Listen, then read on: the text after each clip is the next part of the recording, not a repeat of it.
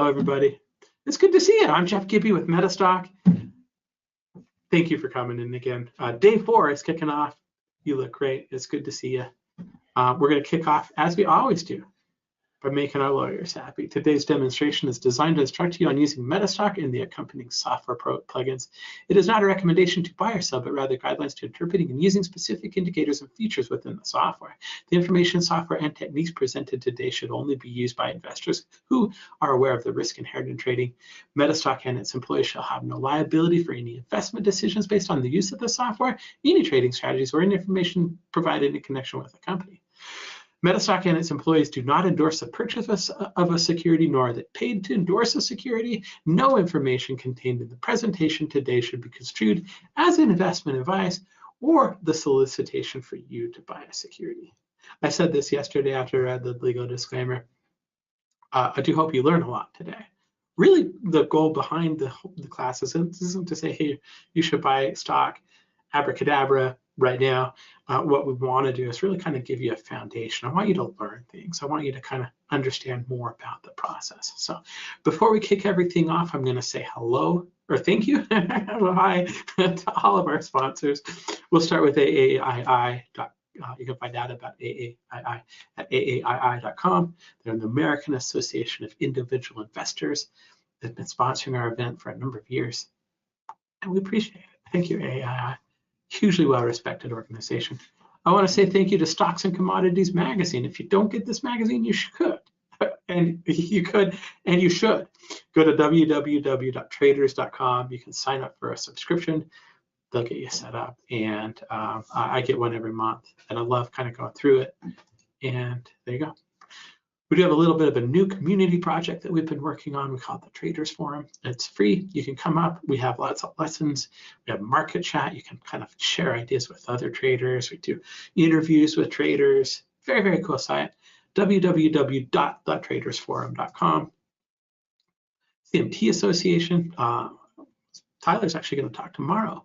He's going to talk about how having a CMT designation after your name could be very, very helpful if you have assets under management, if you want to work for a bank, if you want to have more assets under management. They've done a lot of research, and for me, it was eye-opening the first time he shared that with me. So cmtassociation.org. Last but not least, a special new sponsor of ours is Trade Thirsty. Trade Thirsty has been, well, let's see if I have some notes on Trade Thirsty right here. They started by traders, for traders in 2013. They have a stacked deck of market experts who provide daily commentary content. It's free. You can get it right on the website. If you register for the free report, you'll get added to their mailing list and get a daily email by video, a daily video by email every day. You can sign up for the free report at tradethirsty.com/free. So there you go. That's all of the sponsors. We'll talk a little bit. Actually, we're Metastock too. We've been talking about Metastock all week. 31 years in a row, it's been rated #1. I'm about to fire my Metastock up and do some scanning, look for some stocks. I wouldn't be able to trade without it.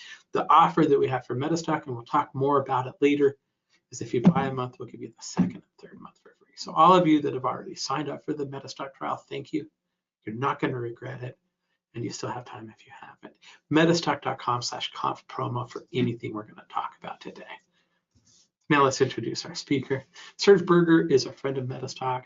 He does a really, really good job. I've known him for a number of years. We've brought him in several times. We, this year, kind of got finished with putting all of his methodologies into Metastock. He's going to talk a little bit about them, how they work, and kind of give you a tour of them. So without further ado, let's go ahead and get you started. Serge. Can't hear you yet. I was on mute. I'm good now. Good morning, everybody. We always talk about how the mute button is our nemesis when we do these events. Totally is. It's always has been, and probably always will be. I think I spent about 5 minutes yesterday talking to myself just because my mute button was hit. So was that like in a webinar or just anywhere you were just talking? I was in a session yesterday. I was like, somebody was like, the presenter was asking questions. I was answering. And I was wondering like why he wasn't hearing me. But yeah, anyway. It You should happens, have man. an option to share your screen right Yeah, now. I'm doing it right Uh, now. Judging by your location, I'm gonna say you're in Florida today. No, I am in Switzerland right now. Oh, okay. Very good. I can see your screen. I'm gonna go ahead and get out of the way. Perfect. Awesome. Thank you, Jeffrey. All right. Welcome. Good morning. Hope you guys are doing well. Thank you, Jeffrey and team, for putting on the event and for the introduction. I want to get right to it. I think you guys can see my screen. I hope you can see my screen. I'm just going to quickly get the little questions boxes on the side here so I can see everyone's questions when they come in. Perfect. Yeah, looks like they're all good. So I'm actually going to start off and I'm going to turn the camera off here in a bit. It's just because I get sidetracked if I have my camera on. So I'm going to turn it off in a minute. But I do want to just quickly, just quick thoughts on what's going on right here, right now in the market. I had this conversation with clients this morning. Just keep in mind, this is like the NASDAQ 100 ETF, the QQQ, on a 5-minute chart. And so we're exactly at the same level where we were Thursday morning. There's like nothing going on the index level. So if you're trying to force a trade, just understand that we're stuck in this range.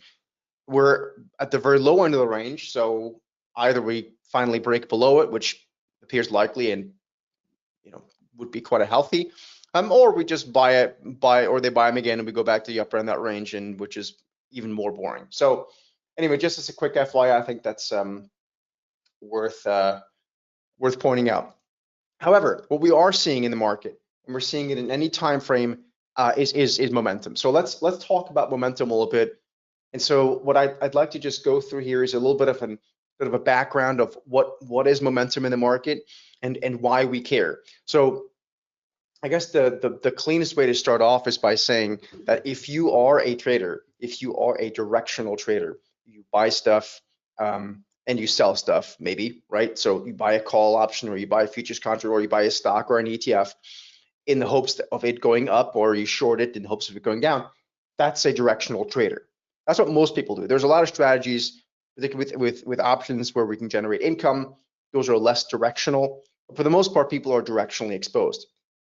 If we are directionally exposed as traders, if that's what we're looking for is not directionality, more so momentum.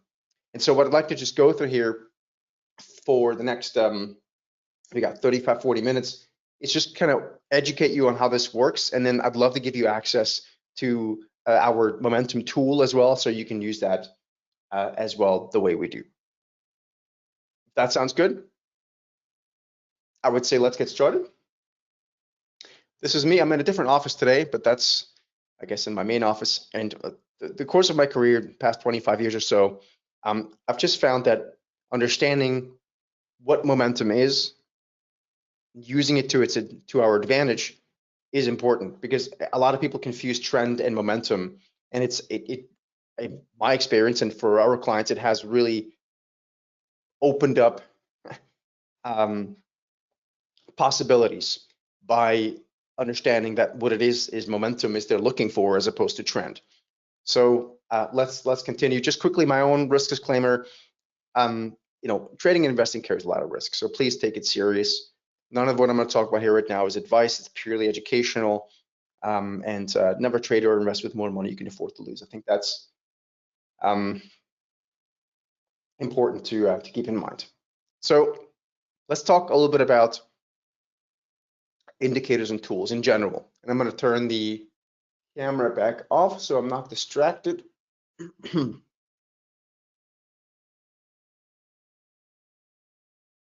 Okay, so just quickly, a couple of words on indicators and tools. Essentially, when we are trading the markets, I want you to think about it. I like to think about it like a round of golf, right? It's very difficult to get across the golf course with just a driver in our bag.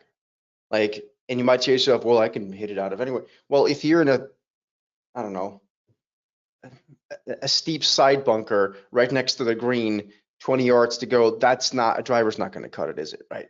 So that's my point. So we need a few different tools in order to play this game, right? Just like for golfing, typically a driver, a putter, and maybe a 7-iron is kind of the minimum of what we need, that kind of thing, or a 2-iron and a 7-iron, a putter, whatever. You get the idea. And so I think for trading and investing, I think it's very important that we have something that measures our trend, something that measures when something gets overbought and oversold, and thirdly, what we're talking about today, something that tells us when there is momentum coming into the market and where, right? Is it in a stock? Is it an ETF? Is it in Bitcoin? Whatever, right? Fixed income, whatever. So for that reason, we need a few tools. We don't need a bazillion tools, but we do need a couple of them in order to actually just be able to play this game properly. And so when we think about momentum, we think about what it is. It's basically, as you'll see in a minute, the acceleration of a trend, or the re-acceleration of a trend. And it happens all the time, every day in the market. But we do need to be able to find it. And more importantly, the algorithms out there, the the machines that are moving the markets, this is what they're looking to do, right? So in the advent of automated trading, the rise of the machines, as I like to call it, momentum strategies are often thought of as largely basically a focus on technology stocks, growth stories. But that's the case right now. Momentum is all over the place. It's going to start moving into completely different sectors at some other point. Like for the past couple of weeks, we had really not much momentum in technology stocks, but Bitcoin is moving, right? That's momentum. And at some point, like next year, I think we're going to have huge momentum in like energy stocks. So it's constantly moving, and it's with where the machines are moving to. And if we can trade with the wind at our back, meaning we just jump on what the algos are doing, basically, if they are creating momentum somewhere, that's where we want to play. So that's what this is all about. So let's talk a little bit about momentum, kind of define it in terms of in the world of physics, not to bore you too much, but in the world of physics, basically, what you're looking at is m times v equals p. So essentially what it means is that momentum, or p, is a function of mass times velocity. And I like to keep it simple. I'm certainly no physicist. I'm a markets guy. So in the world of markets, I like to look at it, or I try to kind of think about it as a car driving down the road at, let's say, 45 miles an hour. And then if that car is driving 45 miles an hour and it's turning onto the highway, it might decide to speed up to, let's say, 75 miles an hour. It's that delta, it's that change in speed from 45 to 75 that I define as what momentum is in the market. And then it might continue at that higher momentum, at that higher rate for a while. But the point is that momentum is not a constant. It changes, right? So momentum is essentially the rate of acceleration of a security's price or volume. And price is really what we're looking at, of course. That's the ultimate arbiter. So that's what we're looking at. But again, momentum is fleeting. It's temporary. When I say temporary, it's not minutes, but momentum doesn't stay in, let's say, the same stock for a year, right? It comes and it goes, but it comes at a point where we want to be there as a trader. If you want to buy an options contract, or we want to buy the stock, or whatever it is, like you look at Bitcoin, like it's a perfect example of the past week or so. That is pure momentum that we saw. And we'll go look at it here in just a bit together. So momentum comes and goes, and that's also exactly where the opportunity set lies. Last chart here, sort of on the educational front, before we start looking at the market, this is just, I think, a good way of looking at it. So this is a stock, and you can see it has moved from the lower right to the upper left. The big green long arrow, that shows us the trend. So that's nice to know. That's got a big long uptrend. But you can see for a while there, this particular stock took a pause. And then all of a sudden, it started to re-accelerate. So while the trend remained in place, this stock, again, let's call it a car, was actually slowing down for a while. And then boom, it started to get back on the highway and re-accelerate. And this here is where we as traders really get the most bang for our buck. This is where we want to be involved, right? We certainly want to be involved along the trend, but a lot of people get shaken out on the trend because they don't have a way to measure the trend. That's another discussion for another time. So the momentum is there. Now, typically challenges with traditional momentum indicators, stochastics, and other types of things like that is that, in my view, the way I like to use it, they have quite lagging signals. And so it can result in late entries and exits, and basically in giving us signals where there really isn't one worth taking serious. So a lot of false signals can lead to sort of the death of by 1,000 paper cuts. So I think traditional indicators typically haven't adapted as well to sudden market changes that we experience these days with AI. And so what we are going to show you today is the way I like to measure momentum. We use something called the TSD trend or momentum indicator, and really what it looks at is a more real-time way of measuring momentum through the lens that we look at things. So I'm going to show you guys exactly how we do this and how you could use that as well. So again, what we're looking for is a change in momentum, right? A change in basically an acceleration or a reacceleration in a trend, and that can happen both to the upside as here, or certainly also to the downside. So let's go through this and see if we can't make some sense of it together on the charts. So what I'd like to do is I'd like to keep it real simple. I'm going to pull up my Metastock platform here, and I'm just going to show you this on a few things that I decided to just show you a couple of stocks that I prepared. If you guys have some stocks that you want to look at, obviously, just let me know, and we will pull those up. I'm just going to make this a bit larger. And I just have to warn you, I do have a different resolution on my other screen, so I have to kind of go back and forth to make sure that the chart is nicely viewable for everyone here on the webinar. So make this larger. Okay, so what I thought we would do here is we would start off with a stock that I think everyone knows. This is a company called Taiwan Semiconductor. This is a daily chart, and the ticker symbol for it is TSM. And so I'm just going to go back to, let's say back to May, the month of May, and let's see how many signals we got and see if this would have made any money. So, and then again, if you guys have tickers you want to look at, by all means, please let me know and we will get to them. But the first signal that we got in May took place there, and then we very quickly reached our what I call the free trade profit target.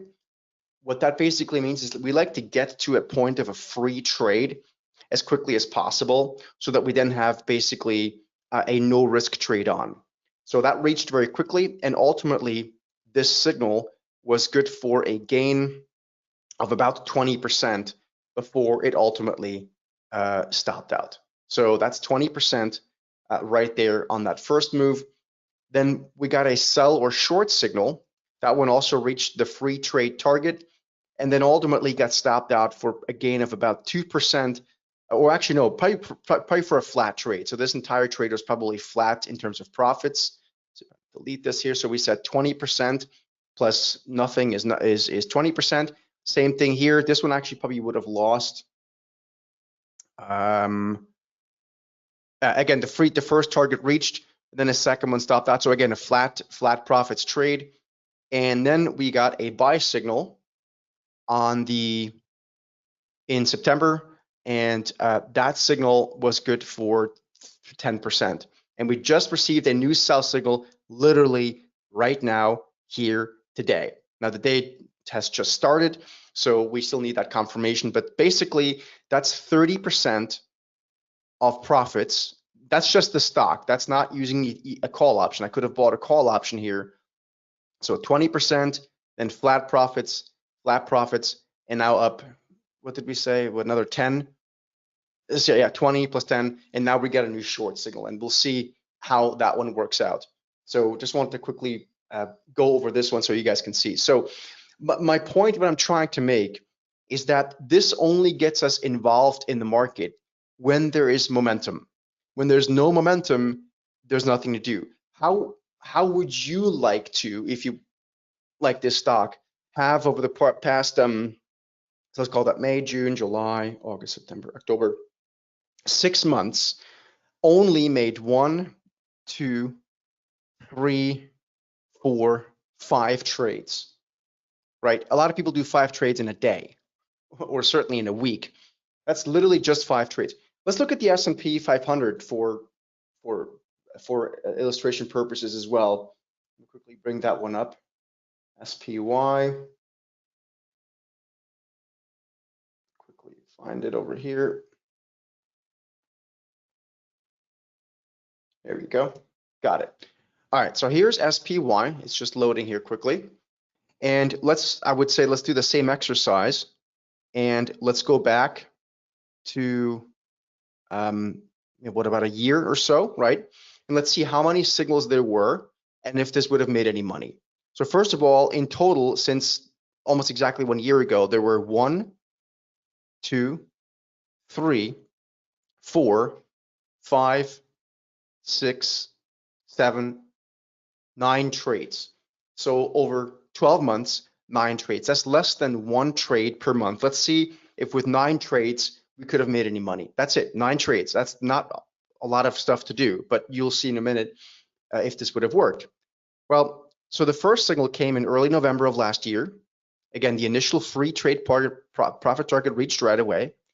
And then that resulted in a gain of about 17%.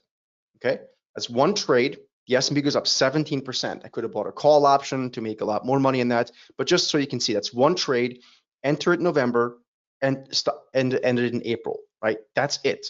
There was really not much else to do, just to be long.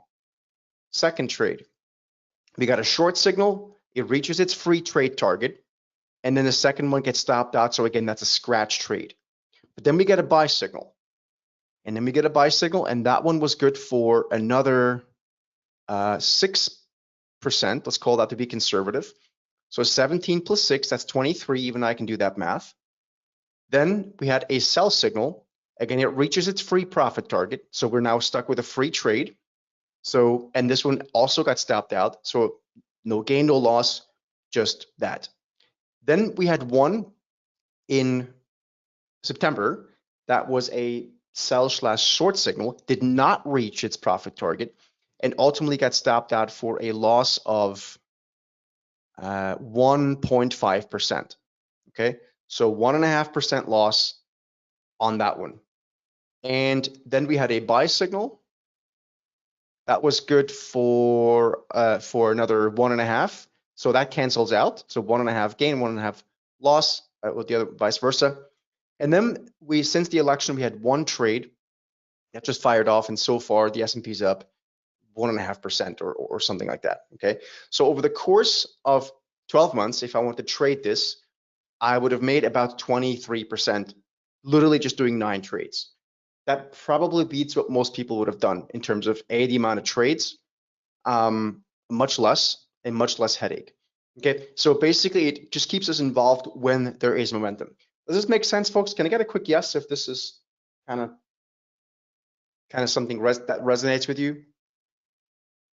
Palantir, okay. Let's type up PLTR. Let me quickly bring that up. I know that is a popular stock these days. All right. I need to try to adjust the window here. Sorry, again, I keep having to say this. I have a different resolution on my other screen, so it's a bit of a pain. But here we are. So this is PLTR. And let's see if this is something that would have made any money. So let's just go back until this summer, what I just pulled up here. So PLTR, we got a buy signal in June. It reaches its that free trade target, right? So we close half of it. So now we're on a free trade, meaning we can't lose money anymore. So the first trade, this one made a total of, let's call that 15% to be conservative. So 15% gain. Then this one reaches its free trade target, gets stopped out, and the rest for a scratch. So 15%, keep that number in mind. I'm going to delete this. So 15%. And then we got another buy signal, and that one has remained intact. So remains long. We still hasn't reached the stop loss. And now the stock is up 106%. Okay, so what did we say? 15 plus 106.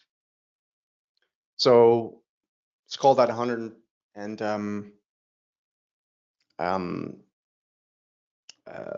sorry, 120% since June. At least to me, I think that's a respectable gain. I realize nowadays people seem to be looking for even bigger moves, but you know, with 1, 2, 3 trades, and again, there's not a whole lot of emotion. All we're doing is getting into the stock when there's momentum to the upside, or shorting the stock if there's momentum to the downside. If I don't like to be short, then just I ignore the shorts and only do the longs, or vice versa, right? Some people only like to be short. That's another way of looking at it. Does that make sense? Pulte Homes, all righty. That's ticker symbol PJ. By the way, is anyone a day trader here? Let me know. Type in yes if you're a day trader. I'm happy to show you this intraday as well, because we actually just got a new signal on the short side this morning in the QQQ on the intraday short. I'll show you that in a minute, but let's just quickly go to PHM Pulte Group. Let's see if there's anything here. Let's just zoom in a bit more so we don't have to go through like 100 signals. Okay, so there you go. So since June, actually, let's go to the latest signal. Oh, that's way too far out. Okay, here. Sorry, I went July. Let's go summer, right? It's just so we. Okay, good. So PHM, let's see what we got. So we got a buy signal in July. And again, it reaches its free profit target very quickly. This one would have gotten stopped out for a flat trade, but it had what's called a second chance entry. That basically means when the price goes back above these two lines, you're back in it. And then that one would have made about 7% of gains. Okay, so let's call that 7% just to be conservative. And no questions asked, we got a new sell signal. It's so far, it remains active, hasn't gotten stopped out yet, and it reached its first target. So we call it the free target, the free trade target. Basically, we take half the position off, so now we no longer have any risk, and we keep the remainder of the position on with a trailing stop. As simple as that.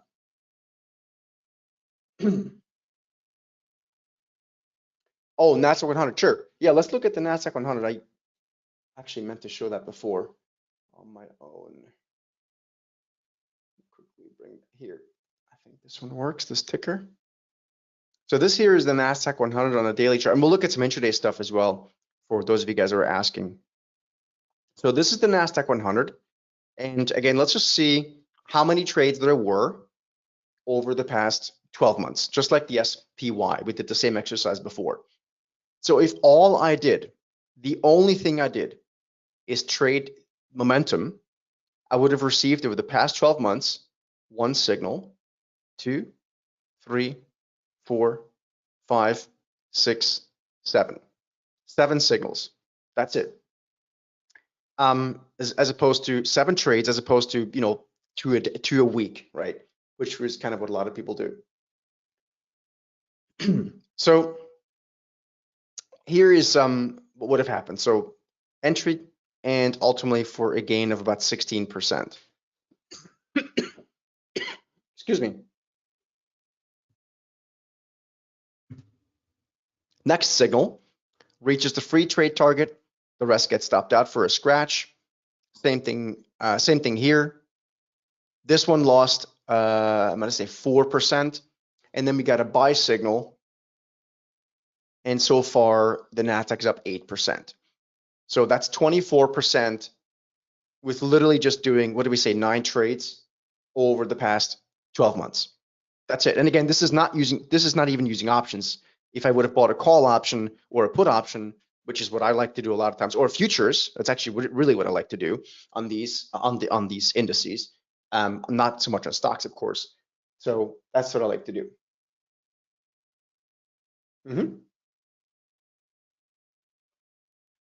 Yeah, the lines are actually important for the signal. That's why they're there. And we also use the lines as trailing stops. So that's how we end up doing this. But let me just quickly, before we continue on more, let me show you, I want to make sure we look at another stock that I know a lot of people like to trade or at least follow. Let's see how this would have done the past 12 months on something like NVIDIA. Well, let's see. So again, let's go back, 12 months or so.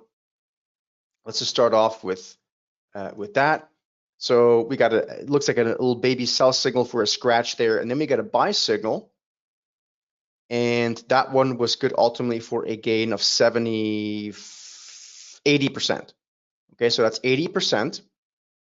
Then we got a sell signal, it reaches the free target, gets stopped out for the rest. Let's call that a scratch.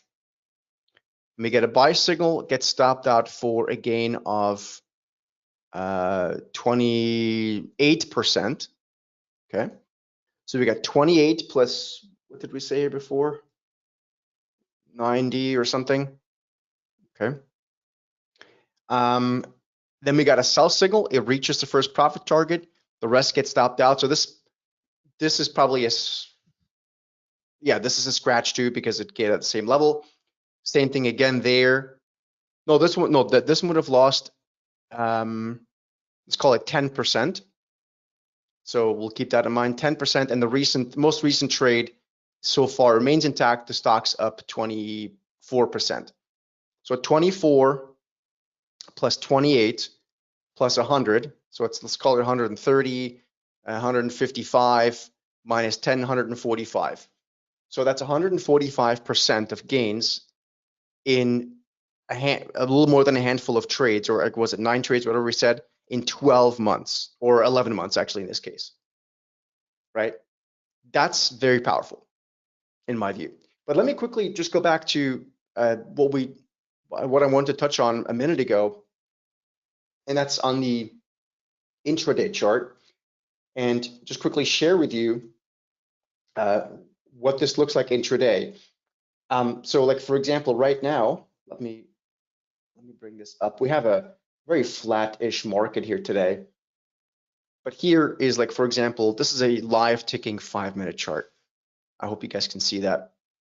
Let me adjust this a bit more. So right out of the gate, this is the SPY on a 5-minute chart. And you can see we got a sell signal. And I mean, so far the S&P is basically flat, but it hasn't done anything. So how can it possibly do anything if the S&P is not doing anything, right?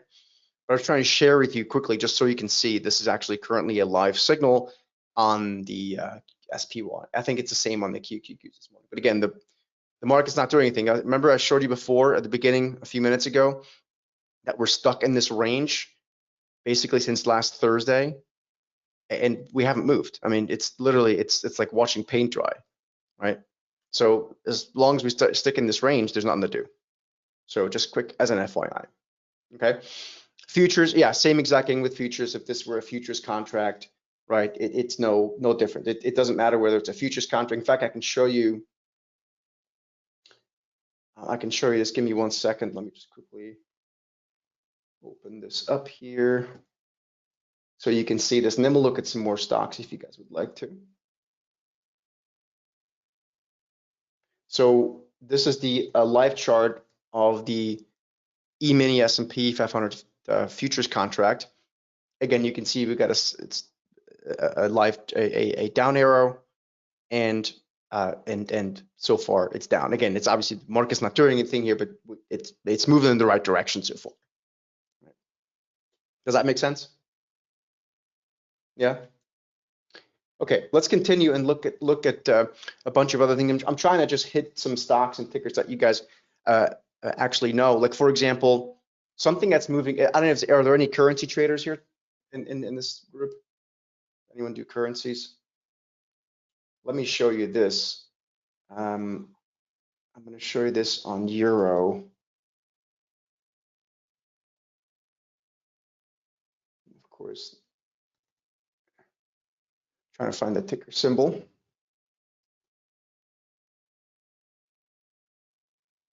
I think this is a different.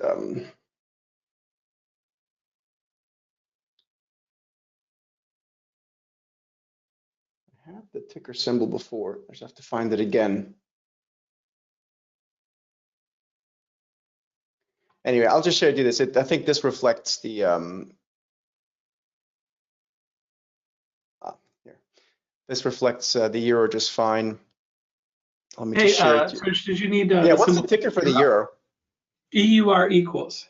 That's what it was. Yeah, sorry, that's the equal sign. Yeah, no worries. Sorry, I just stepped away from my desk, and so I wasn't right here to help. No problem. No problem. Yeah, there you go. Perfect. Yeah, that's what it is. I'm sorry. I need to bring it over. I keep having to say this. I have a different resolution on my screen, so I have to keep. So here we go. All right, I'll drag this down. Here we go. All right. So this is the euro. Okay. So let's see if this would have made any money. Obviously, euro down this morning. We had a 104 handle at some point this morning. We got a little sell signal there. This is all the way back in August, right? And then we got a buy signal, and that ultimately got reached its free trade target and all that stuff. But let's just focus on the most recent one, which was a sell signal that we got as early as October the 3rd, when the euro was around was at 110.5, right? And again, now it's 1.056. So that's a really juicy move for those of you that are interested in using currencies. I'm just, again, all we're doing is following momentum. It's really not that hard as a concept, I should say. And the reason why we do this is because we increasingly live in an algorithm-driven world. I've been doing this now for 25 years from an investment banking side and hedge fund side, and I'm also a portfolio manager at our investment advisory firm. And I've just increasingly noticed over the past 15 years now, so that wasn't so much the case from the first 10 years of my career, but for about 10 years now, algos really are taking over, like in a big way, and in a very sophisticated manner. But they're all not all, but a lot of them are looking for momentum.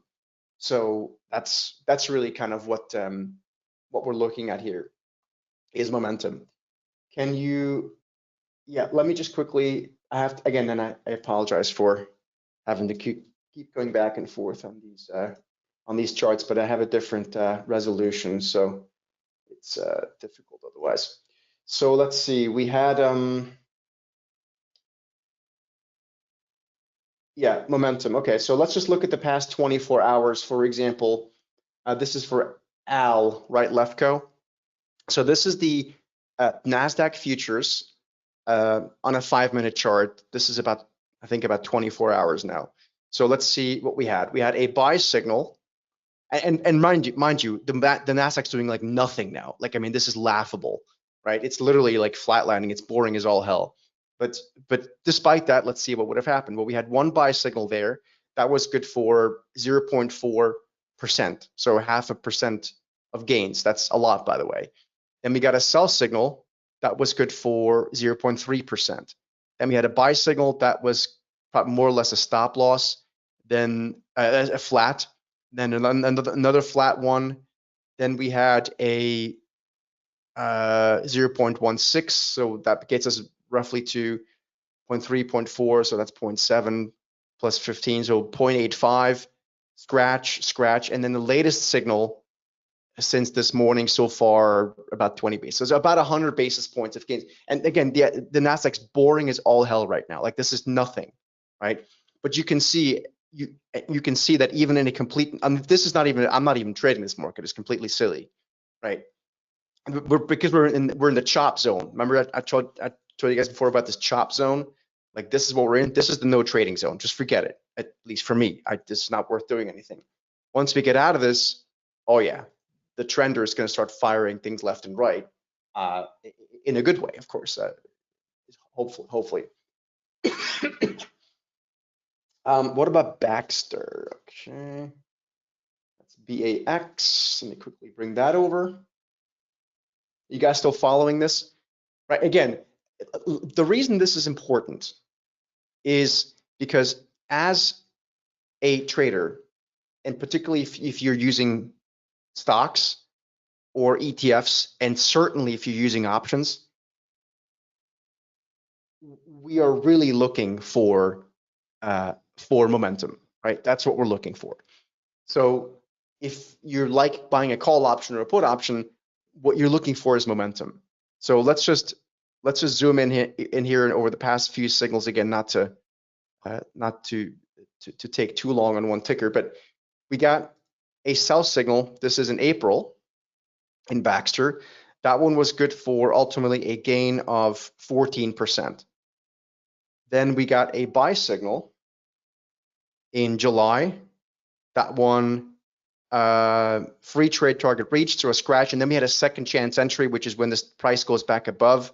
So ultimately, conservatively, that's another 5% gain. Then we had a scratch trade.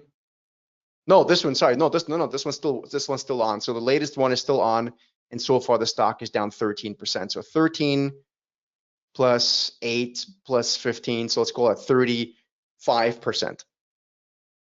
Just in a few trades. That's on Baxter. CRM is another one. You guys know CRM at Salesforce.com, and I'm just trying to pick stocks that are kind of popular and everyone has seen before. So CRM was in a chop zone for a while, and so we don't actually trade when we're in a chop zone, which is what I just tried to explain with the Nasdaq 100, right, where we're kind of just going sideways.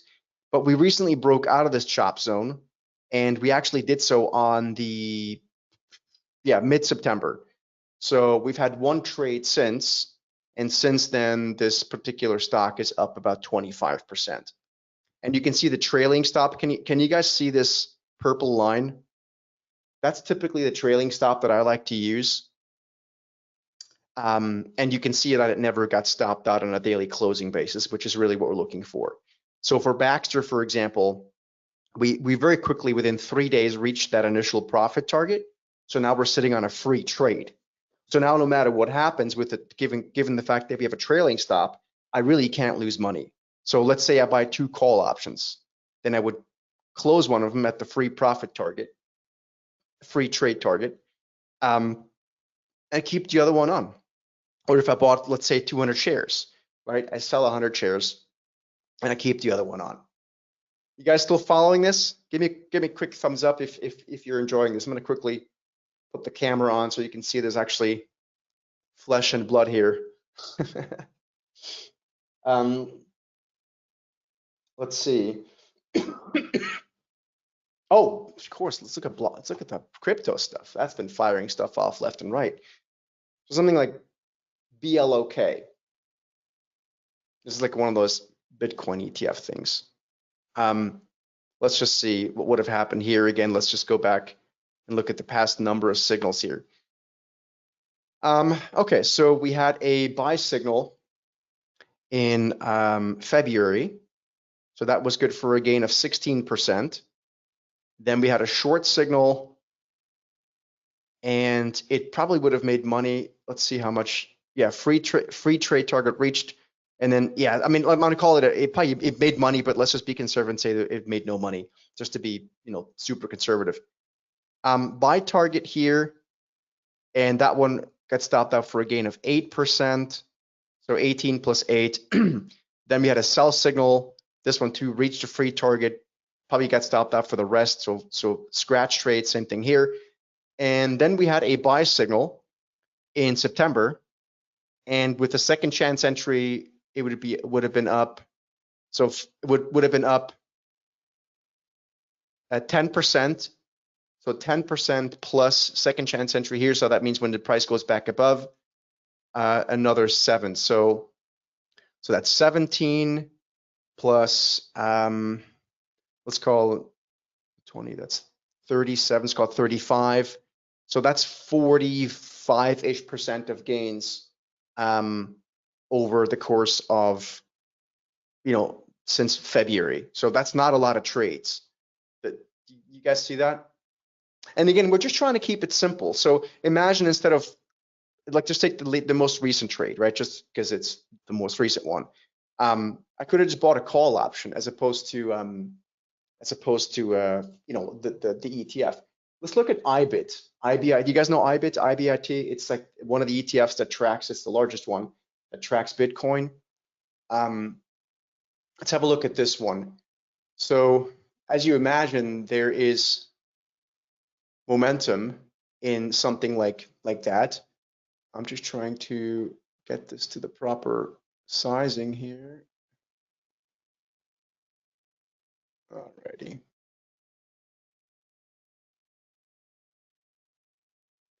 Here we go. All right, so here is IBIT.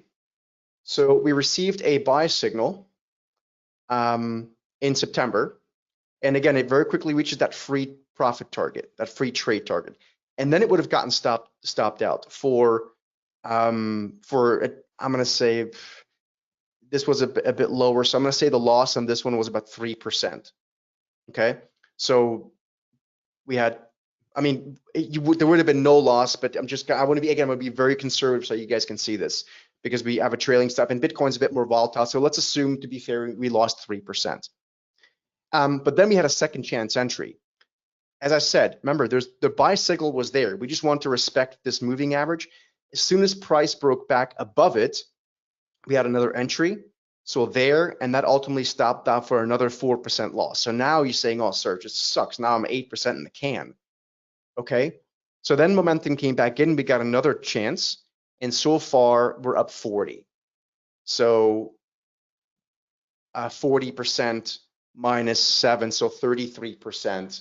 And again, not a lot of like second guessing, right? It's just this, that's all, there's no, it's either momentum is up or it's not, you know, and then we're in or we're out. It's really, there's not a whole lot of asking.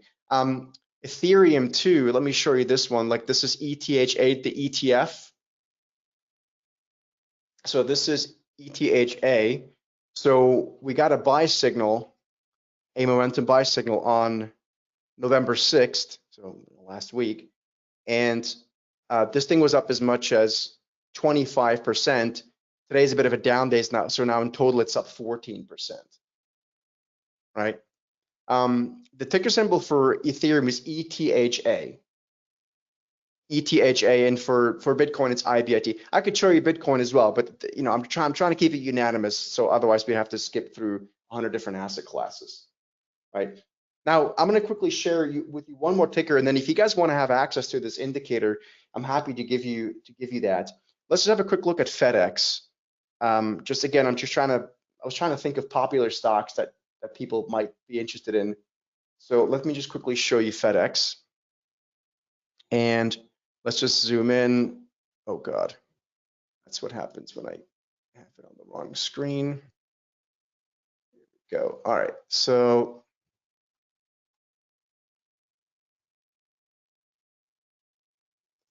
FedEx, yeah, the ticker symbol is FDX. Oh God, I don't know what I just did. Oh, here. All right. So let me zoom in. All right. So FedEx just recently had a momentum buy signal, as you can see here, and the stock is off to the races, right? Again, it's the same exact thing intraday. I'm checking if we have any momentum intraday here so far. Again, it's boring as all hell today, and it has been now for the past few days. So we have this no trading zone. We're in this chop zone. Remember we talked about this like 10 minutes ago or 20 minutes ago? I said that if we're going to break this, we're going to break out of the range. Otherwise, we're just going to go right back up. Look what happened, right back up, right? So nothing to do. It's just, we call it the chop zone, the no trading zone for that. So what you can do if you guys like momentum, and again, particularly if you're someone that does directional trades, you can actually use this indicator. It's called the TST Trender, and we've got it available for MetaStock. It's also available for some other platforms as well. But since we're here in the MetaStock platform, obviously we want to make sure that you know that it's available there as well. So let me quickly walk you through this and make sure that you guys are all get access for those of you who want to. We have built-in profit targets for the S&P 500 and the NASDAQ 100, both for day trading and for daily. And then for individual stocks, we use those too, but with different parameters. So particularly if you want to use this for systematic trading,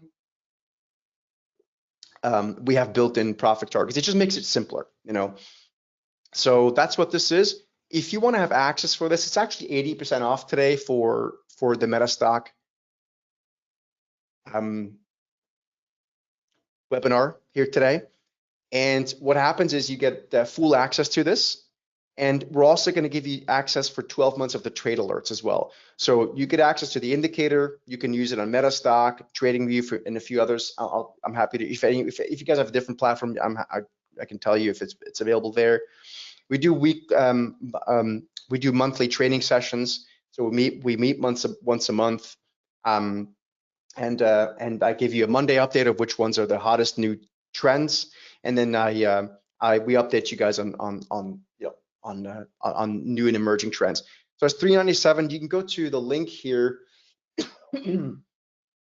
It's metastock.com/trender. And when you get to that link, you should get to that offer. I think you guys have a phone number as well, Jeffrey, right? It's this one here is 800-882-3040.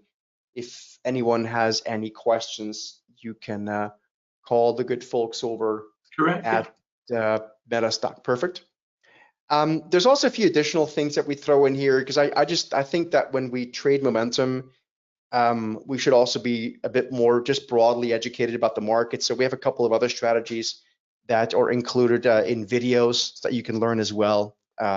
Anything from swing and long-term and shorter-term strategies. We have a checklist in there as well, so you kind of check your progress and along the way. But it's honestly awesome. Like I love the trender. Momentum is here and it's here to stay. And again, it might be in tech stocks right now or in Bitcoin stuff, this past week, but it's going to move into other parts of the market. At some point it'll be in energy stocks, and then people who don't even know what that is or think it's boring are going to miss up on a lot of opportunity when all the momentum has shifted over there, right? And so that's really what's cool about this, and I enjoy this a lot. I know Jeffrey, you actually helped me implement this here for MetaStock. With all those profit target and exit targets and stuff. So that's been very helpful as well. So thank you for that. You're welcome. Let me see. Are there any other questions that we need to go through? Again, the link for this is metastock.com/trender. Again, you can use a MetaStock, TradingView, Thinkorswim, and somewhere else. Oh, NinjaTrader, I think. So if you guys want to use that, again, it's $397. That's 80% off here today for MetaStock for you guys being at this webinar. And with that, you also get 12 months of the trade alerts. But you not even really need the trade alerts. I mean, we'll give you those, and it's great. But you'll see how quickly you get the hang of it. And what's really cool about it, I think, Jeffrey, is that if you look at the market through a swing trading lens, like multi-day, multi-week kind of thing, like it's so much more relaxed. Because as long as momentum is there, the trade doesn't change. You just stay in it. And if it does change, then you get out, right? As opposed to, I have to analyze and earnings calls and this and that and 1,000 different things, right? So, and from a day trading perspective, it gets you in when there's momentum and it doesn't do anything when there's no momentum. So if things are boring, there's nothing to do, right? Like we have this, I showed you before, the boring zone right now that we have in the NASDAQ for the past few days. I love how much is included with it. We do have a question coming in YouTube that I think I would be best suited to answer. The question is how easy is it to find these signals? So I think if you don't mind, I'll come in. I'll just show everybody how to do a quick scan and find the signals. Sure. All right. Let me go ahead and do that. I'll turn my mic on. And then we'll kind of talk a little bit more about the integration and that kind of stuff. But Serge, before I kind of take over, I want to say thank you. It was a lot of fun to develop this and design it, and it's done really well. So Here we go. I'm going to go ahead and kind of take control right now. Sounds good. Please. Okay, very cool. So you should be able to see my screen. There's another question from Brad that we'll get to, so I'll have you hang out with here. So yeah, and I'm happy to address that one too if you want. I mean, that's what I just talked about. We have that no trading zone. Like, if there's no momentum, there's no momentum, right? yeah, Then there's other strategies for that, but you don't want to buy a call option or buy stock when there's nothing going on. That's the whole point, right? It might give you a signal, but we have the rule, right, for that. yeah, Brad. And so for the question that Serge is answering, just in case you're not seeing it, actually nobody can see it. How does it work on stocks that are consolidating and not trending? That was the answer to that question. Brad, thank you for the question. All right, so if I want to run a little bit of an exploration real quick, what I'm going to do is I'm going to come into this is the Metastock platform. I've got actually the new theme on. I really like the new theme that kind of came with the last batch. But what I'm going to do is I'm going to, you can see kind of where this came in with the signal on BlackRock. And one of the things that I think Metastock could do very, very well is actually go in and identify where to trade. So, and it works on just about any market on Earth. So like if I come in here, I'm going to open up what we call our power console, which is going to come over. I'll just bring this back onto the right screen for me. And here we'd open up a chart. I'm just going to run a quick scan. I've got this set up already, so I just search for TST. There's a couple different modes. You've got your swing mode. We're going to look for the swing signals right now. This is what you'd be using if you're looking to swing trade. If you're looking to day trade, you'd use this day trade mode. And it even is customizable, so you can go in there and kind of make changes to how the moving averages work, the calculation methods, the targets, all that kind of stuff if you really want to. But for now, let's just do the swing mode. I'm going to kind of go ahead and click on that. And I just want to point out, I could scan anything up to 324,000 issues here. If you're in Asia and you want to do this, you can. If you're in India, Europe, London, Australia, et cetera, et cetera, et cetera. I know I said Europe and London, but since Brexit, they're two separate things. So, but anyway, whatever you want. If it's the market you're interested in, you can just go ahead and grab it. For the purpose of just showing you how fast this is, though, I'm just going to grab like the S&P 500. I've already done it. The Dow Jones 30 and the NASDAQ 100. I'm just going to go have it run a scan. And right now, you can watch what it's doing. It's going to go through 519 stocks. And what I want to be able to do is say, hey, what has an action right now? What can I use right now, right? I really just want to pay attention to the stocks that have an opportunity and ignore the ones that I don't. So it's almost done. It's rejected about 98% of the stocks. This number changes a little bit. But right here is where we get kind of a list of all of the stocks that came back. And so it's actually might run a little bit faster for you. Right now we're broadcasting, running the exploration, but I want to reiterate a few things. This is a scan that's done on today's data. It's not like some of those other solutions where they ran a scan on the server last night and you're getting still results. It's today's data. You're getting it right now against the markets that you want. So out of those 519 stocks, if I'm just looking to go long, I've got these options here. We can look at air products, chemicals, CCEP, EQR, MPC. So let me go ahead. I'm just going to open up MPC real quick because I want to show you kind of some of the other cool bells and whistles here, or some of the other things that are included that you may not or may not get with some of the other things. So I'm going to go ahead and put that TST trender swing mode. Just apply the template real quick. You can see where the signal's coming in. We knew there was going to be a signal because we scanned for it. You can see where the profit target is right here. You can see where the stop loss is right here. All this stuff makes it very, very easy for you to kind of identify. We did have a short signal right here. It went to the target. You exited out. Here we had a buy signal. It went up, but it didn't quite hit the target, went down. So the other thing that we've got in here that I really like is our commentary. I'm just going to show that real quick. Right here, when I open up the commentary, you'll see a little bit of a triangle. It points straight down right here. Gives you an idea of what you're supposed to do. The TST indicator is currently long. It just gave you a long signal. Your profit target would be 163. Your stop loss would be 155. So very well integrated. It also, I'm not going to kind of show this just because of time, but I told you how you could make custom. So you could go in and custom. There's actually a system tester in there where you can go in and use some optimized variables to kind of see if there's different combinations that you want to use. And I show you how to use that in the boot camp. So in any case, I think that's a pretty good kind of overview of what's in there in the Metastock side. again, and maybe you could reiterate, Serge, for me, what products this is actually supported on. TradingView, I know, is one of them. Yeah, it also works in TradingView, Thinkorswim, so Toss or Schwab, whatever you want to call that now, and then Ninja Trader as well. Okay. So I know someone's asking what's it called, the TradingView. I don't even know. You have to actually first get it, and you can't just choose anywhere. Like you first have to get it, and then we give you access. So it doesn't. It's irrelevant what it's called because you won't find it, right? We have to give you access to it. Once you've purchased it here, you can then go through the process and we give you access. It's just like in MetaStock as well. Yeah, and that happens. What I'd encourage you to do, just because, you know, if you do the TradingView version, you don't really get the scans, you know, just because they don't have that available as part of their engine. Right. We will, if you get this and you want to try out MetaStock, we'll give you a free trial to MetaStock. We'll make that easy for you. We want you to evaluate it because really, the ability to go in and just kind of identify, hey, we just went through 520 stocks, and if we're looking for a long, I think it was 4 or 5 options. It really allows you to kind of focus on what you want to do as a trader, focus on those stocks that have an opportunity. Serge, I really kind of think you throw in so much with this, like with the 2% Club, the Trade Alerts Risk Management Plan, the tutorials.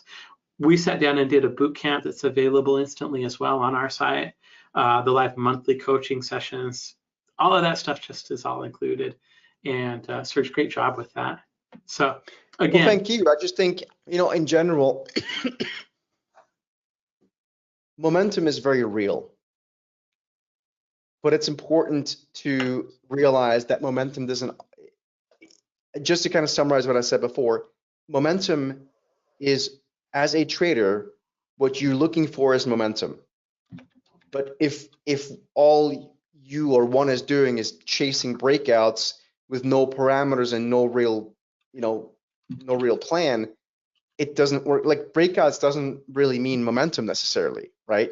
So there's that, but this really allows us to stick with the breakout, with the plan. If it actually is momentum, right? It could be a fake out move. And again, right now and for years now, people are just tech stocks. That will end. I guarantee you that. I 100% guarantee you at some point for a long period of time, you know, because at some point they go out of fashion. Will growth never goes out of fashion? No, it will. Trust me. At some point, it always happens. And then momentum will be somewhere, but it won't be where you now have built 10 years of trading experience. It'll be somewhere else. It happens all the time, right? Memories run short. And so with machines, however, they will adapt very quickly. And they'll, I mean, look at this week. Look at what happened this week, Jeffrey, for the past 7 days. We had so much momentum in like gold and silver. And it all stopped because the dollar went crazy. So talk about momentum. There's momentum in the currencies, right? We showed you before. You're a short, dollar long, and everything moved over to crypto. Don't look today. Today's a down day in crypto, but momentum shifted very quickly. No one cared about gold and silver anymore. There's actually downside momentum there now to short, and so it changes, right? So if you're a directional trader, what you're really looking for is momentum, right? I think there's a really important lesson there. And the great thing is you have the wind at your back. The algorithms, the big institutional machines, that's what they're after. Not every single one of them is, but a large part of them are. And so you can really trade with the wind at your back. And that's really what the point is of for sure. Can't believe how fast that hour went. I know, man. One last question. I know we covered the systems just now, but I only heard MetaStock. Does it work with NinjaTrader as well? Yeah. Okay. I thought so. I just didn't want to give the wrong answer. You can get that at MetaStock. The other thing I'd recommend, just so that you can kind of fully use the tool and see MetaStock, do the free trial that is included with it. And if you don't like MetaStock, you can just cancel that, keep using Well, and what's cool about MetaStock, Jeffrey, is that you did a whole thing on the indicator as well. Like all the other platforms don't have additional education. Like they have our education. So we, I do webinars for you guys every month and check in with live with videos every week and everything. So you get all that, but you also did something how to specifically make it work on your platform. Yeah. So I think that's very helpful. And yeah, very cool. And that's available instantly. Serge, thank you very much. I appreciate you. Thank you, Jeffrey. Thank you, guys. Hope to see you guys on the inside. Have I a will good one. be ejecting you now. See ya. See ya. All right. Yeah. Just so you guys know that the reason I generally typically eject people because when you close down GoToWebinar, it gives an option to shut down the whole session, which generally doesn't work very well. So anyway, you can get that metastock.com/conf promo. If you have questions, give us a call, 800-882-3040. If you want to chat, metastock.com/sales chat. So let's go ahead and kind of migrate on a little bit. I want to say thank you to AAII, the American Association of Individual Investors, hugely well-respected company. They've been sponsoring our event for a few years now. I think it's like 4, maybe 3. I don't know. Time flies. I'm getting old, and it just goes faster and faster and faster. AAII is a nonprofit organization. They do the investor sentiment surveys. They grade stocks. They do a lot of. They have an active investor division. Ray Rondo came in and he talked a lot about kind of the work that they do there on Monday. I'd recommend you check them out. It's aai.com. So there you go.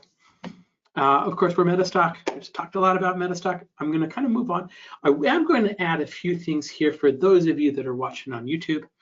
If you're watching on YouTube, give us a like and a subscribe. It helps a great deal. We appreciate it. But also, I'm about to pull a list of everybody that's registered for the event. And so Metastock is going to actually put in a link right now. They'll give you a registration link. If you haven't registered for the event yet, go up and register, and you can get eligible to win lots of really cool prizes. And I'll be ready to give out away prizes after this next session. This next session, there's a couple good friends of mine, Jake Bernstein and Brian Latta. Jake and I used to live pretty close to each other. We took each other out to dinners for a couple times. Great technician. He's written a prolific amount of books. I always say the number, then I'm embarrassed by the real number because it's always really a big number. Jake got to start trading futures. He does such a good job. The methodologies that he's always focused on is what he calls the STF method, setup, trigger, follow through. And so he's a big proponent of having very specific rules that you should follow with trading, which is, I believe, a great idea. Brian actually took some of the work that Jake did and helped him create an indicator that I call the Swiss Army knife of indicators. It does so many things to kind of help you identify what the long-term trend is, the short-term trend is, whether you're in congestion, all some really, really cool stuff in there. So that's what they're going to talk about now. And let's go ahead and get everybody on here. Jake, Brian, how you doing? Doing great. All right, Brian, I can hear you. Let's see. Let me send an unmute request over to Jake too, so that we can kind of get him in here. You're going to be sharing your screen today, right, Brian? Yes. All right, let's go ahead and do that too. Go ahead and make you. Good morning, everyone. Good morning. I'm here. Good morning, Jake. It's always good to hear your voice. And Jeff, it's always good to hear yours because anytime I'm feeling stressed out, all I need to do is talk to you, and you come. You're like the market tranquilizer. You're the most laid-back person I've ever met in this business. I don't know how to take that, but I'm going to take it as a compliment, Jake. Oh. It's all you. Nothing Because thank you for coming. Thanks for being part of the event. I appreciate it. Well, you're ready to go. A privilege and an honor to be associated with Metastock for so many years and to know you for such a long time. It's always a pleasure. Many times I do webinars, I get all stressed out. I get a tummy ache before, even though I've done hundreds of them. Still get a little bit nervous, but with Metastock and Jeff, no problem at all. So I want to start out by just briefly, and then I'll turn it over to Brian. He's going to do the bulk of this because it's actually his indicator that he developed from my work. I want to correct the statement that I made in the past, which is that I've been trading for 52 years. That is incorrect. I've been trading for 57 years. So I want to get full credit for everything I've done. The most important thing I can tell you is this. Expansion contraction is, in my view, a new paradigm, a new approach to trading because it's very, very simple. It's red light, green light. That's all it is. You don't have to make any major decisions. You can dig into it with all the other things that expansion contraction does. But if you want it nice and simple, which is what I like, it's just going to be red light, green light, and it's going to be showing right on the screen and tell you exactly what to do, and the expert advisor will explain why it's doing it.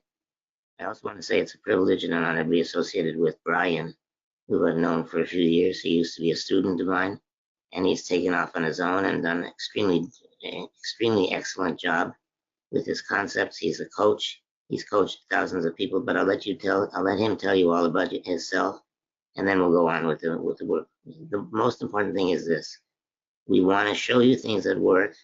We want to keep it simple, straightforward, no major decisions to be made. You can trade or not trade. It's entirely up to you. But I think that if you give expansion and contraction a chance, you'll see it do some amazing things in any time frame whatsoever. So Brian, it's all yours. I'm just going to stay in the background here and only talk when I need to. Thanks for that, Jake. And obviously you can see here on the title slide, we're going to go through seeing long-term trends and trend strength, short-term swings and swing strength. I'm not going to read through the whole thing, as you can read through this much faster than I can. So let's just get started right away with the next slide, which will be the disclaimer on here. All important disclaimer. What I will be showing here a little bit later will be some results, because I do like to show long-term results, just not individual trades. Again, something I've learned from Jake on the setup, trigger, follow through is also how to develop trading systems over time. And so we still want to make the comments in here and just stick with the legalities on here. Can't guarantee future performance, but I'm always going to go with past performance on that. And again, as it says, there is a lot of research behind expansion contraction. It is available at no cost on various platforms, obviously on Metastock.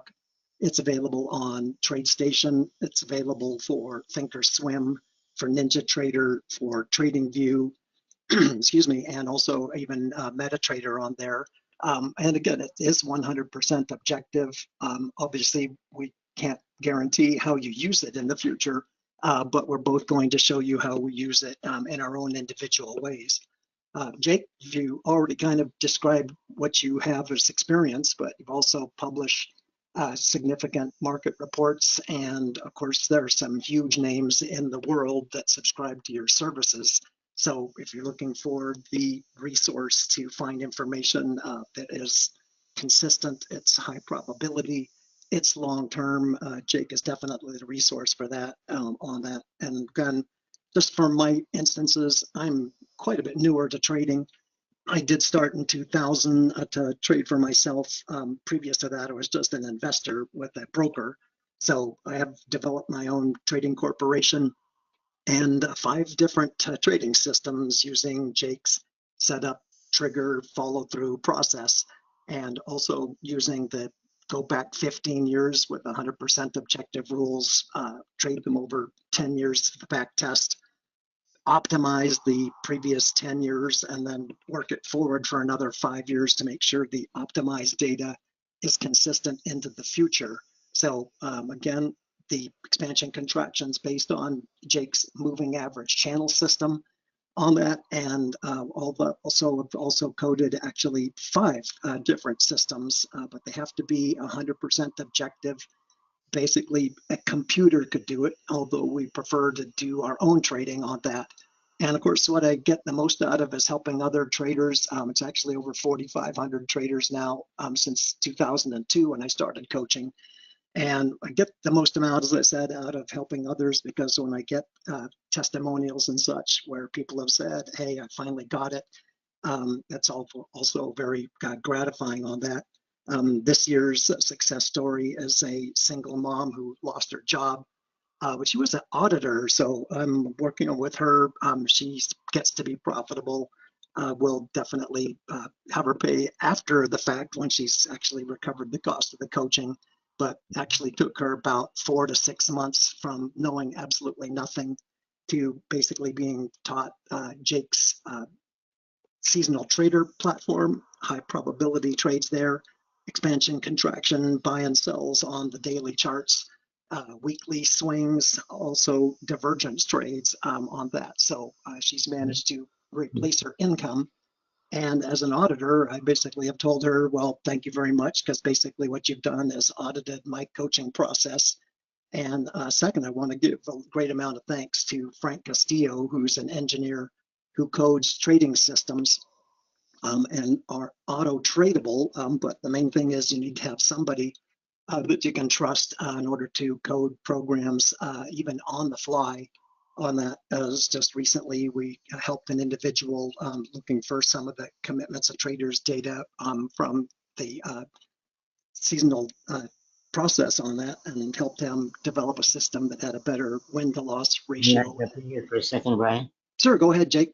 Appreciate it. Just a word of advice and a word of warning. As I said before, I have been trading for 57 years. It's a long time. It took me 15 years to learn how to trade because at that time there was nothing available that was reliable. But now there are no excuses. We've got computers, we've got code, we've got artificial intelligence. Very easy to do if you find the right person. But if you go to the search, go to your browser and type in a search the term, teach me how to trade or teach me how to day trade, you will get, I kid you not, over 200 million hits. What are you going to do with that? It's going to leave you just as confused or more confused than you were when you started searching. There's a lot of stuff out there. Every Tom, Dick, and Harry on YouTube has their own little video. They've got their own special course. Some of them will guarantee you profits. They will go way beyond the letter of the law and say things to you that don't sound believable. And if they don't sound believable, it's probably because they're not believable. So please be careful, because the latest statistic is that about 90% of new traders lose their capital within 1 year. Don't be one of those 90%. If you have to interpret anything, if there's no clear rule for what you're doing, if you have to use your judgment, you're going to lose money. Now back to you, Brian. Thanks for that, Jake. That is so true. And of course, we're seeing some excellent systems here on this program this week. And that's actually very good here because you can see, as I'm saying, we're going to have some challenges in trading. And frequently it's using standard indicators. In this instance here, I've just plopped up a standard MACD. And I'm just using Trade Navigator because I'll have to confess to learning how to code in Trade Navigator first. And plotted up now some sell and buy setups just on MACD crossovers, and plotted up vertical markers to show where you might have a buy trigger or a sell trigger on that process. And just take a look at some of the results where a sell trigger, of course, that moved to a buy would have been a loss, small gain, small loss. And of course, in some of these systems, we might see some sideways type indicator pricing on that, as well as in some choppy up and down pricing on the charts, which might create some consecutive losers on that. Some longer term swings on here, a sell setup that went quite some time that ended up virtually with a small gain in this case on that, which you can see on here that we basically had about 14 trades. There were a few bigger winners on here, but lots of choppy pricing and some small winners and losers. And of course, what we'd like to do with any system we have is to have something that is consistent, has few consecutive losers, and has more bigger winners in that situation. I might recognize stochastic, or I've just plotted up a basic stochastic without anything else over price. And again, crossovers on the default stochastic. It's an 833 value on that. Has created, unfortunately, 41 different positions, and too many to actually just go ahead and mark up what they did on there. But that problem, again, is too many trades, too choppy, not consistent on there. And ideally, when we're sure, go ahead, Jake. Yeah, sorry to barge in, Brad. Just to clarify, this is not expansion contraction. Brian It's is not right. We're basically running through the problems of typical systems using standard indicators. want you to see the bad before we show you the good. There we go. So the problem for coding, and certainly I went through this and using some standard indicators. Finally on here, I've just plotted up a default RSI, above 50, below 50 type setups. I'll just code that back on here again. We do have about 24 setups in here, and there were some bigger winners on there, but we will get also into a very choppy buy, sell, buy, sell, buy, sell on that. And so again, some of the problems with standard indicators are they're choppy, they can create too many consecutive losers, And again, if you're going to have a system, ideally you could meet your objectives in the fewest number of trades in that particular instance and take the least amount of risk. So I am popping up basically the Metastock charts on here and the expert advisor on this, which I have plotted out back onto November 3rd. You can just see this past data 2023, and we'll see some of the stability, as Jake was mentioning, some longer term green bars or candles are going to identify a longer term trend with expansion contraction, which I will go into some of the details on here shortly. But we'd like to see fewer trades over a period of time, and this is over the last year, and see some bigger winners. We'll get some small losers in here where we might have some choppy pricing, but not 4, 5, or 6 consecutive losers in a row. And of course, ideally, we're seeing something that shows clear patterns where we can get in on buy or sell setups and stay in. All of this, again, is 100% rules based. Would it be appropriate now, Brian, to explain what the different lines mean, or do you have that planned for later? Oh, well, yep. In fact, I was just going to pop in here. We do have clear entries on here. We have the B's and the S's, which will be showing the reasons to get in and reasons for taking some profit, and stop and reverse type process on here on that. And so I am also going to describe a little bit more in here, but I just want to show like the overall picture, at least initially. Fewer trades, longer term trade setups on here, daily and even weekly charts, the average duration in an uptrend where we'll see either green or red consistently are 24 to 30 periods. So yes, there are going to be 1 or 2 day or week swing reversals on that, but they are few and far between, basically about 15 to 25% on 3-day type reversals. So just a lot of. Brian, in uptrends, the bars are colored green. In downtrends, they're colored red. And sometimes they're pink, sometimes they're light green. I'm sure you'll explain what that means as well. But the most important thing, folks, is this. It's a very consistent strategy. Once it turns green, it stays that way for a long time. Once it turns red, it stays that way in a long time, which is not to say there won't be some whipsaws, a little bit of red and back and forth. But because of the fact that it focuses on the bigger picture, remember that bigger picture is defined in terms of what time frame you're trading. So for example, if it's a day trade, the bigger picture is the entire day. If you're trading daily bars, the bigger picture is weeks. So depending on which time frame you're using it, it's going to keep you in a trade for a long time.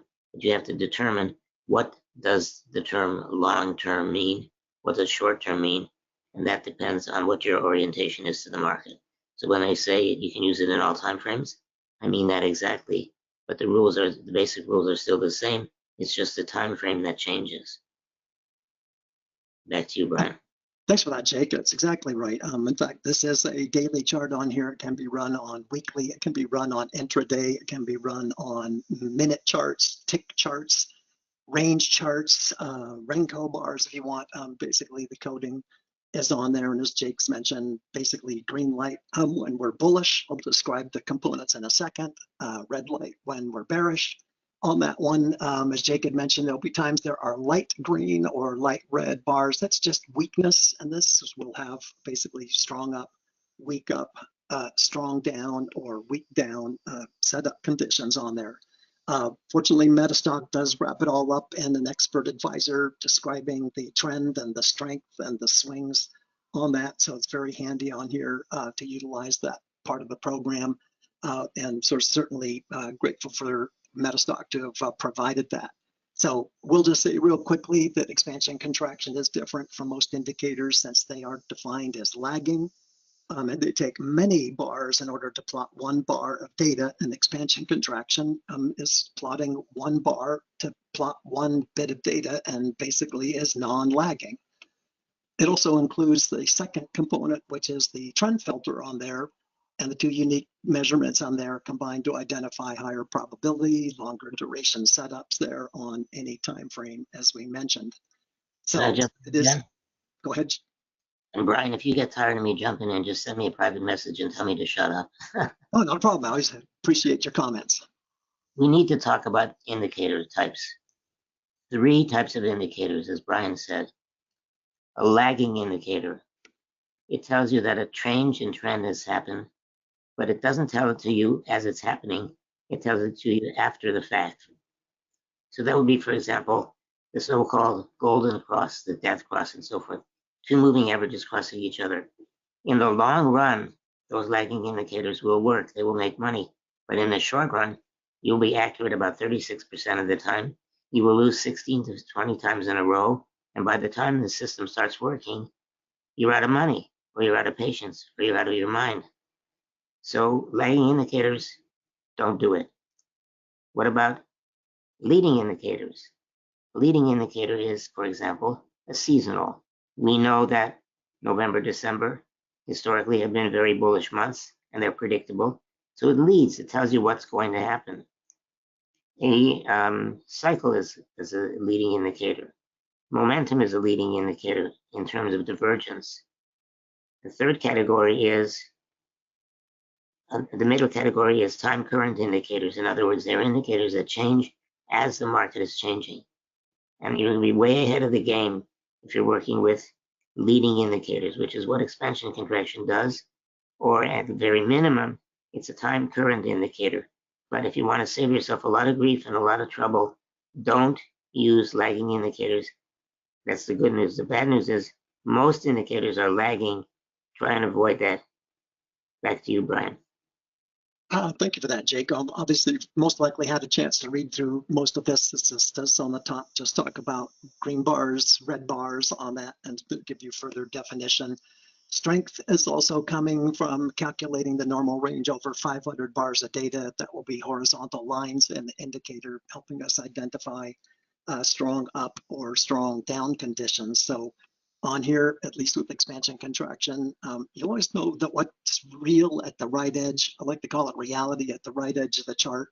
And it does change currently on every bar or candle. So again, even if you've never traded before, expansion contraction will help you be more consistent and help you with better entries and exits. So I do want to pop up again here on the Metastock charts and show that same Q's chart on here where we had a buy trigger back in November on the 3rd from the expert advisor, and show that we will see long-term trending patterns. They're all green or light green.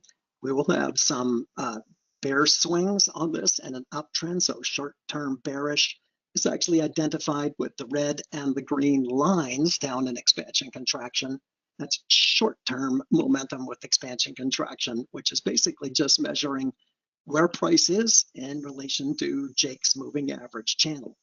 The second component, which I said was the trend, we'll see a green cloud, or we'll see a red cloud on there, or cone, as Jake likes to call it, and those would be the long-term trends on this. So if we have a long-term trend with short-term swings, that's clearly defined with the indicator, and it's simply just coded with the bar coloring on here, where we have initial setups where we go from a downtrend to an uptrend with a larger, darker B on here, and where have smaller B's on here where we've ended a downswing and started back into an upswing. So we have an initial entry with the JB expansion contraction setups and re-entry trades, or if you missed the first one, an opportunity to get back in. Ideally, if you're taking a secondary setup, say an add-on trade, the first trades hit profit targets and you break even. You get a secondary trade and you can add to your winning trade. You hit some targets and get to break even.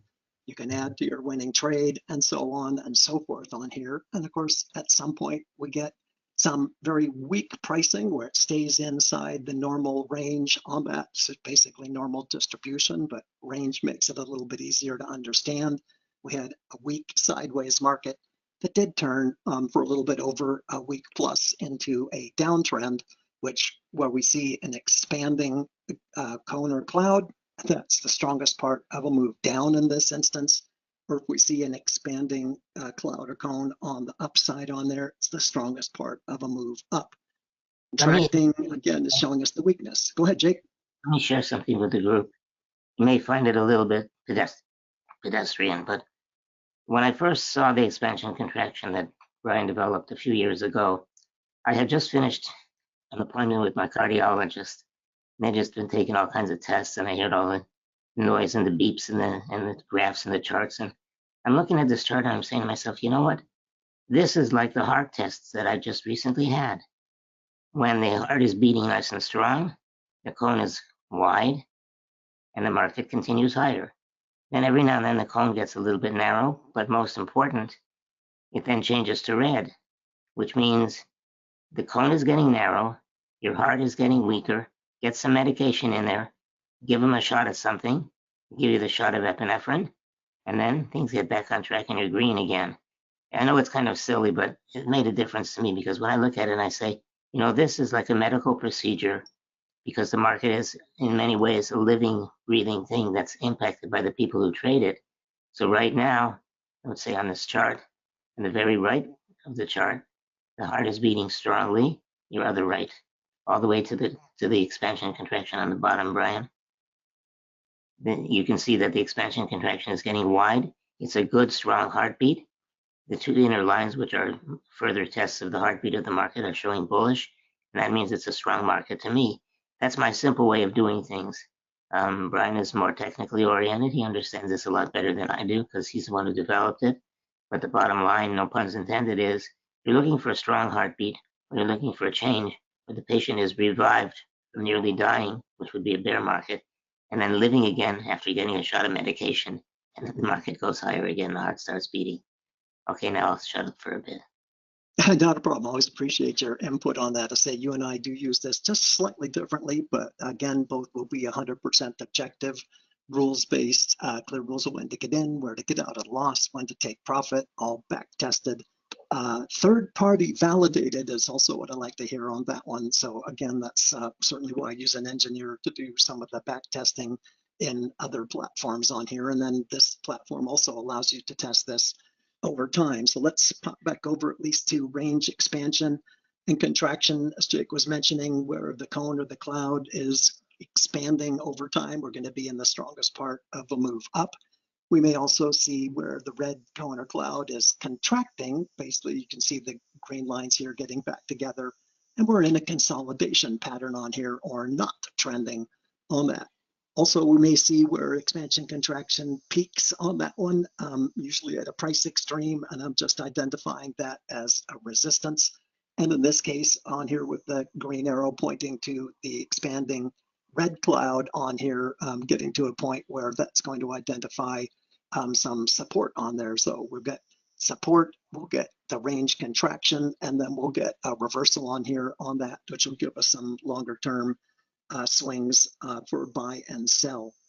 As I mentioned with divergence, it should be a leading indicator as the cloud or the cone is contracting and price is making new highs.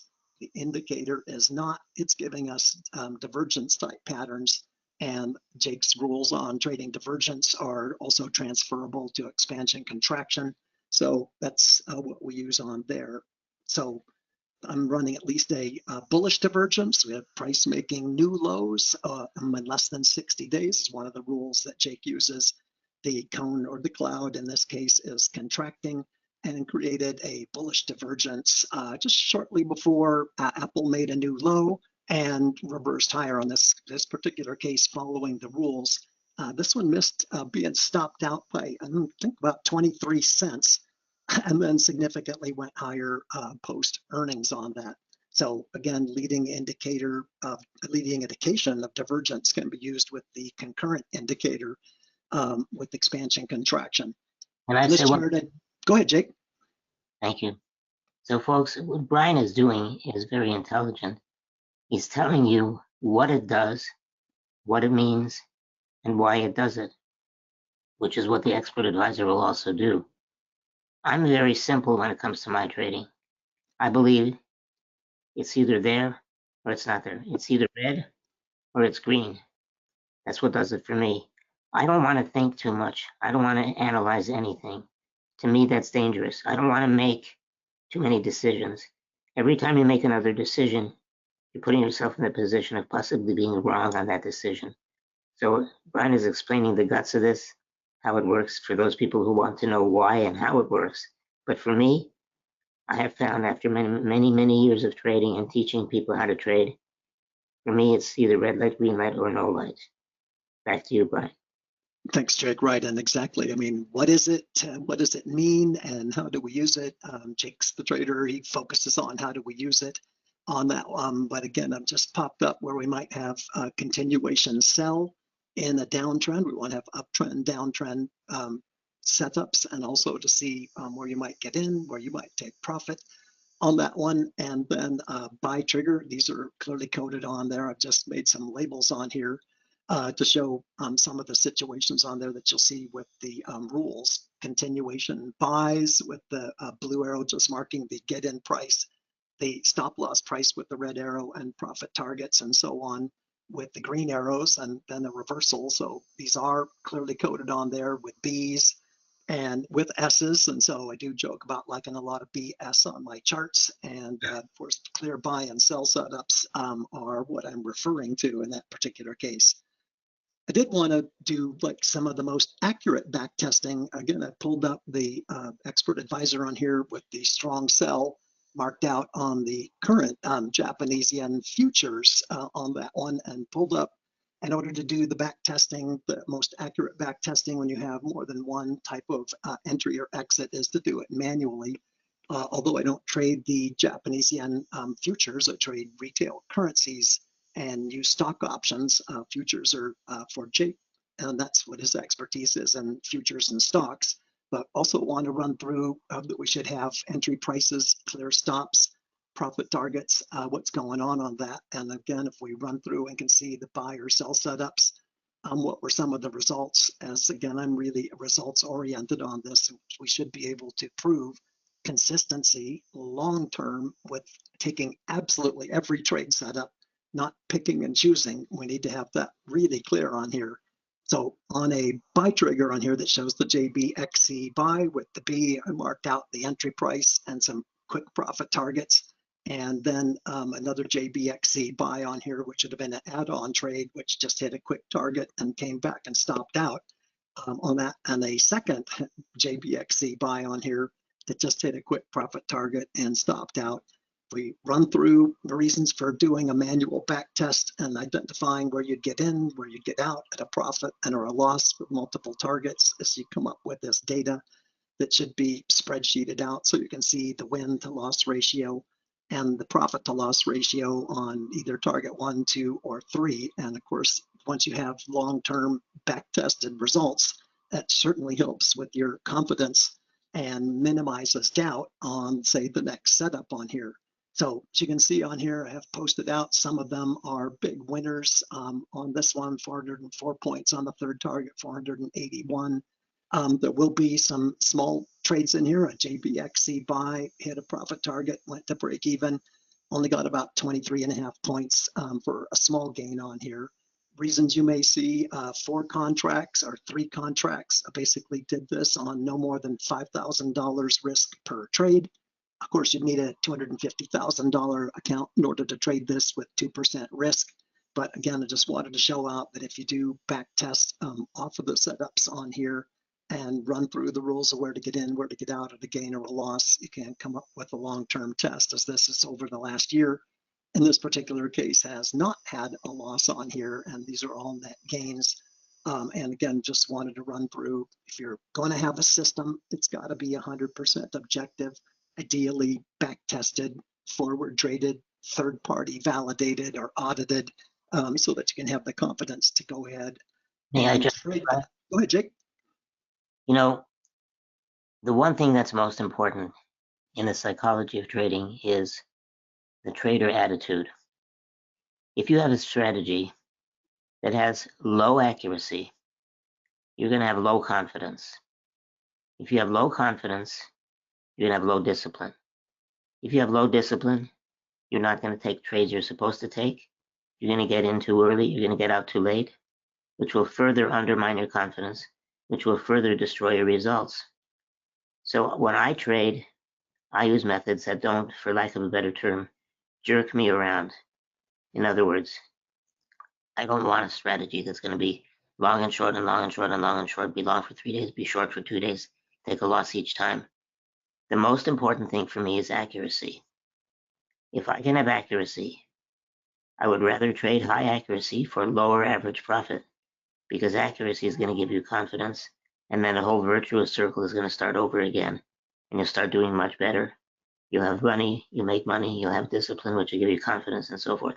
So it's impossible to divorce the trader from the strategy. You want a strategy that's going to give you accurate results, which is why I say, don't believe what we're telling you until you see it yourself. And once you see it yourself, you'll know if it's the right thing for you, and you'll furthermore know the right kind of markets to trade. One of the problems that traders have is they want to look at a scan of everything. Nothing wrong with that. In the previous session, Jeff showed a beautiful scan. Here's the problem. If you scan and you get a trade and the trade doesn't work, what's going to happen next time? Are you going to be able to find a new signal in that stock? If you can't, then you're only looking at part of the picture. You've got tunnel vision. What I say is make yourself a list of stocks, curate a list, say, these are the 14 or 15 or 20 or 30 stocks that I want to trade.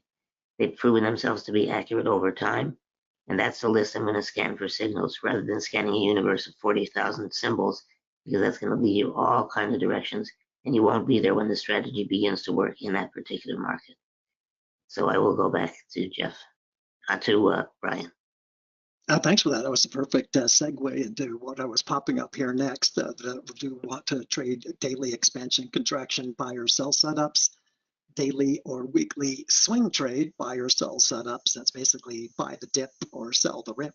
Also divergence, buy or sell setups on this. And since this basket of stocks or currencies popped up, the 6 that have been tracking for years. Yes, we've had definitely a tech market on this, but as long as is continuing to trend up, you want to focus on those stocks and also the currency basket on this, as Jake was mentioning. Ideally, it's not about the number of trades you take, it is about the accuracy, and ideally, if you could meet your objectives of growth in the fewest number of trades and the smallest basket of stocks, you're using quite a bit less exposure to drawdowns on here.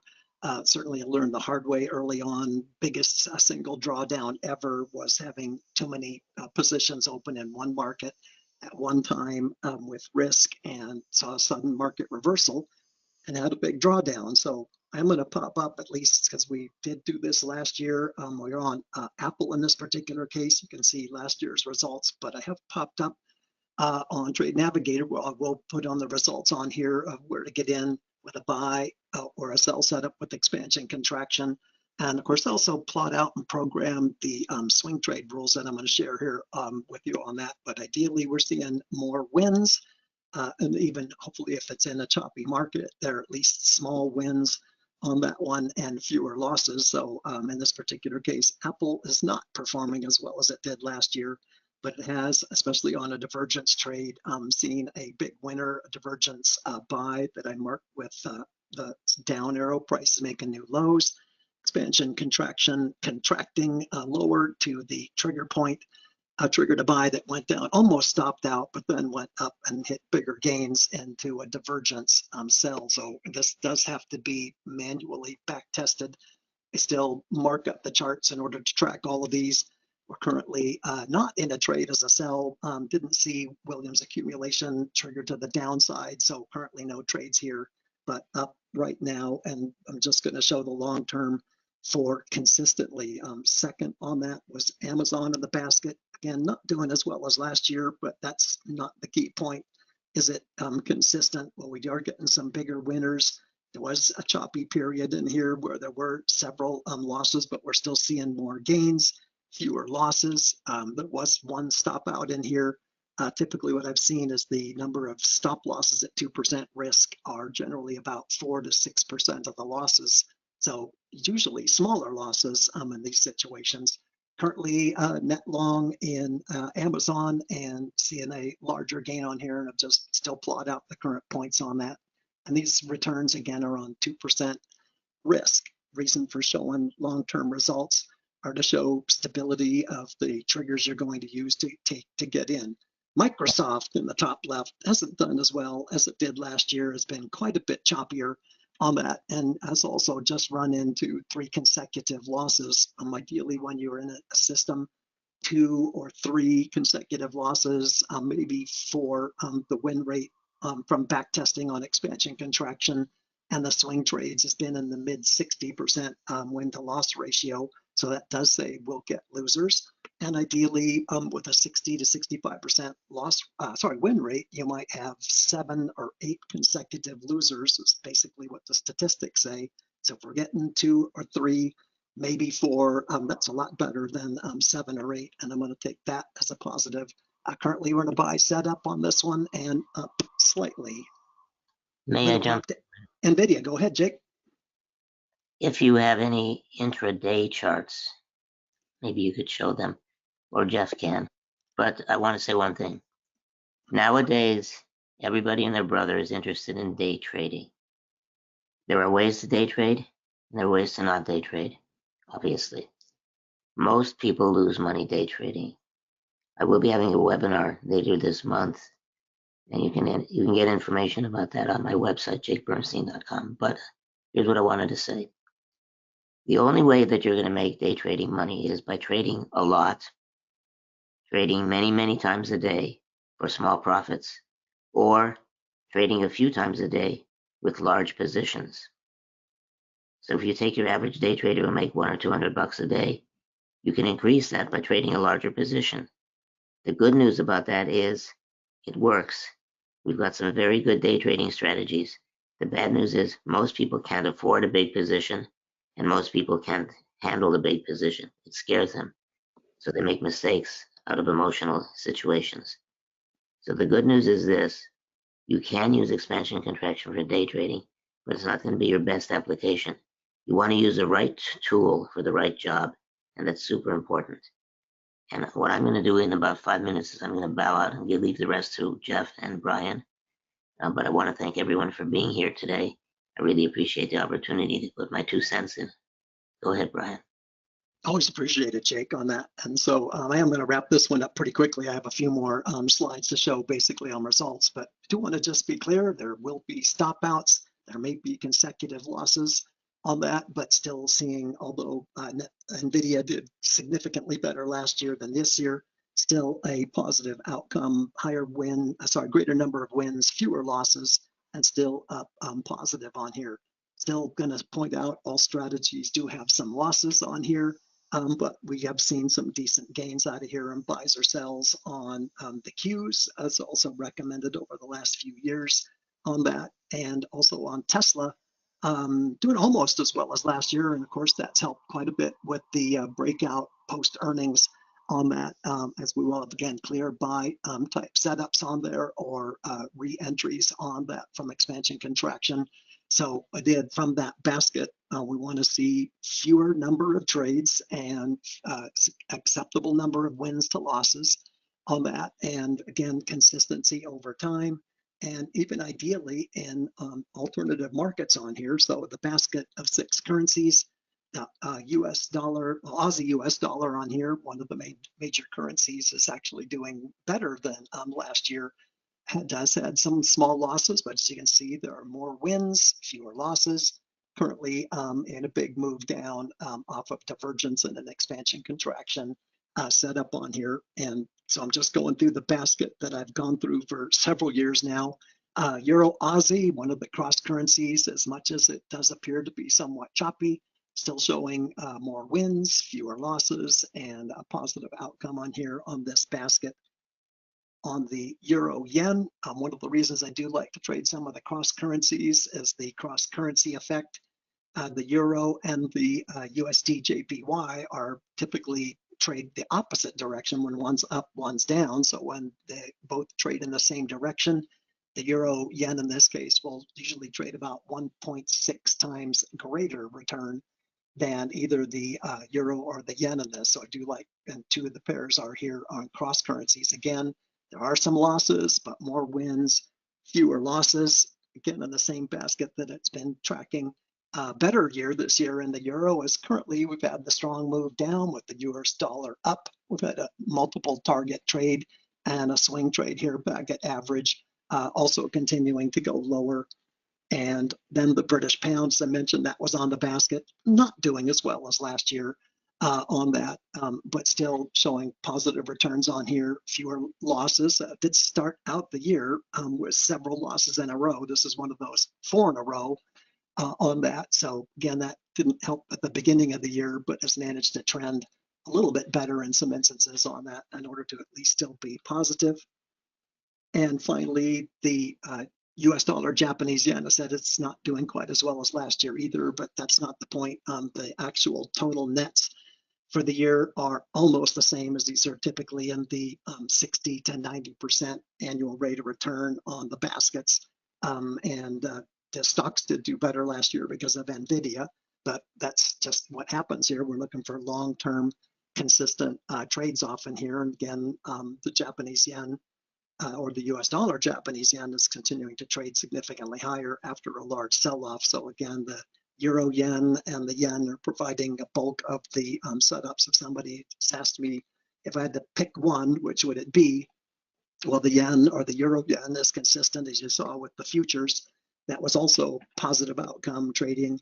The one thing about the Forex or the retail currency markets is you can trade this with significantly less risk than the futures markets. So again, if you need to take screenshots or if you want to get these rules, just let Jake or I know. We're going to show the emails at the end.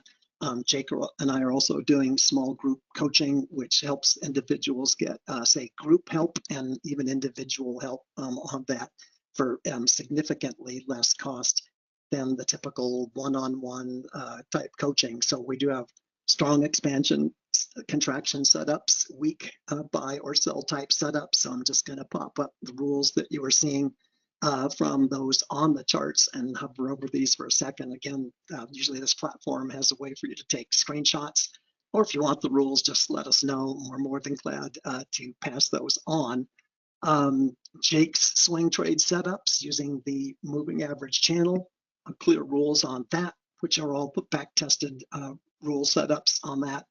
Also, I have some swing trade setups coming back to the 20-day simple moving average on that with, again, rules to get in, rules to get out with a gain or a loss that are back tested. As I said, in that generally about 65% win to loss ratio. And with the actual expert advisor, again, with benefits here, you can see clearly defined BS on the charts or buy and sell setups using Jake's setup trigger follow through. That's clearly give us rules to get in, rules to get out at a loss, when to take profit, right, when to add to a winning position that doesn't have any risk. And these are all back tested, and ideally you're trading them in what would be liquid or high volume and strong trending markets in that particular instance. So I did want to end back up here on the Metastock trade example with the expert advisor on here showing the buy and sell type setups and their strength on all of that and the back tested rules, because as Jake mentioned, if you don't back test or at least prove to yourself the rules you're using to get in or out at a gain or a loss, and that one you'll have doubt.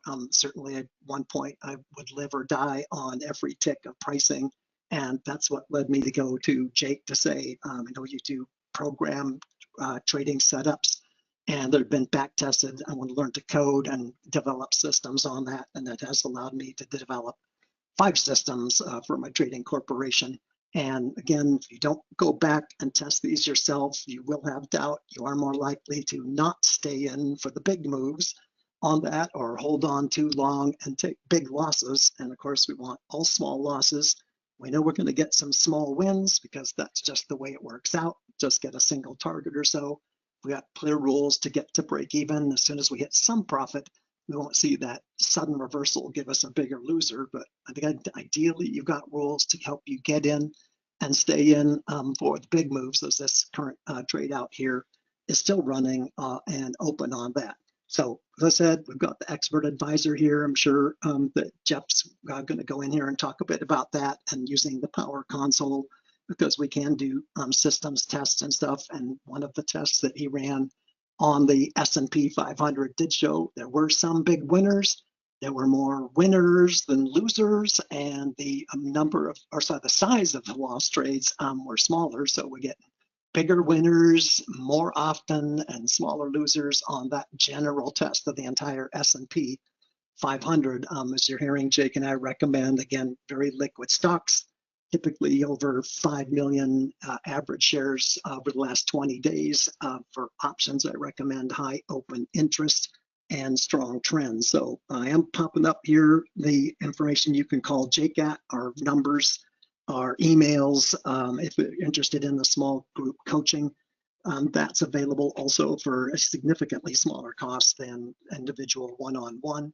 Which both Jake and I at this point really do like helping people get this and either replace their income, create growth on their trading results, and we get the most gratitude or gratification out of helping others right now. So Jeff, in order to stay on time, I'm going to pass it back to you. No worries. Thank you. Great job. In the words of Al from chat, nice webinar. So thank you, Brian. He also did have a question about whether it works intraday and kind of brought up the NQ. So I'm going to show that chart real quick. But before I do, I want to say thanks for being in here, Brian. I appreciate it. Oh, thank you very much. And hopefully, if Jake was still here, I was trying to time this so that he might still be here in the last minute or two. We could say something. But yes, this has been traded and tested in, as I said, tick charts, 1 minute charts, range charts, intraday, end of day, weekly, all time frames. Appreciate it. Ooh. Oh, thank you very much. And hopefully, if Jake was still here, I was trying to time this so that he might still be here in the last minute or two. We could say something. But yes, this has been traded and tested in, as I said, tick charts, 1 minute charts, range charts, intraday, end of day, weekly, all time frames. Okay, cool. I think I'm getting some background noise that's confusing me a little bit, but Brian, thank you very much for coming in today. Appreciate it. And Al, I'm glad you enjoyed this session. Right here, what we've got here is kind of the NQs, and you can kind of see where the buys and sells have been coming in. Had a little bit of a bump. Right now, you had right here your strong buy. You can tell it's a strong buy because if you hover over it, it says strong buy. But you had the some other additional buys that came in as well. So you can kind of see, you can apply this to any chart, any template, any time frame. And as Brian was recommending, I'd recommend you go in and look exactly at how well it works over time. And you can run the system tester for that. Or I like Brian and kind of the way that he was going in there and actually looking at him specifically. So also want to point out some of the stuff I actually I helped kind of design this one out too. And I just love kind of the way that we put this together. If you look at kind of the readings on the side with the expert advisor, it kind of keeps track of all those things that we talked about that it does. Like long-term, were we bullish or bearish? Well, we're bullish, you can tell that because we're actually in a green area. We're not in a trending market though. We're in a short-term upswing, but it's currently consolidating. Right now, the range expansion, we're expanding and it's strong. So you can kind of break that out. You can see where all the support and resistance levels are. If there's a particular buy signal, let me just kind of zoom in a little bit here. This right here, just so I can kind of talk about what I'm doing, this tells me what they were actually analyzing. So if I wanted to come back here and just put it on a different day, I can. Right here it says, okay, there's a strong buy. The long-term trend changed to bullish, supported by a short-term upswing. So kind of gives you that idea of exactly what's going on. And we can go back and kind of see how everything looks bar by bar, different periods, different methodologies. I really, really like this. I call this a dashboard view because it kind of makes sense. It kind of breaks everything down for you. Of course, there is here's a picture of the box and kind of the art. Great little indicator for looking at long-term, short-term, expansion, contraction, support, resistance, divergences, breakouts, all that kind of stuff. And we'll kind of skip through this a little bit quick just to stay on time. Brian does a really good job of actually talking about this. As I said, I love the expert advisor, kind of the way that it kind of spells out everything and kind of organizes you to help you organize your thoughts. Yeah, that was the NQ, wasn't it? Hold on. I thought we were looking at the NQ. Yeah, NQ. That was the NQ. Okay. And that is, what time frame were we looking at? We were looking at daily. If we want to go down to a 30-minute, I meant to do that already. But here you can kind of see what it looks like on the 30-minute as well.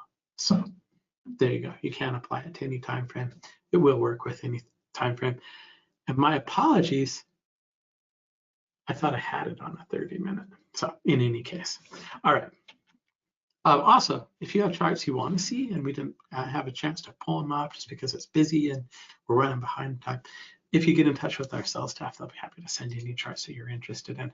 In terms of scanning, if you want to scan for different setups, you can look for bullish divergence, bearish divergence, buy signals, long-term bullish trends, bearish trends, sell signals, breakouts. All of those are kind of scans that you can run. And we showed scanning earlier. It's really, really easy to do. This is the system tester. Brian talked about this. I just love this thing. We did sit down and do a 2-part boot camp session. Jake and Brian did the first part of it. They talked about how to use JBXC.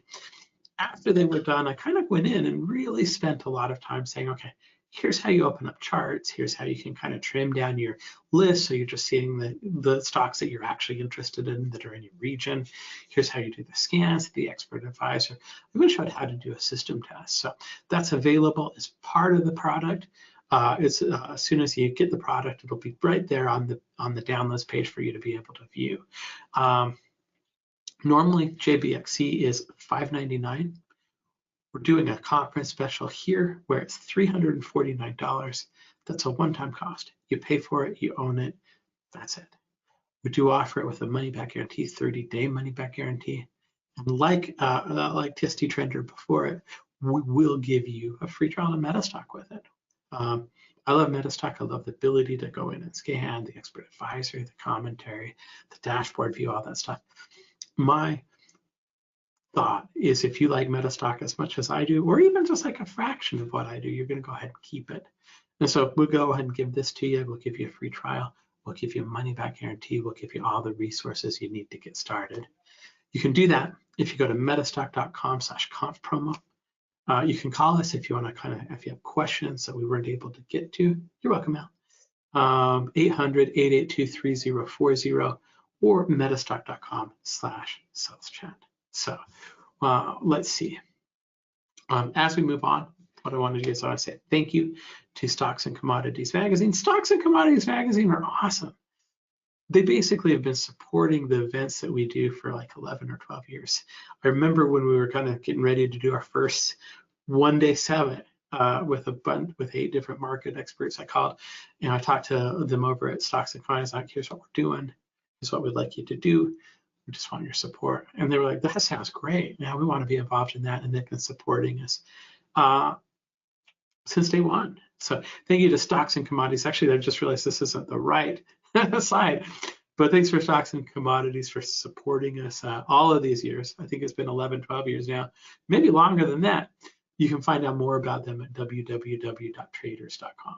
So, and with that in mind, Greg, I would like your help for just a second. It is prize time. I know we're running. Oh, good. I thought we were running a little bit further behind than we are, but we're okay. So that's nice. So let's do a prize. Okay. The first prize we're going to start is Steve Bigelow.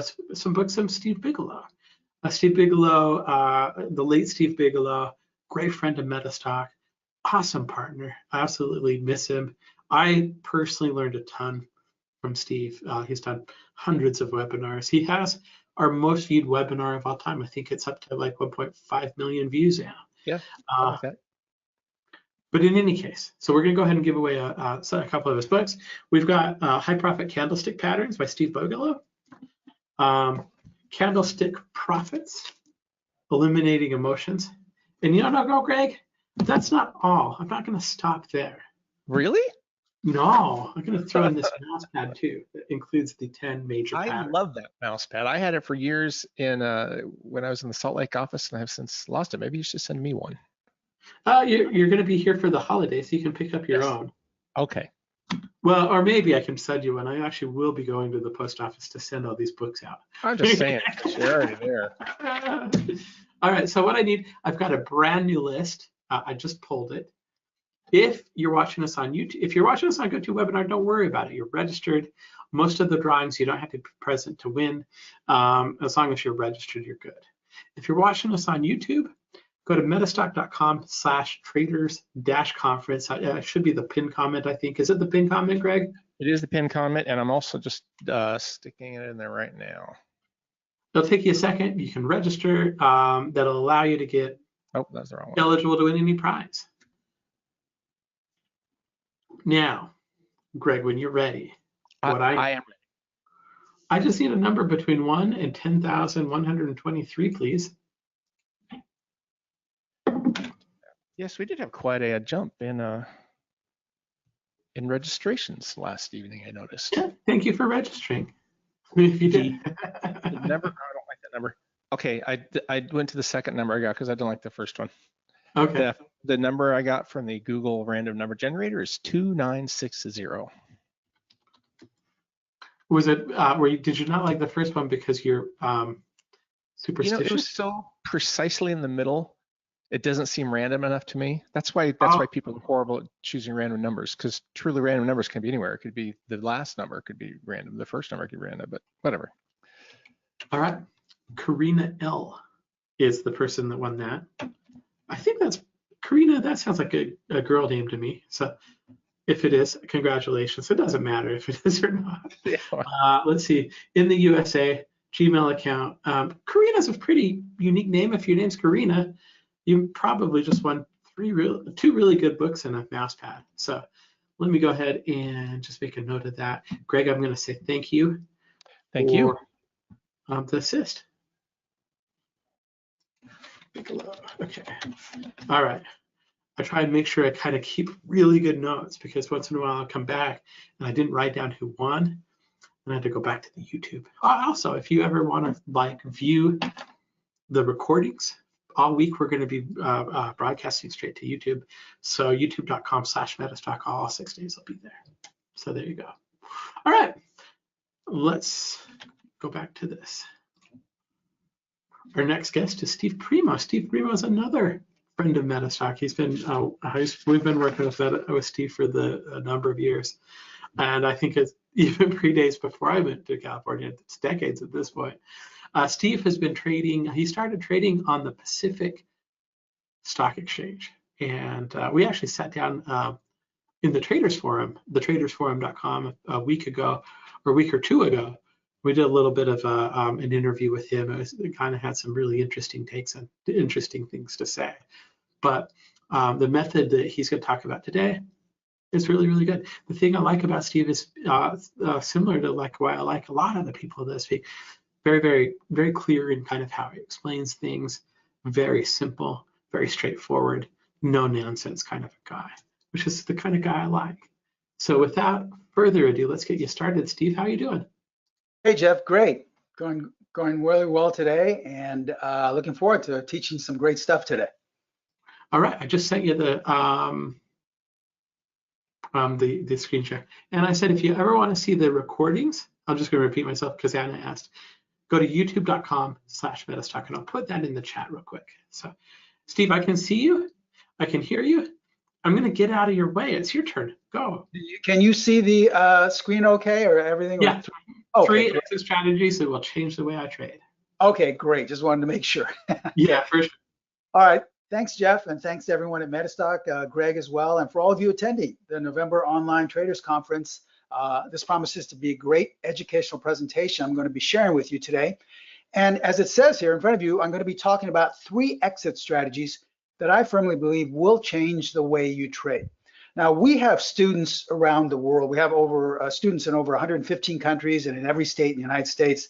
And one of the main problems students have is how to exit. A lot of students will tell us, Steve, I do all right trading, but I either get out too early. I'm sure a lot of you have experienced this, where you get out and you leave a lot of money on the table, or you see the stock or the future or the currency pair continue to go in your direction, or else you decide to stay in a little bit longer and you had a nice profit, and then ultimately you give it all away, right? What happened to be a nice profit turned into a really big loss. So it's really the exit method that really is bothering a lot of students. And so I'm going to be sharing three with you today that I believe will change the way you trade. And on top of that, there's nothing you have to buy. There's nothing, even though I'll be promoting something at the very end, you'll be able to use these as early as today if you like, because it doesn't matter what method you apply them to. It doesn't matter what time frame. It doesn't matter what market. You can use these three exit strategies and they can really help you. For example, let's take a look at this chart here. It's an older chart in Google, and get used to this chart because we're going to only be relying on this one chart to show you how these three exit methods can transfer onto any market. So we're going to be showing you with this, and someone looking at this older chart in Google would say, okay, well, don't really have a good idea what's going on here because we're going up and then we go back down and then we go back up again. Okay, well, sure. But ultimately, one of our strategies actually generated a buy signal right here. Okay, so let's say you had taken this signal using one of our methods and you had gone long Google, and look what happened. Over the next couple of weeks, you got a nice profit going on here. All right, so you say to yourself, wow, this is great. And then as what happens so many of the time, the trend changes. Now, if you didn't get out, if you didn't have a proper exiting method, what was a nice firm profit turned into a big loss. So this is what we're going to be discussing today. And on top of that, one of the tools I'll be teaching you today actually would have had you exiting right here, just a tick or two away from the very top. So this is one of the exit strategies we're going to be talking about today. Three exit strategies that I believe will change the way you trade. So welcome once again. My name is Stephen Primo. If you're new to my presentations with Metastock, I've been actually trading now for 47 years. Starting next year, it'll go on 48. I started my career on the floor of the Pacific Stock Exchange. I was on the floor for 16 years, and 9 of those years I was a specialist. That's where we get the name specialist trading. Now, there aren't a lot of specialists around anymore because with electronic trading and such. So specialists were, if you ever Google those pictures of those guys behind those large wooden podiums on the exchange floors with lots of paper all over the place and these gentlemen making these weird hand signals, those were specialists. They specialized in making markets in roughly about 50 or 60 stocks. So in the old days, if you wanted to buy or sell a particular equity, you would call your floor broker or your actual stockbroker, I should say, on the phone. Let's say you wanted to buy 100 shares of IBM. The stockbroker would then call the floor broker. That was the broker they had on the floor of the exchange and say, listen, I've got an order here to buy 100 shares of IBM. He would put you on hold, take the order, and then walk up to the trader who specialized in making a market in IBM. So that's the way we used to do it in the old days. In fact, IBM was one of the stocks I used to make a market in when I was on the floor of the exchange. And with electronic trading and such, we don't have those anymore, but I traded through the crash of 87, the bull market that followed after that. I left the trading floor in the mid 90s to manage money, to trade my own account. And about 15 years ago, I teamed up with Pro Trader Strategies with one goal in mind, and that was simply to educate traders. You see, specialist trading, first and foremost, is an educational company. All we're trying to do is educate students around the world so that they can put the power back in their hands, so they can ultimately make their own trading decisions. This is why we feel most students fail. It's not because you don't have enough experience. It's not because you don't have a big enough account. It's not because you haven't been trading long enough or you don't really understand the markets. It's really because you're letting someone or something make the decisions for you. But once you have the proper education and you can decide for yourself whether you want to buy or sell or what you think the market is doing, then you put the power back in your hands. Now, I've been trading, like I said, for 47 years, and the only traders I know who are still trading that same amount of time are the ones that make their own trading decisions. They don't rely on someone or something else to tell them what to do. They basically make their own decisions. So this is what is the cornerstone behind our education at specialist trading, to teach you all the things that I've accumulated in almost 5 decades that have high levels of consistency, and then pass them on to you so that you can ultimately be in charge and take charge of your own trading. And you'll see that in today's educational presentation. Now, before I begin, we're required to share this with you, so please take a moment to view our disclaimer. I'm going to show you a lot of performance results by applying these 3 exit methods, but please remember that we can in no way guarantee that any of the results I'm about to share with you will be repeated in the future. And since we are first and foremost an educational company, all examples are strictly for educational purposes only. Now, a lot of people, after seeing some of our presentations, say, hey, I'd love to get some more education on a daily basis. So feel free to follow us on Twitter or X, however you'd like to call it. There's our handle right there, abbreviation for specialist trading at SPCLST TRADG. You may want to copy that down because every day I post upwards between 5 or 7 different snapshots of signals that our methods have generated or different ways to trade with our indicators. Lots of great free educational information. I also post some educational and financial wisdom to help you with your trading. So there's lots of great ways to educate yourself on a daily basis. So please feel free to follow us on Twitter or X. Now remember, as I stated earlier, we are an educational company. So our goal is simply to educate you as a trader. My goal is not to force feed you signals. It's not to tell you what to trade or what the perfect market is. Or if you've come here today thinking I'm going to say, well, what I think the market's going to do, is it topping out or is it going to go higher, or what the perfect market is or the perfect time frame. Remember, for some reason, we're all taught that someone else is supposed to decide those things for us. But those are things we have to be able to decide on our own. So my goal as a mentor is not to trade for you, but to teach you how to trade with the specialist edge. Now, this is the same way I was taught. When I first started trading, I struggled tremendously. My first couple of years on the floor, I didn't think I was going to make it that much longer because I just couldn't make ends meet. I had a terrible time, really trading. I was doing all the same things that most likely you've been taught. Look at the news, look at earnings, support and resistance, watch all the guys on TV tell you about, what they think to buy or sell. And nothing worked. Nothing really worked over time. Sure, every once in a while I'd have a good trade, but then I'd give it all back. I was lucky enough to have a couple of mentors who were specialists themselves on the floor who instilled in me all the same things that I instill in my students around the world. And so it's what they taught me that has sustained me going on 48 years now. So hopefully it will be able to do the same for you. Okay. Now, I know you're gonna have a lot of questions after this, but please let's wait till the end in the next half hour, let's say, to ask questions. I promise I'll reserve the last portion to take any questions you may have, okay? So that way we don't have to stop for every slide and slow down. I know there's a lot of great speakers following me, and I don't wanna take up much of their time by having this run over time. Okay, with that stated, let's begin today's educational presentation.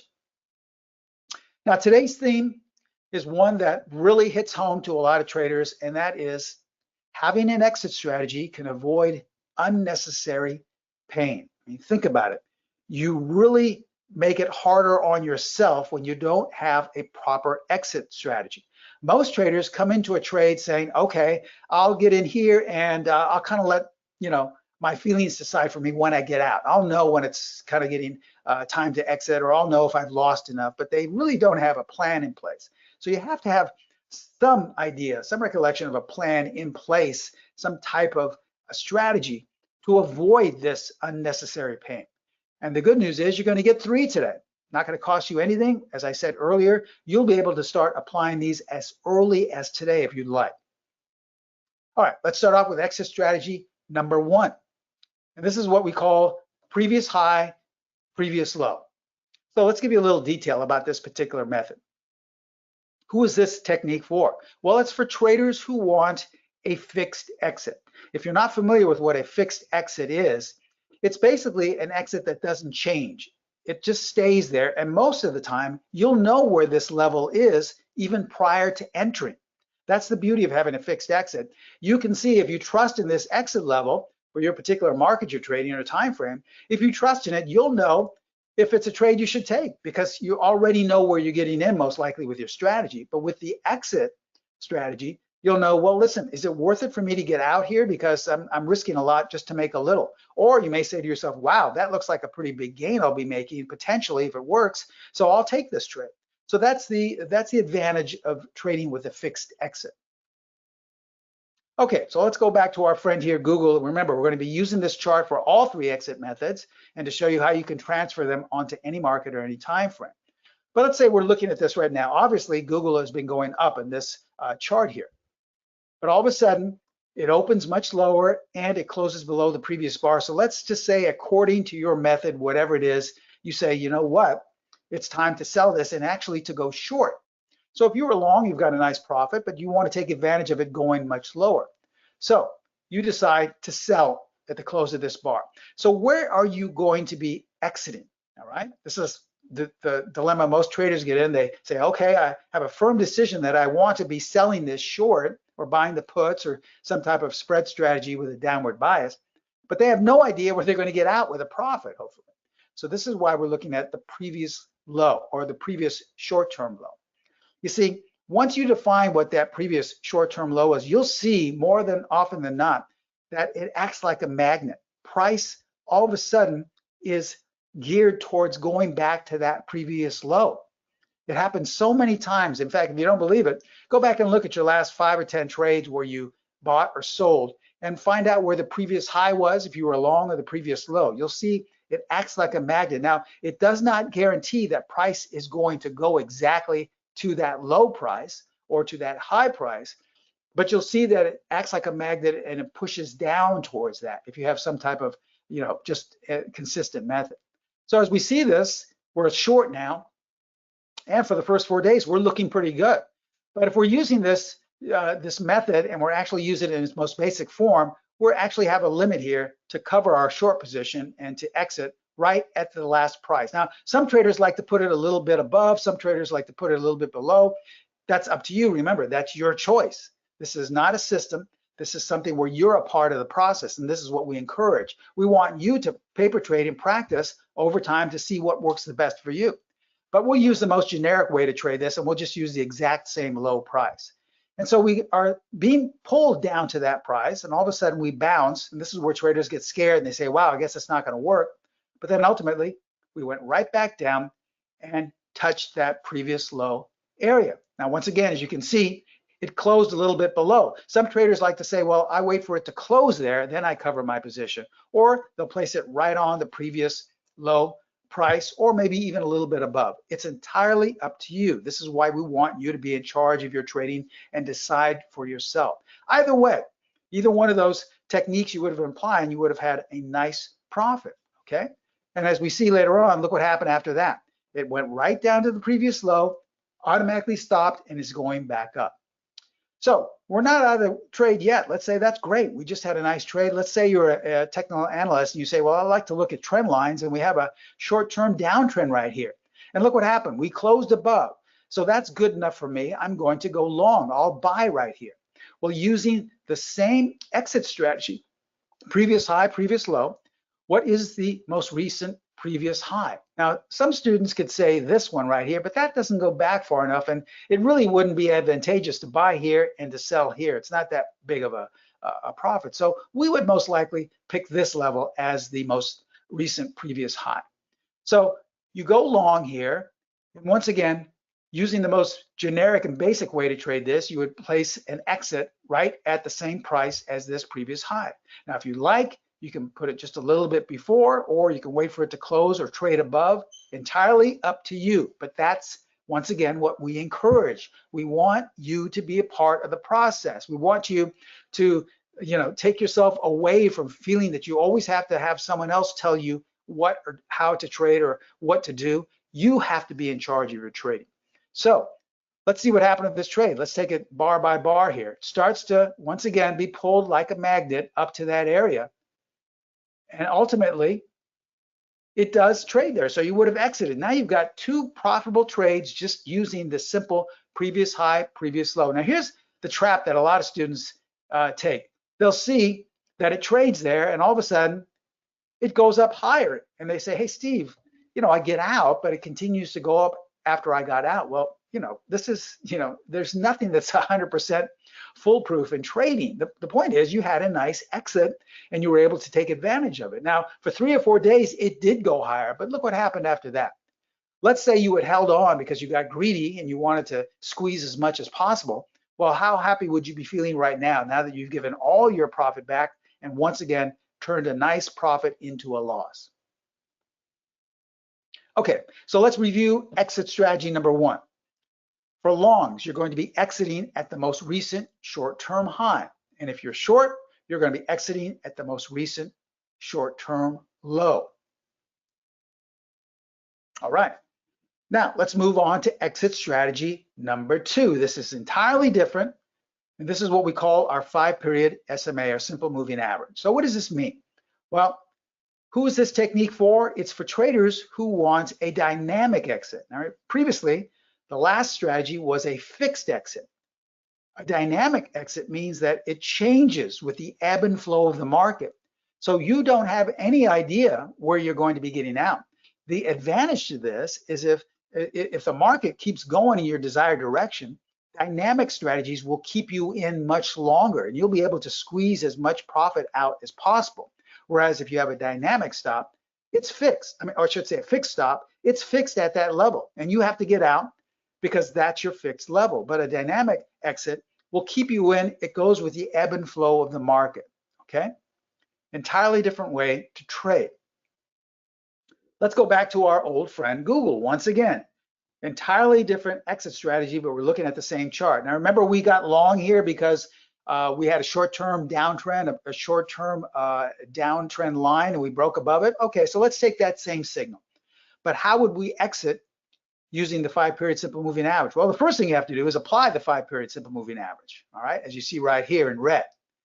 Now, the way this works is if you're long, as long as price is above the 5-period simple moving average, you're going to remain long, but you'll only exit when price closes below the 5-period simple moving average.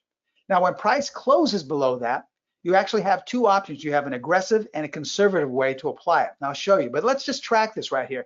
Let's say you're long, you have the 5-period simple moving average, and according to the rules, we're still in this because we did not close below it. It's okay if we close on the 5-period moving average, but we have to close below it for it to be a valid exiting point. So we continue to be in this trade. Here we intersected it. We opened lower, but where did we close? We closed above. So this is not a selling point, even though we touched it and opened lower and intersected. We're still in the trade. We have to wait to see where it closes. All right. We continue to go higher and higher and higher. We opened lower once again, but closed above it. We still are above, even though we have a down day, we close above. But look what happened here. Now we have a full close below. It's okay that we're entirely below, but we can have a bar where we opened above and closed below. All we're interested in is where we close. Now at this point, you have two options. You can either exit using exit number A or exit A, which is the more aggressive, which is, okay, it closed below, I'm out. I'm selling at the market or at the close. Or you can use the more conservative, which is exit plan B, which means you're only going to exit if we trade below this bar that closed below the 5-period simple moving average, okay? So let's say we used exit B and we're being a little bit more conservative. We'll say that's okay. You know, listen, I would still exit with a profit. Even if we traded here, I still got in here. I'd still have a small profit, so that's okay. So let's see what happened. Guess what? We went right back up and we closed back above the 5-period simple moving average. So if we had used the more aggressive exit A, well, we're already out and we missed some more profit. But using the more conservative exit B, we're still in the trade. And as we watch it unfold, we're still in it. And so we're doing pretty well. Now you have the option to exit whenever you like. You can use your own discretion. I'm not saying you have to wait for it to trade below here. At this point, you could say, wow, you know, I want to get out. That's fine. This is not a system. Remember, you are in charge. If you feel like taking your profit now, go ahead. But if you're using this to exit, well, you're still in the trade, until right here. Now we close below again.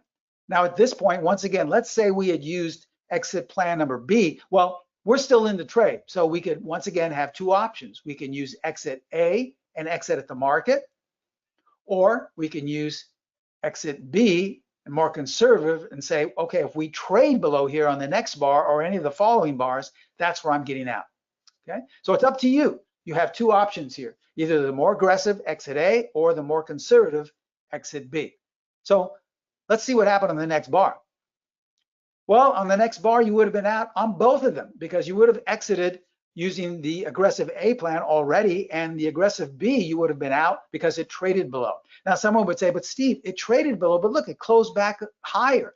That's okay. You're out, and you avoided all of this downward move. Okay. So this is once again a very simple way to let the market decide for you when it's time to get out. As I said earlier, go back and look at your last 5 or 10 trades and apply these methods, see if they would have helped you. But we have one last one, but before, let's just review what we taught you in exit plan number 2. If you're long, you're going to exit at the market on the first price bar that closes below the 5-period simple moving average. This is the more aggressive way to trade. And if you're short, you're going to exit at the market on the first price bar that closes above the 5-period simple moving average. See how simple that is? Just reverse it if you're going short. Now, this is the aggressive way, okay? If you're trading conservatively and you're long, you'll exit when price trades below the first price bar to close below the 5-period simple moving average. So in other words, we have a bar closing below the 5-period simple moving average. Well, you'll exit when price trades below that bar. Conversely, if you are short the market, you're going to exit when price trades above the first price bar to close above the 5-period simple moving average. Now, if this doesn't make sense, just go back and watch these examples. It'll make, once you see it more and more often and often, you'll see it happening more and more. And remember, this tool, the advantage of using this particular way in trading is that it will keep you in these long runs. So if you happen to have a great winner, this will keep you in for an extended period of time, and that will really increase your risk-reward ratio. Sure, you may have some small losses here and there, but once you have those ones that just take off, we've all been there before where the market just continues to go straight up or straight down if you're short, and those are the ones you want to stay in as long as possible. That's when it's the proper time to apply a dynamic exit strategy, and this is perfect for that. Okay, let's go now to exit strategy number 3, and this is the favorite amongst all of our students at Specialist Trading. These are the range extensions. Now, if you're not familiar with what they are or who this technique is for, this is for traders who want multiple fixed exits, giving them the ability to increase their risk-reward ratios. So these are fixed exits, but you're going to have multiple levels, and you can decide where to get out. A lot of our students like to trade, different markets with more than one lot. Maybe a couple 100 shares, maybe a couple of contracts, and they'll use these different levels to exit one lot, another lot, and so on. 100 shares, maybe 50 shares, another 50 shares, and so on. Let me show you what I mean here. Let's go back to our old friend, Google. All right, that's the original sell signal we took, okay? So how do you apply this technique? Well, the first thing you want to do is measure the range of the setup bar. The setup bar is the bar that you decide to go short in this case, all right? And that means take it from the extreme high to the extreme low, okay? So this is 100%. Let's just say this is, just to make things simple, 1 point. I'm just grabbing it out of there. So, okay, so let's just say it's 1 point. So what you're going to be doing now, if it's 1 point, you're going to be subtracting that from the very low, since you're short, and this will give you the 200% exit. And then you can subtract it again, that same amount of points, which in this case is a theoretical 1 point, and now that gives you the 300%, and then one last one, which will give you the 400%, okay? So what does this mean? Well, if you got short here, let's say on the close, or you bought the puts or some type of spread strategy with a downward bias. If you're the type of trader, remember, you have to make your own decisions and know how you like to trade. If you're the type of trader that likes to get in and out quickly, you don't want to stay around for a long time, you don't like to hold things a long time overnight, well, then you would use the 200% exit level to get out really quickly. Most likely have a 1-to-1 risk-reward ratio. Let's say you're a swing trader. You like to stay in for maybe a couple of days, maybe a couple of weeks. Okay, well, then you would use the 300% level. Let's say you like to trade for swing for the fences and get the most bang for your buck. Well, then you would use the 400% level. These are all things that you have to decide on your own. Remember, you're in charge of your exits. No one else should be telling you where to exit, but you have to make it based on how you've been watching this stock, how you've been trading, what kind of account size you have. Let's say you have maybe 300 shares. Well, a lot of students like to, at each level, take a profit at each and get out altogether at this level. Some students will do this. They'll say, okay, I'm short. When you get to the 200% level, they'll move their stop, whatever it was, either here or here, down to unchanged. So that way they're not risking anything. And as it goes in their direction, they'll move their stop down to these levels. They'll continue to move the stop as the stock goes lower. The main thing we stress to our students, especially when using this in the beginning, is to exit your entire position all together at the 400% exit level, because we have found through time, and this is not statistically measured or scientifically proven, but just over time, we've seen that most likely you'll get some type of a trend change, usually after the 400% level is hit. So rather than once again give away all your profits, you'd like to at least get out and start over again if you could. So we would suggest, especially if you're going to be using this technique, to exit your entire position at the 400% level. All right, so let's get back to this trade. So we're short. We've measured all of these different range extension levels, and let's see how the trade unfolded. And let's say we wanted to get out here at the 400% level.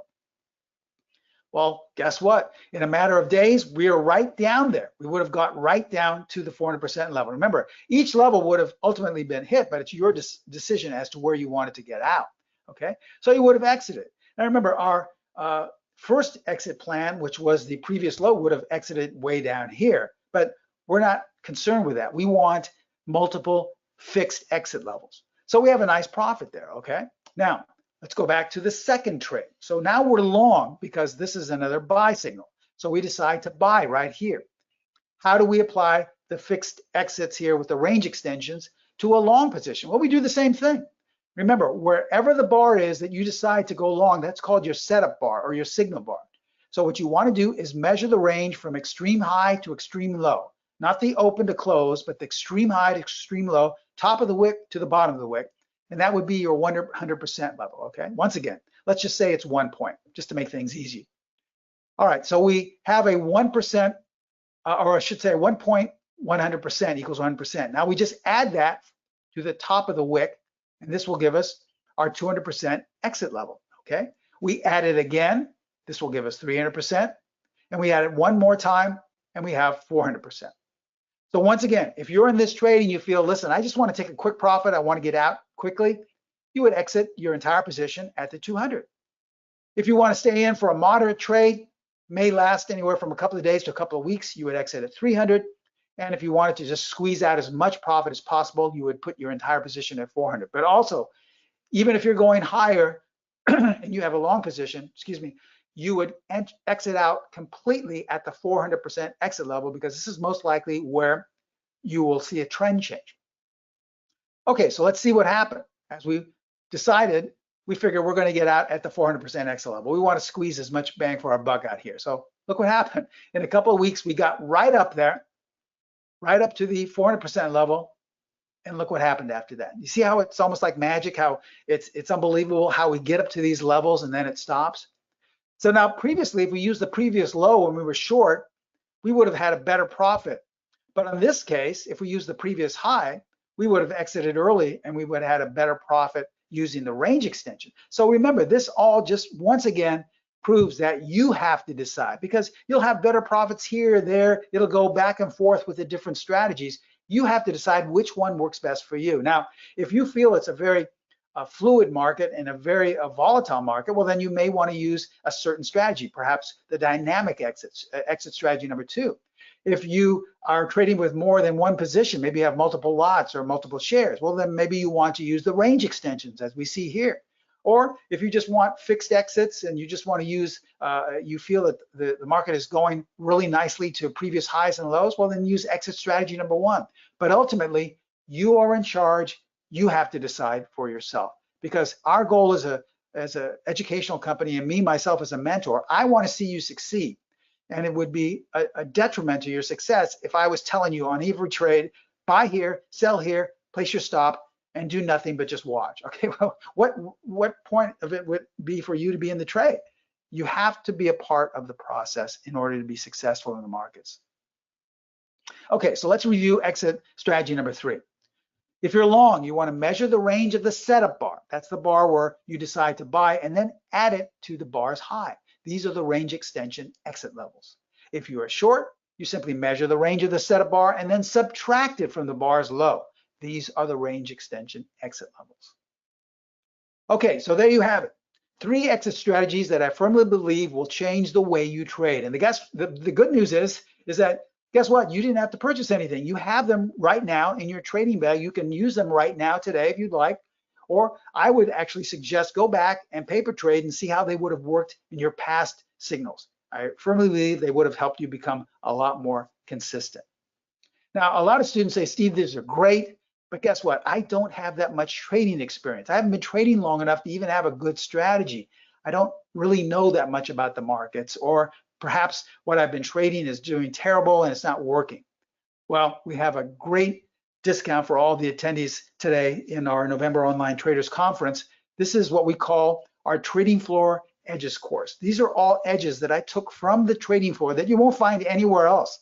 When I was on the floor for 16 years, and like I said, 9 of those years I was a specialist, I gained a lot of information that I haven't seen anywhere else, and then I applied to my own trading, and then I teach all of my students as well. And these are more high probability trading edges. I'll give you, in this 10 video course, you'll learn 2 techniques that elevate your trading substantially. You'll also learn how to be in sync with the overall trend. This is probably one of the most basic things we teach our students, but they all come back with raving reviews saying, gosh, this really helped my trading tremendously. Also, we'll teach you 3 steps that you have to take to get a successful trade, how to fine tune your entries. Now, today we talked about exiting plans. Today in the course, you'll see how to fine tune your entries. I'll give you more top exiting techniques as well. But here's the best thing about this 10-hour video course. You're going to get a superior candlestick trading edge. I know a lot of traders like to trade with candlesticks. I'd venture to say that most of you are using candles in your current trading right now. This is a superior candlestick trading edge. Let me share with you an example right here. Here's a chart of a workday. Now, looking at this, you can obviously see that we're going higher, right? Now, the way candlesticks work in their traditional sense is they are counter trend types of patterns. In other words, we're looking for reversal patterns. And so if we're going higher, we're looking for something to tell us that the trend is going to stop and then go in the opposite direction. Well, guess what? Right here, we have a bearish engulfing pattern, one of the most prominent bearish patterns that you'll find with candlesticks. And usually this is marking the beginning of a downward trend. So let's say you're a candle student and you took this and you decided to sell. And you're excited because it's going to go straight down, right? And then look what happened. Well, with what I teach you in this course, you would not have sold at all. In fact, days before that, you would have actually had a buy signal using this superior candlestick technique, and you could have potentially captured 35 points. So this is included in the 10 video course. So let's break this down. Once again, many more high probability trading edges, just like the same things we taught today, but in different categories: for entering, for the overall trend, for candlestick trading, for 3 steps to a successful trade. And it's all yours, but we're going to break it down for the price. Now, usually on our website and at Pro Trader Strategies, my sister site, this is offered close to $1,000 because it's jam-packed with that much information, close to 50 years worth of information that you won't find anywhere else. But because of our association with Metastock, we're going to drop this tremendously. For a limited time, the discount price of only $19. Think of it, for $19, you're going to be getting close to 5 decades of information that I've accumulated and that I continue to use in my own personal trading. This is for a limited time only, folks, so don't take advantage of this and say, well, okay, well, I'll just watch the video and I'll make my decision. I'll see how my stuff trades for a couple more months and then I'll make a decision. Because if you wait for a long enough time, you'll find that this is back up to $9.97. So think of it, $19. All right, you probably can't go out to breakfast for less than $20 these days. $19, you're getting close to 5 decades worth of information that you won't find anywhere else. These are our trading floor edges. It's a 10 video trading floor edges course. Now, as an extra bonus, we're not going to stop there. Along with your purchase of the Trading Edges course for $19, we will also include a 50% discount, half off on any other product we sell, anything. All the strategies we teach, all the different techniques, all the different indicators. So this is a phenomenal way to get acquainted with us. If you haven't done so already, a great way to take your trading up a notch. Trust me, a year from today, you will have wished you became a member of this course. We're almost at the end of 2024, if you can believe it.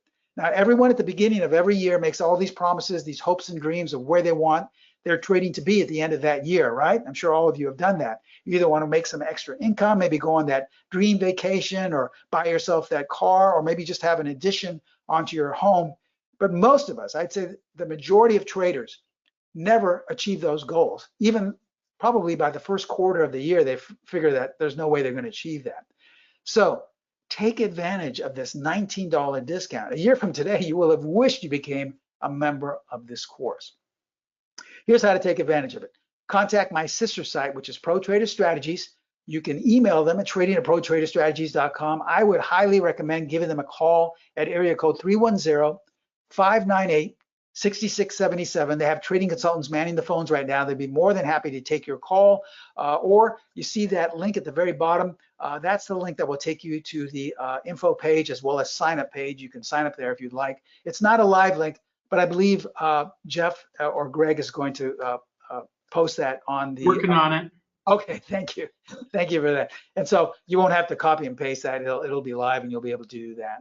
So I'm going to leave this information up here. I believe we have about 5 or so minutes for any questions. I promised I would go through any questions if you had on them. And Jeff, do you want to read them for me or you want me to take them? I can absolutely read them to you. I just Okay. just checking to make sure I typed in that link correctly. Yeah, it's a rather long link, but that way it'll make it easier for them.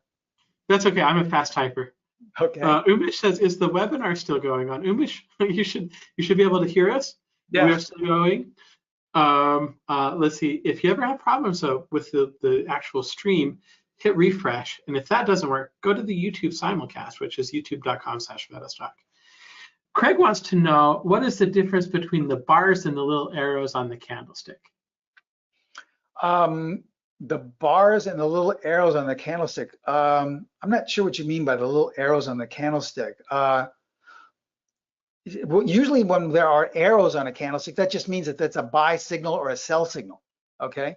The bars are, the way candlesticks work are, an open, high, low, close. So the candle, if it's an open body, means that you open and then closed higher. If it's a dark body, means that you open and closed lower. But I'm not sure what you mean by the arrows.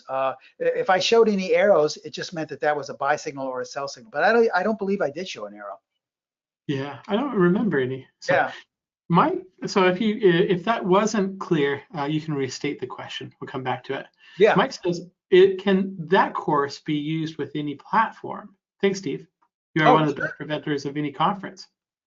Yeah, sure, it can, because it doesn't matter what you apply this to. Like, as you notice, I mean, some of these signals were strategies that we teach and generate, but it wouldn't matter what other strategy, because it really depends on what type of trader you are. As I said earlier, you have to be in charge of your trading. So if you're the type of trader that says, listen, I want to just capture as many points as possible, well, then you would most likely use a dynamic stop, and it doesn't matter what the strategy was.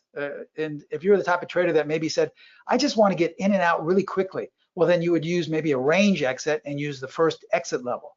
So it all depends on what type of trader you are. You have to do a little soul searching and find out what makes you comfortable, because trust me, if you're following a system and you say, gosh, the system results are amazing, I'm going to retire by the end of the year. But then if you ultimately trade it and you see that it trades 100 times a day, well, you won't be able to do that. Some traders can, but others won't be able to. So you have to find out what works for you. And that's why I initially gave 3 separate and distinctly different type of exit strategies. Okay. All right, cool. Ricky's signing up. He says, wow, where's my MasterCard? Well, sure, that's great. $19, I'm sure we won't blow out your MasterCard. Trust me, you're getting close to 5 decades worth of things I've accumulated. It's really, it's a course a ton full of information, and you can really, it's yours to keep, by the way, too. It's not something that expires after 6 months or so. All this information is yours to keep. So what took me nearly 5 decades to accumulate, it's yours to have, just in a matter of minutes. Cool. Let's see. Welcome to Ricky. You'll like it. So I think Craig kind of clarified the question that he had. We were a little confused by what he was asking for. I think what he's talking about is the wicks of the candlesticks. Oh, the wick. Oh, I see. And I can kind of show that a little bit on the chart in a second, just to kind of talk a little bit about how that's done. Right. Tom, thanks for the assist, and thank you, Craig, for kind of clarifying that. So here's the offer, guys. It's protraderstrategies.com, trading-floor-hedges 19. click on the link. It took me a minute to type it, and I'm or you can also call them at 310-598-6677. So That is correct. Okay, cool. One last thing I wanted to mention, just in case anyone, remember, we want you to to be involved, and a lot of students always say, do I have to use a 5-period simple moving average? Could it be an exponential? Could it be weighted? Could it be an 8-period move? Sure, it's up to you. Experiment it. We encourage you to do that. If you see that you're using an 8 or a 9-period exponential that works better, then by all means, go ahead and use that. That's what we promote. We want you to be a part of the process. But the 5-period is just a really good benchmark to start off with that strategy. Cool. I'm getting ready to show what a candlestick is. Ricky says, is the 50% off for only selected products or for anything on your site? Anything on the site, any other product? No, any other product, anything we promote or sell or I teach courses in, it doesn't matter.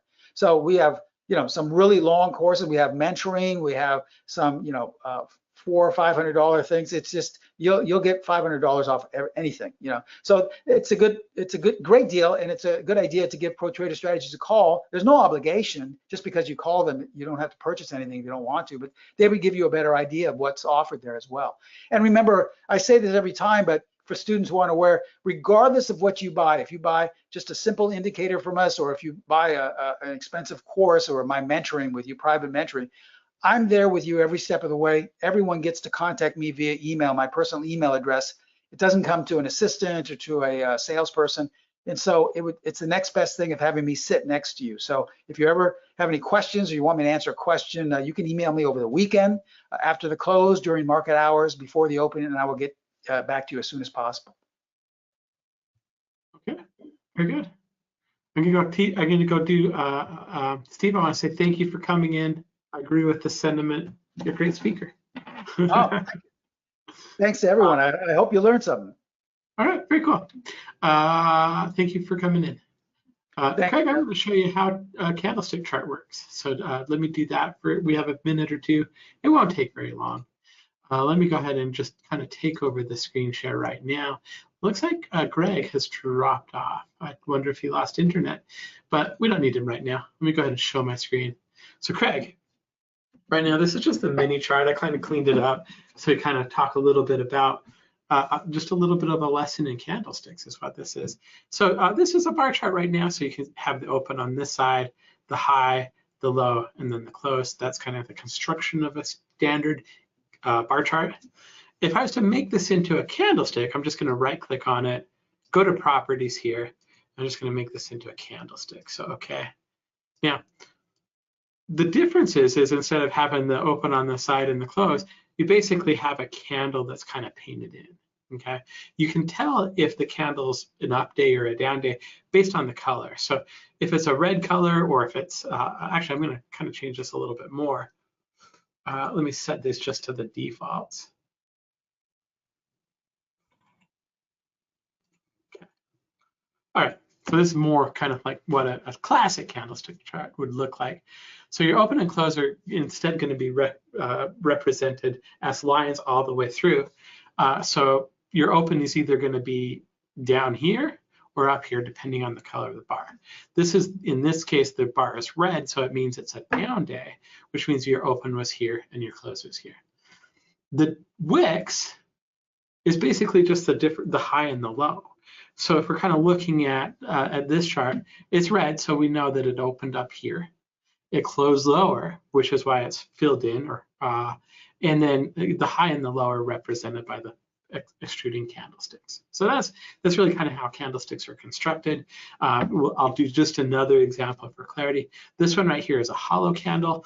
In some software, it's filled in, but it's green instead of red. But your open, that means your open would be below your close. It was a bullish day, that's why it's hollow. Here's your open, your close. The wicks are just the range of the chart. The highest value is the top of that wick. The lowest value is the bottom of that wick. That's all. It's easy. Hopefully, if I explained it well, it's easy anyway. But that's how a candlestick chart is actually put together. So, and those are called wicks.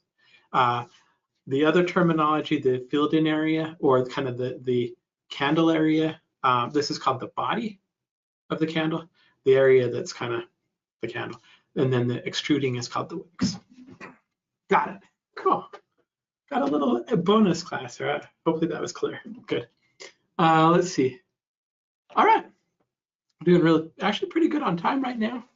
I want to encourage you, if you haven't already, actually we talk about different construction of candlesticks in one of the classes that we have for free on the Traders Forum. If you go to the tradersforum.com, where it's a partner company of Metastock, you can chat live with us. You can learn about the markets. There's a great community of traders there. Lots of lessons, including what's a candlestick? How do you make it? So www.thetradersforum.com for that. And I hope to see you there. All right. Greg, welcome back. Thank you. Yeah, I had a little bit of an issue, rebooted. I think I'm okay now. All right. Pete just signed up for Steve's class, Steve's class that he just talked about. So good job, Pete. I hope you enjoy it. Steve does a really, really good job. So, okay. You know, you're right back in time, just in time for a prize. Okay, I'm here for you. All right, let's take a look here. The next prize, where are we at in the list of prizes? Where did I leave off yesterday? We did the volume factor. Okay, Jake Bernstein, Brian Latta, they talked. Probably remember him from 2 sessions ago, but he has a weekly capital market report that I believe is the report that he's been doing since the 1970s. And I don't have that, that's not part of here, but we're going to give away a weekly capital market report. This is a yearly subscription that the value on that is $895. So you'll be able to get Jake delivering a video market capital video report to you every week. So let me kind of make a note of that. And Greg, why don't you pull out a random number from the Google random number generator?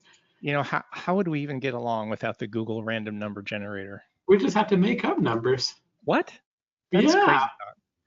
So the number anywhere between 1 and 10,123.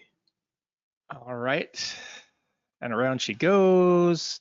9,388. 9388, right? Correct. 9388. I'm glad that was a number that you liked. Another winner from the USA. Santiago A with an iCloud email address. Oh, congratulations, Santiago. That means he's a Mac user, so extra kudos to whomever that is. All right. Okay. All right, that's what I needed you for. Thank you, Greg. I'm glad you made it back. You are welcome. Thank you so much. There used to be a day where if we lost Greg, we'd lose all of YouTube. So. Oh, wait, you know what? Before I go, Jeff, can I say something? I think you and I have neglected to mention the last few times, we really encourage people to comment and ask questions and stuff. And I feel like not a lot of people today on YouTube are commenting. So really, if you have any questions or comments, anything at all, really, go ahead and give us a shout out. Just please be respectful to your fellow viewers and presenters. And that's all I've got to say on the matter. Greg is lonely. I'm trying to figure out where you would be on YouTube, but Greg's lonely. Say hi to him. Tell us where you're from. If you have any questions, let us know. I monitor those. And not all of the presenters actually monitor the YouTube, but I want to make sure the questions get in over there. It does also help a lot if you're enjoying the presentation and you just want to talk about things, use the chat. Also like and subscribe. So also, we're of course Metastock, rated #1 in its price category 31 years in a row. Helps you test trading ideas. We've talked about market scanning. It's something I do every day, multiple times a day usually. A great tool. There was a reason it's been rated #1 in its price category for 31 years in a row. I don't think I've mentioned it yet, but Metastock pricing starts at just $75 a month. We're going to let you try that out. Like, how many trades does it take for you to make $75? Hopefully not very many. If it's a lot, maybe we need to talk about you getting Metastock. But what we're doing is if you try Metastock, what we'll do is we'll give you a second. You'll buy the first month, we'll give you the second and the third month for free. And if I'm not mistaken, that means you'll be running until February 14th, which I believe is Valentine's Day. So congratulations to that. If it's something that you like, of course, you're going to keep it. We're going to sit down with you. We're going to give you some free training with it. We're also going to sit down with you. We have a what we call a white glove installation appointment where they make sure everything's set up right. They walk you through using it. They answer any questions you might have, all that kind of stuff. And you can do that if you go to metastock.com/conf-promo. You can do that. If you have questions, if you want to get a little bit more information, you can go to metastock.com/sales-chat, or you can call 800-882-3040. So there you go. Give it a go. I've been using it for decades, as long as I've been here. A lot of our customers actually have been here longer than I have. I wouldn't trade without it. Give it a go. Conf promo. Metastock.com/conf promo. So, and now you guys are in for a real treat. Our next guest is John and Jack Kosar. They run a company called Asbury Research, and they always have a very, very interesting dynamic. It's a lot of fun to watch them. And I always like kind of the take on kind of like what they have to say. So, John, Jack, how you doing today?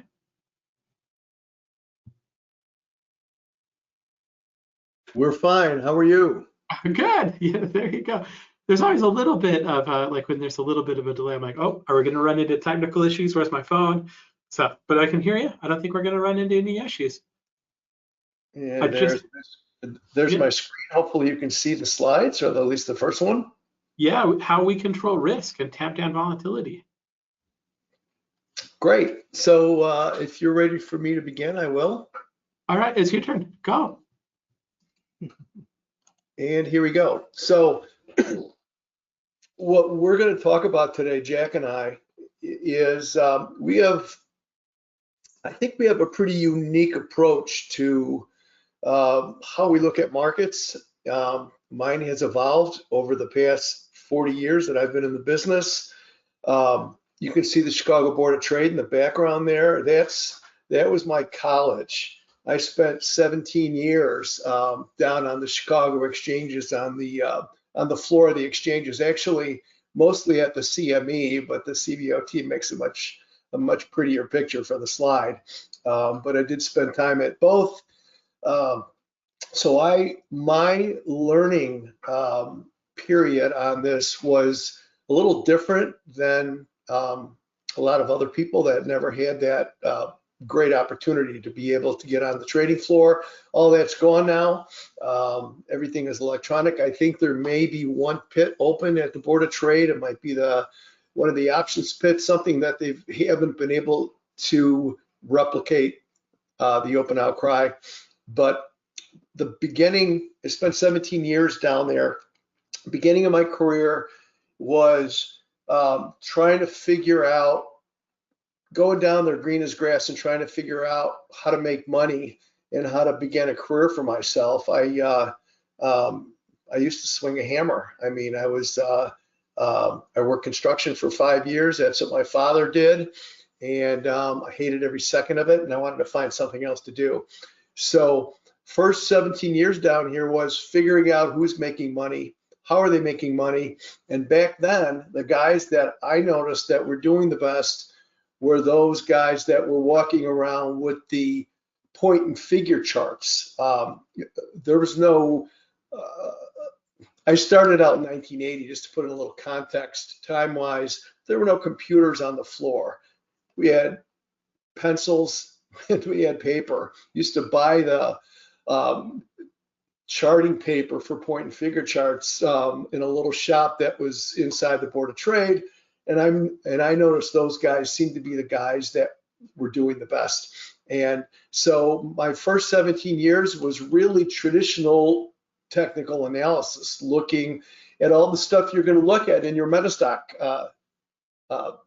charting program. Metastock's, I think, the first charting program that I ever bought. So I go back a really long way with Metastock. It's the most robust, and I've used a lot of different charting programs. It's the most robust one that I have ever used. I still use it to this day. It's very easy to import all kinds of different data inside of it. Let's say I want to look at the S&P 500, and then I want to pull data down from the Fed's website and look at the jobs numbers going back, whatever I want to go back, 10 years, 20 years, whatever, or a certain piece of data. We had CPI yesterday, and today was PPI. So I started, once I left the floor, I think Metastock was probably the first one that I started with. And but as I spent a few years, a little bit about us. I'm the old one, Jack's the good looking one. And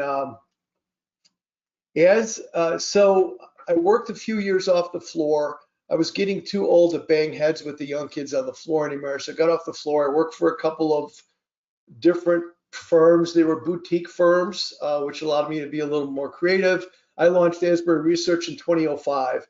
And from that point on, what I looked at started changing. I was looking less at chart patterns, and I was looking more at doing modeling. What happens if I take these 3 or 4 indicators of this data series and I blend them into a model? I was looking for less. A lot of times when you look at a chart, it's more an art than a science. There's a lot of interpretation there. There's a lot of subjectivity. I was looking for something that was a little bit more math driven and data driven. So what we're going to do today is I'm going to show you kind of where our approach took us. I still look at charts every day. In fact, I'm looking at one now on the other screen that's next to me. I'm looking at the charts all day, but what I'm doing differently is I'm using a lot of the models that we built to tell me where there's opportunity. I'm going to show you pretty much exactly what you were doing without giving away the secret sauce. And hopefully this gives you maybe a different, it sparks some ideas in your head, a different approach than you might be looking at now. So again, I've been around for 40 years. Jack and I build financial models together like some father and sons might go fishing or go golfing. It's what we like to do. It's interesting academic exercise for us, and it's part of our job now too. So it's nice to be able to have fun at your job. Jack came up the other way. Jack came up through academia, which is really what I wanted him to do. You always want your kids to be smarter than you are. So Jack, he was a math science kid in high school, and he was also an athlete, and he ended up with a scholarship, both academic and athletic, to Illinois Tech on the South Side, which is now ranked one of the best top business schools in the country. Jack got his master's in finance, and he's worked at a bunch of different fintech firms, and finally I brought him over here about 18 months ago, and he is my partner. He'll be the legacy to this business at some point when I'm 102 and I can't sit up straight in my chair anymore. But that's, that's kind of, I'm the old guy with all of the experience, and I know what metrics have worked for me throughout my career. What Jack's brought to the table is we can back test these things, because sometimes if you've been trading a while, sometimes you look at an indicator on the chart and it looks like a world beater, and then you put it into practice and it's not quite as rosy as it was before. So what Jack's able to do is quantitatively back test all of my ideas. We're mixing different indicators together to create models, and then once those models tell us there's opportunity in a certain stock, in a certain ETF, in a certain index, we use the charts to quantify our risk. So that's kind of what we do in 5 sentences or less. What we do, to me, the stock market is 2 things. It's when to buy, because we all know that the stock market inherently goes up almost all the time. So it's not if I buy, it's when do I buy. So we have models that tell us when it's time to be aggressive and risk on, which means we're looking for opportunities, we're 100% invested, and also when it's time to be defensive, protecting your capital or risk off, and risk off mean different things to different people. Some people risk off means only being 50% invested instead of 100. And that's how you can kind of take our tools and bend them to how you're comfortable in terms of participation in the market. And then the next thing is, what do I buy? What, instead of just buying the plain vanilla S&P 500, are there opportunities? Because nirvana in this business is being able to determine when to buy. That is maybe when the market fell into support level, or when the market goes into a really aggressive stage like it did in the third week of January of this year, and then what to buy. Because if you're buying, if you can figure out what to buy, maybe the S&P is up 14% in this period that you determined when to buy. But maybe if you buy a certain ETF, a certain portion of the market, instead of making 14%, then you make 17 or 18%. So that's nirvana, is getting the when right and getting the what right. So we look at ETFs primarily. We don't do a lot of individual stock investing, but there's, what is there, 6,400 ETFs that we actually run a scan on every day to look for certain criteria that would make a good idea for us. That would be ideas that are worth exploring. I'll get into that a little bit later. We also look at overseas. I want to know what's going on overseas. It tells you a lot about global risk appetite. I don't know if you guys follow this, but back at end of August, beginning of September, we have a model that we're going to show you. It's a very simple model that looks at the performance of the S&P 500 versus 25 foreign markets, Chinese market, Spain, Africa, Brazil, 25 of them that pretty much span the globe. That is a very helpful tool, because there are times, like it was basically beginning of September through the middle of October, where we got a ton of outperformance from 2/3 to 3/4 of those 25 that we track. We were able to move out of the S&P 500 while the S&P was still moving sideways after the high that we made in the middle of July. And we temporarily allocated 20% of our portfolio overseas, caught some great outperformance. The outperformance ended quickly, so we were out of there and right back into the S&P. So that's kind of what we're doing, is we're looking domestically for when and what, but we're also looking globally to see if there's any special situations where maybe when the US market's taken a rest, there's opportunities elsewhere. These are the models that we have built and use every day. I use them in my own trading. We have family money that we manage ourselves, of course. This is what we do for a living. We also manage other people's money. We manage money for RIAs, and we manage money for individuals. But I also drinking my own Kool-Aid. Everything that I do in the markets is based on models that Jack and I have built. Our CPM model is our risk on and risk off model. We're going to look at that first. Maybe, like I said, I hope you get some ideas on how we look at markets. It may, that's how I learned. I mean, I went to every webinar that I could when I was a kid on the trading floor, read every book I can get my hands on, and it sparked ideas for me that I started to build out on what I was reading in the book and put my own spin on things. And that's been a lot of fun. So I hope you get a couple of things out of this that will help you do the same.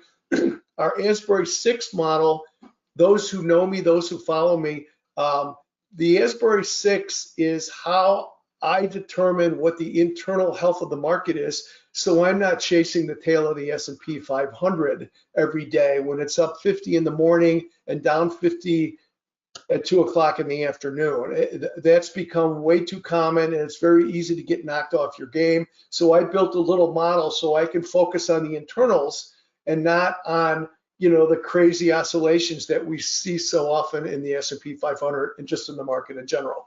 The CEF model is our sector rotation model. That answers the question, what to buy? The market's going up. What sectors do I buy? Are there sectors that are outperforming? How do we see where the strength in the sectors are?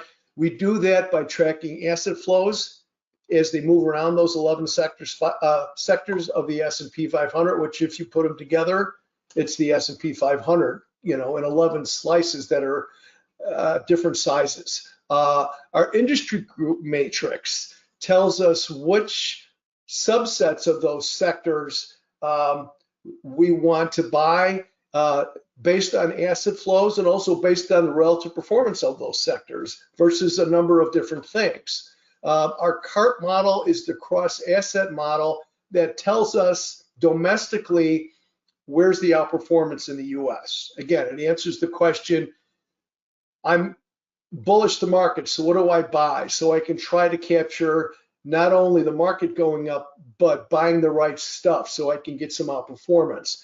I talked to you a little bit about the US versus the world model for global asset allocation. Our ETF trade ideas, we're going to talk about that. That may spark some ideas from you, hopefully. That looks at 3 different criteria that we scan 6,500 ETFs every day. It tells us which ones meet these criteria, and then we look at those individually and subjectively try to determine what the risk reward is on these so we know which ones to buy. I've got an example, and hopefully I'll give you some ideas there.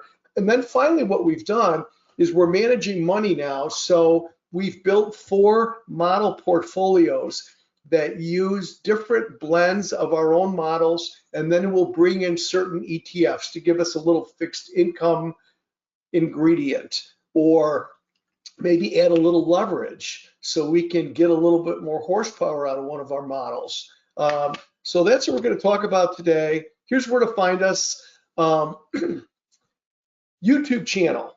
Find us on YouTube. There's a ton of videos in there. Hopefully that'll be a learning experience for you. It'll show you how we look at markets. We also have a Substack. That's the address for our Substack, and we have a free Substack and we have a paid Substack. So you can get something free, go to the Substack and sign up for the free. And these are other ways that you can find us around the internet. It seems I'm getting interviewed like every week now. So IBD is where you can find me. I just did an interview for IBD 2 weeks ago. I do a twice a year, hour-long educational webinar for Fidelity Investments. I've been doing that for a decade. Stock charts. I just did Dave Keller's podcast, if you know Dave Keller from Stock Charts. So anyways, I'm all over the internet. There's hopefully some educational stuff there for you if you like what we're doing. Here's our CPM model. CPM was the first model Jack and I ever built together. We've had a couple of iterations and a lot better ways to back test this so we can get more precise answers. Most of the time, if you go to an investment advisor, the first thing they do is they give you your stock and bond allocation. They'll say, well, if you're somebody my age, they'll say, well, you're an older guy and you're risk averse and you're going to retire in 3 years. You don't have any pension. You want to get, leave money to your kids or whatever it is. And they say, okay, John, you're a 65-35 stock bonds allocation guy, according to our cookie cutter thing. And it's set it and forget it, right? So you get going on your stock bond portfolio and you get an electronic card on your birthday, and that's pretty much it. We don't buy that. So what we did is we built a dynamic stock bond allocation that's driven by the market and not by your age and your when you retire and what your favorite color is. That to me is meaningless. So this model is either risk on or risk off. This tells us when we should have our foot on the gas and maybe when we should be paring back our exposure to equities.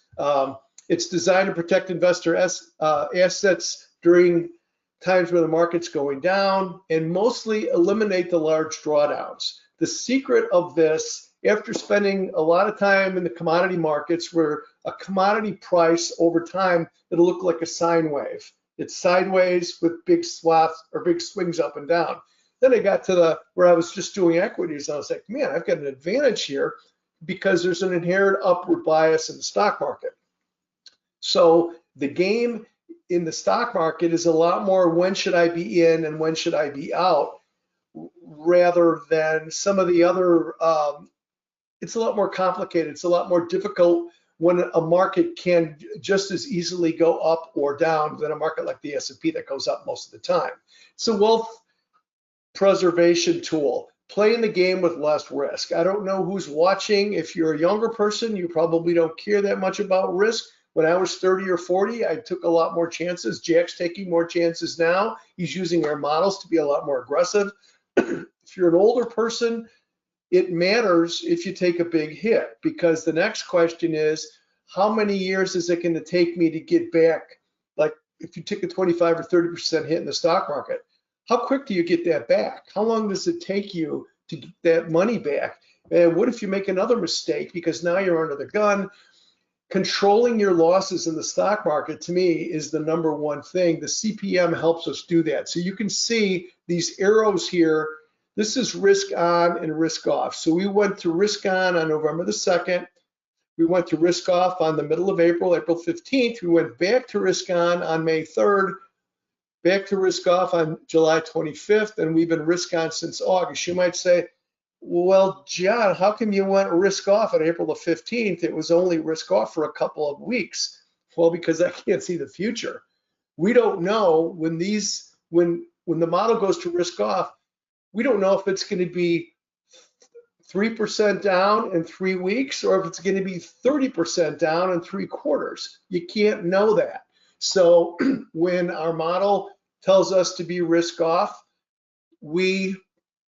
the way we manage money, I can give you that, and this is how I actually trade my own account. When it's risk on, I will buy as much SPY as I can with that sleeve of my portfolio. Let's say I've got $1 million portfolio and 200,000 of that is in the CPM model, which again is my dynamic stock bonds allocation model. When it's risk on, I'm going to buy as much SPY as I can with that $100,000. When it's risk off, I sell the SPY and I buy bill. Bill is the bond part of that. It's the Lehman 1 to 3 month short-term interest rate ETF. It emulates the short-term interest rate like an 8 or a 13-week T-bill or something of that nature. So you can see we've pretty much been risk off, or I'm sorry, risk on for the past 12 months. This indicator can get a little bit jumpy, but generally it moves about 5 times a year.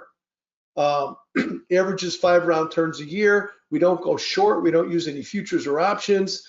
Annualized, here's why the CPM makes sense, and this might be in, hopefully, you catch a couple of ideas here. Annualized total return is nearly identical to the S&P 500 over the past 7 years, but with significantly lower risk, according to standard deviation, beta, and maximum drawdown. CPM has a better risk-adjusted returns than the S&P 500. If any of you look at the Sharpe ratio or the Sortino ratio, what the Sharpe ratio does is mathematically indicate how much profit are you getting from your strategy for every unit of risk. Is that basically right, or did I chop that up? CPM can become an alpha generating model. For those of you that are younger and want to take some chances, we'll have a look at that. So here's CPM as a defensive strategy, quantitative metrics. This is going back to the 4th quarter of 2017, and you can see standard deviation, 18.2% for the S&P, only 12.4 for the model. You could say year to date, CPM is a little lower standard deviation. So tends to be a little less risky. This is going back, it's a 5-year look back. The model goes back 7. This is a 5-year look back here. Beta, like standard deviation, is an indication of how jumpy your equity line is in your P&L. Only 0.57 for beta. versus 1% for the S&P. It's 1% for the S&P because it's the bogey. It is the benchmark. S&P is the benchmark. This is what matters. Maximum drawdown during this 5-year period, 33.9% for the S&P, only 20.2 for the CPM model. So it's 40% less drawdown, which means your Sharpe ratio is going to be better because it's less risk. You're staying with the S&P, but with less risk. Here's what that chart looks like. So this is from October of 2017. CPM, trading CPM with SPY. SPY obviously is the ETF for the S&P 500. Look how close they emulate, or look how close the CPM shadows SPX, which is blue. CPM trading SPY with it, that's the green line. Here's basically what happens. Sometimes when the indicator gets a little jumpy, which is the exception rather than the rule, you may give away some performance. Let's say you're risk on and the S&P or the model goes risk off, so you go to cash and the S&P only drops 6%, and then 3 days later it's making all-time highs again or fresh highs. So you may give up a couple of percentage points there because you get kind of caught in a correction that doesn't last long, and it gets right back to the trend quickly. But where you pick it up, this is COVID here. So you could see this was the COVID collapse, and blue is the S&P. So what happened is the CPM model got out about halfway down. That's why the blue line kept going. This was actually the March 27th low, but we were out of the market. CPM had us in cash. So then when the market turned again, we started with a lead off. That's why the green line was up above the blue. You can see the same thing happened here back in October of 2022. That was another important bottom, if you recall. The CPM got out of the market here, and the S&P fell another 60%, just eyeballing this. So we started off the next uptrend, which is the uptrend that we are in right now, with a nice lead off. Here's, by the way, you could ask us for a PDF of this. If you go to asburyresearch.com, go to the contact tab, just ask for a copy of the PDF because I'm going to be talking really fast here. I still have to give Jack his spot here, but this is the year-by-year performance of CPM green versus SPX blue. CPM is an offensive strategy. How do we do that? Instead of trading SPY, we trade SSO. Susan Oscar, that's the ticker. It's a 2 times leverage S&P 500. So here's how those numbers change. So now the standard deviation goes up to 24.8 from 18.2. It becomes jumpier because we're double leveraged here. Our Sharpe ratio, 0.89, still way better than the S&P 500, even with the additional risk. Our maximum drawdown goes from 33.9, as I mentioned earlier, let's call it 34%, to 38%. So our drawdown is 4%, maximum drawdown is 4% larger going through this 5-year look back. But look what the performance looks like. This is CPM trading SSO, same signals. It outperformed the S&P by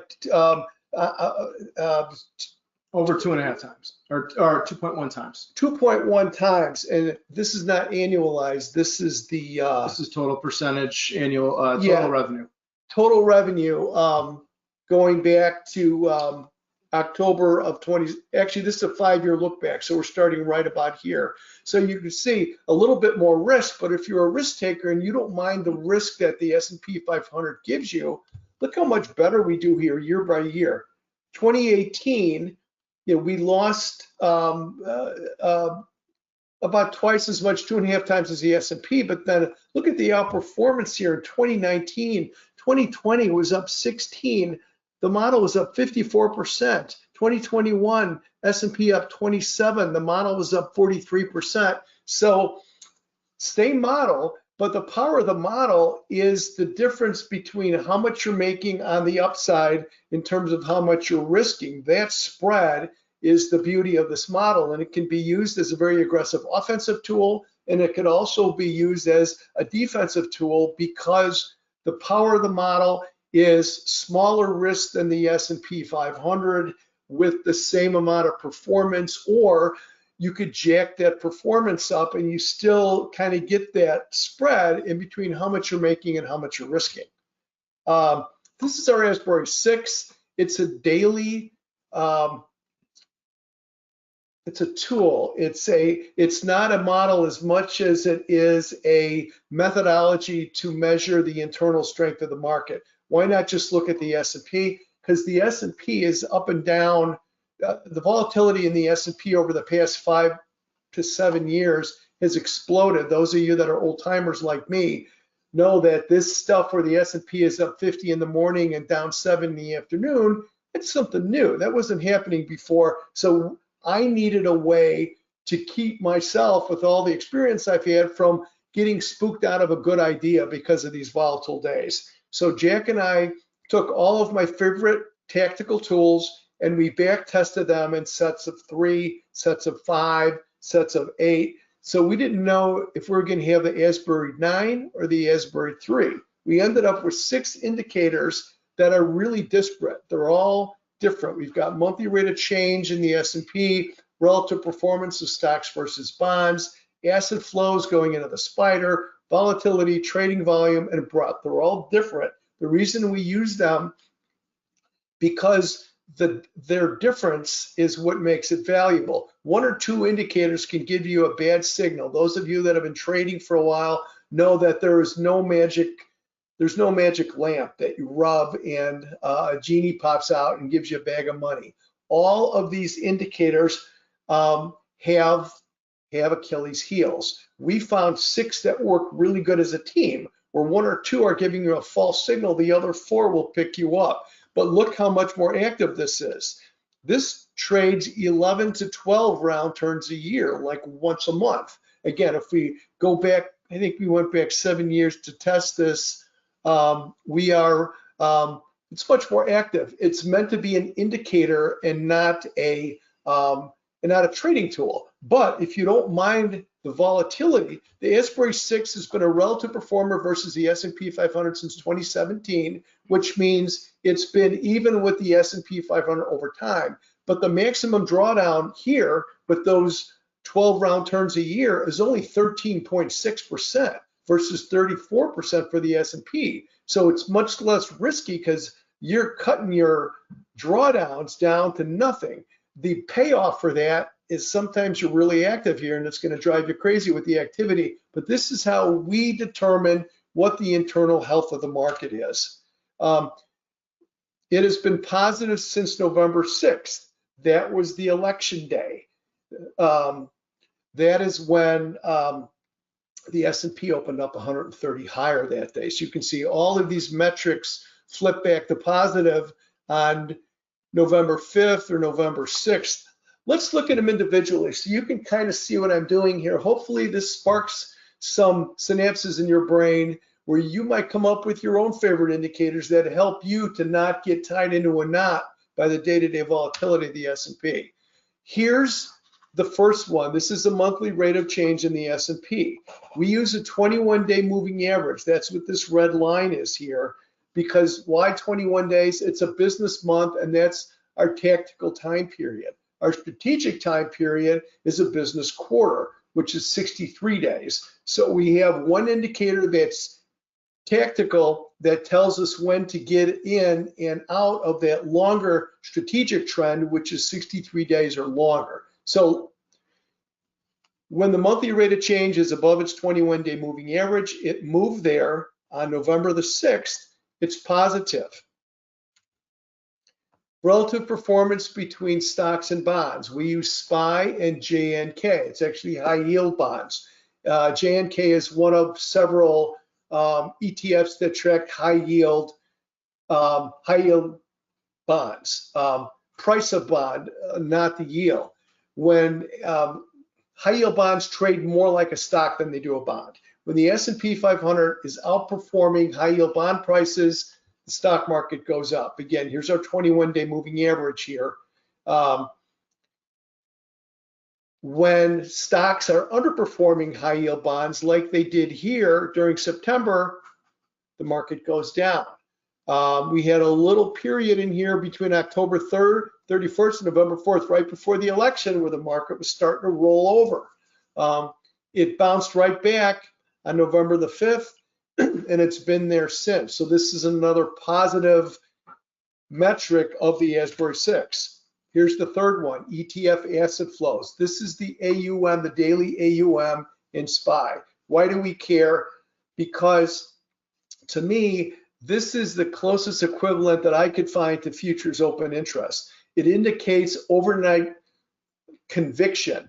If volume shows urgency, you can have all kinds of crazy volume all day long in the S&P 500, and maybe not a lot of people bring those positions overnight with them. There's an extra risk involved, especially with global markets now, in holding a position overnight.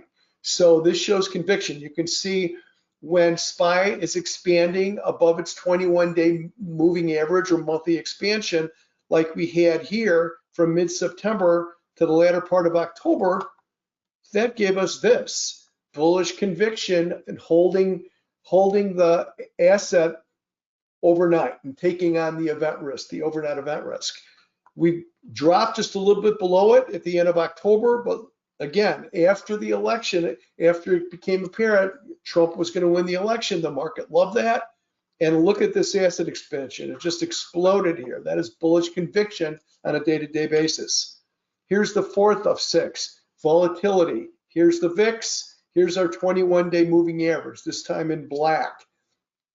When the VIX is above the 21-day moving average, as it was here in early part of September, indicates the market's getting fearful, the market drops.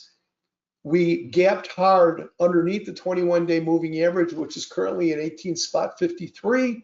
Here on November 6th, look what the market did. Off to the races. Nice big fat gap here after it became obvious who was going to win the election. Here's volume. We use cumulative volume, which is a little less noisy than looking at outright volume. But when volume is expanding, again, above its 21-day moving average, the market goes higher. Expanding cumulative volume, the market goes higher. It jumped right back up above its 21-day moving average on November the 6th. Here's market breadth. We use the NYSE AD line for this, and note that it's been generally above its 21-day moving average since back in July. The market has generally been higher. It's been back above it since November the 6th. Our next model is our sector rotation model, our CEF model. And for that, I'm going to turn this over to Jack. Let him explain to you how this works and how we use it.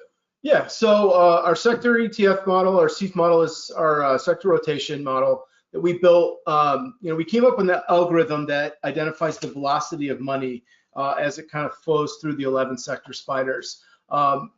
We do that by calculating that through 3 different time periods: our trading week, tactical month, and our strategic quarter. What we need to see is the way money moves around the markets. We've kind of really identified with this model is if you're tracking money on a weekly basis, you can really kind of get whipsawed. Money will flow into technology, flow right back out. And if you're trying to follow that money on a weekly basis, it's just not sticky. So it really needs to build up some momentum and kind of build up a base. And the way it does that is through 3 different time periods. So the way we rank each time period as to the velocity of money that we have calculated in a ranking from 1 to 11. In this case, technology is highly ranked. It has a rank of 1, which means it has the highest velocity of money for this particular week. It's ranked 2nd in the tactical month, so second amount of flows to financials. And then in the strategic quarter, it's 1. This gives it an overall ranking of 4. For our trading model, we take the top 3. But broadly, if you're looking at this model to figure out, how we try to tell our investors how to use this model is not just how to trade it with the top 3, but also looking at further individual investing as well. So, we have our favorite sectors here. These are all sectors that are doing relatively well with asset flows. The lower the score, this is kind of like golf, the better the sector is doing. So if you're an analyst that's looking to get into financials, it's ranked 5. it's up toward the top. You could look to put your equity, your stock picks in for financials that you like by using this model to determine what investors are favoring in terms of their asset flow. And on the reverse side is, this model also does extremely well identifying where money is leaving. So anything red down here means that not only is money not flowing into that particular sector, but it's actually coming out. And that velocity of that money coming out is important as well. So, if you're a manager looking to potentially get into healthcare, right now might not be the time. There's a strong outflow over 3 time periods of money coming out of these sectors, and we want to try to avoid that. The other thing that we kind of use this model too is, we very rarely, if ever, do any predicting at Asbury Research, but we do like to see what things are starting to look in a positive direction. So I will watch these sectors as they kind of sit here at the bottom, move up into neutral, and we can kind of track that with their various scores. As things start to drop off, energy is a good example. Now we don't ever bite on this 5, right? So this 5 is telling us that there is some positive flows coming in, but we have a lot of negative momentum here from the back half. But as we kind of start to watch this 5 transition over through time, we can actually see this thing rise through, and we'll show you a little bit later in our rainbow charts that help visualize this a little bit better. But broadly, what this model does well is allow you to participate in the sectors that are doing well. It is kind of the yang to our CPM model. This is really more of our alpha generating model, where CPM is a little bit more of our defensive model. These are the rainbow charts that I was mentioning. So what this does is this takes the daily ranking of the sector that we saw in the previous chart and kind of expands it over time. Actually, it's a year look back. It allows us to see how the model is ranking the particular sector. And then on the bottom half of this chart is its relative performance versus SPY. So we want to try to identify certain time periods where we see this, we call it extended time in the favored ranking as it sits up top, tends to correlate with relative outperformance versus the broader market or the S&P 500.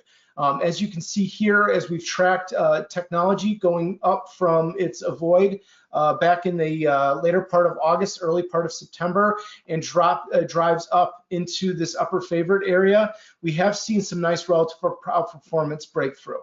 Now, one caveat to that is, as we've been seeing, money has been moving very rapidly this year through sector rotation's been a little bit difficult, to say the least, this year. And we've seen a lot, as you can see here, there's been a lot of kind of jagged movements in sector rotation.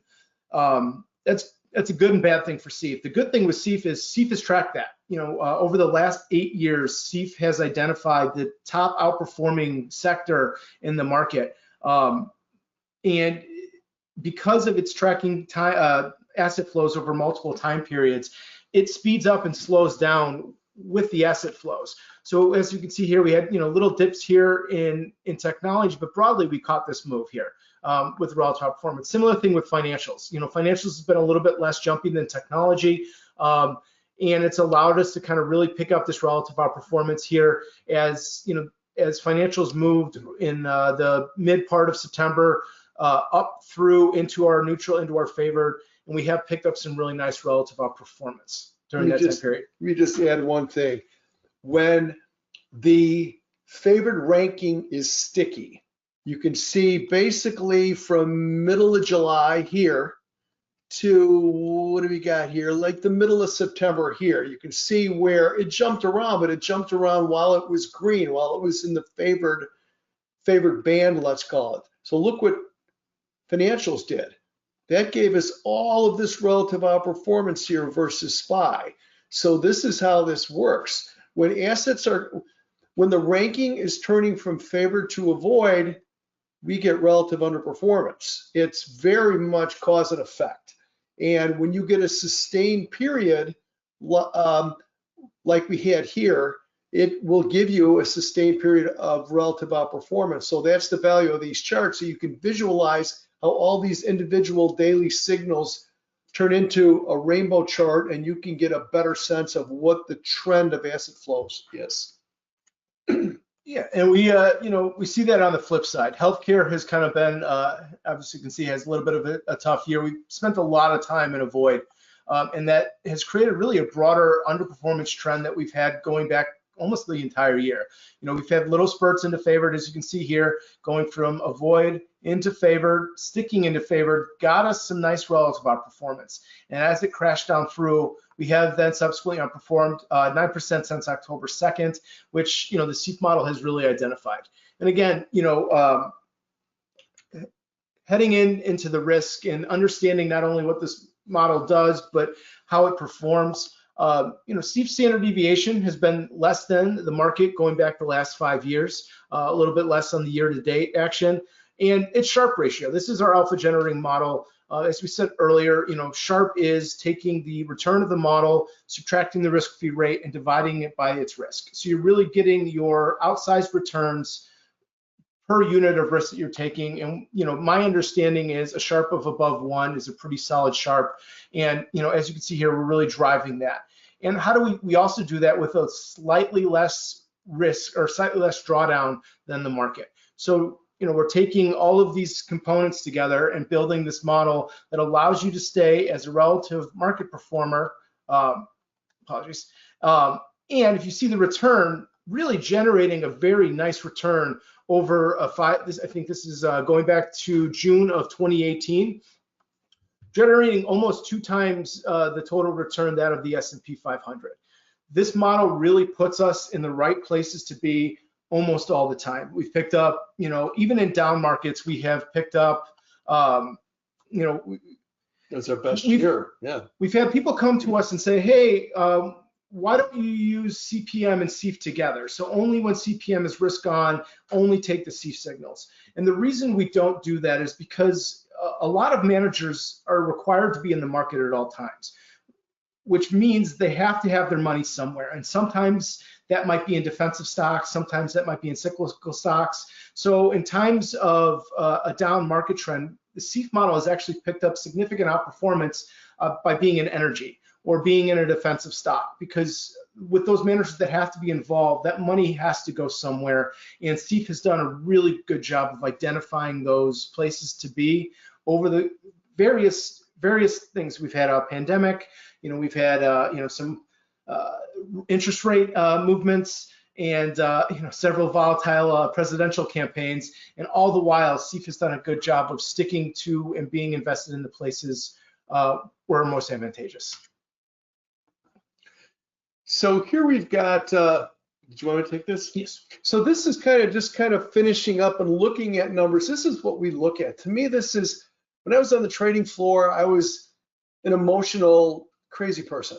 I need these numbers so I can sleep better at night and I can keep my eye on the ball. So this is our in-house way that we can tell how we're doing.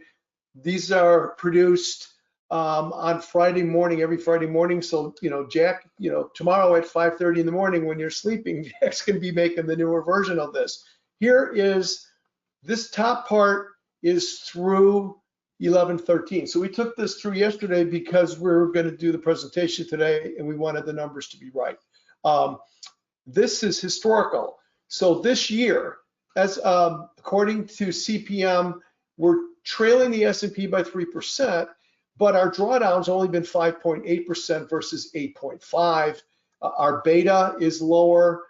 Our standard deviation is a little bit lower, but look at since Q4 of 2017, pretty much dead even with the S&P 500, but with the drawdown of 20 instead of 34, with max drawdown, standard deviation 5% less at 12% than the S&P, and our beta is almost half.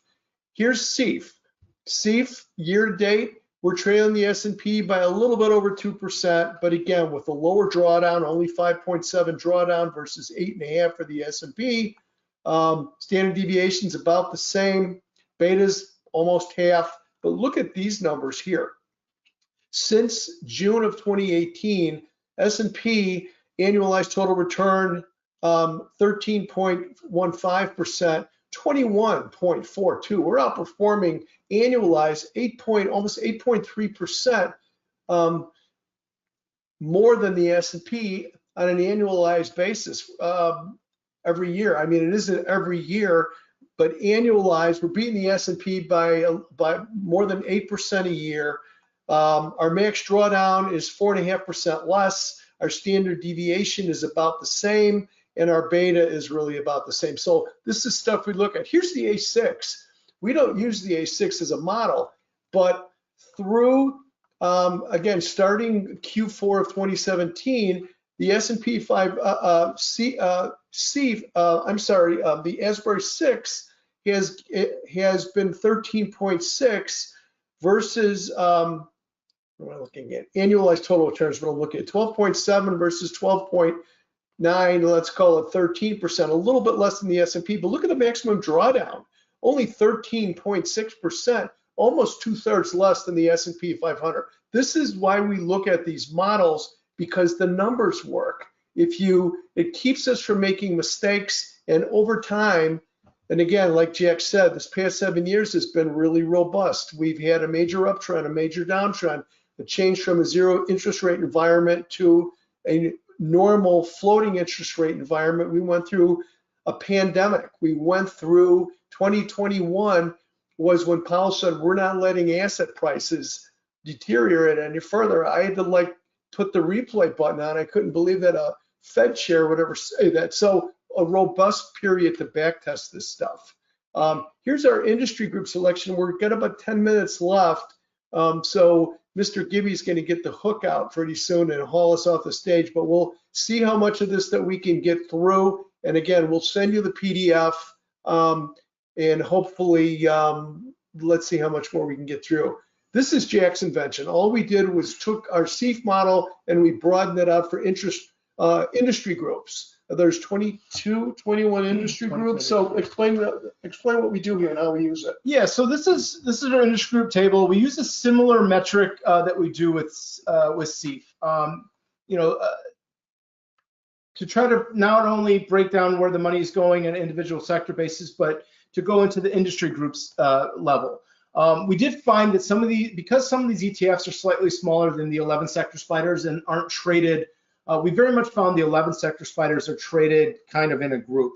That is not necessarily the case here for the industry group sector. I think a lot of them are a little bit more niche and a little bit smaller, and so large flows of assets can really rip these sectors around, or sorry, these industry groups around a lot faster than they can the 11 sector spiders, which are way more robust. So what we did is we took the concept of CEF that we know that works, and we layered on some other concepts that we understand to help make some confirmations so we don't get offsides on some of these really large swaths of money that move into these little ETFs. So we still have our normal trading week, tactical month, and strategic quarter, and it really breaks down how those asset flows are happening over several time periods, and that gives you your overall score.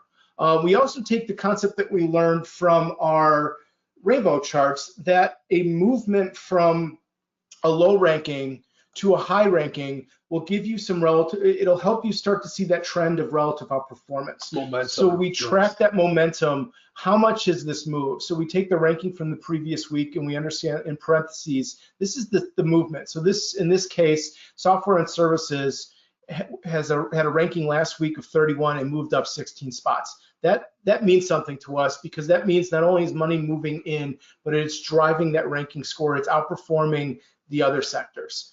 Then we want to know, what is the relative performance over the last week? So we see that money is flowing in. Now we look for that confirmation. That confirmation is by outperforming SPY in a different time period.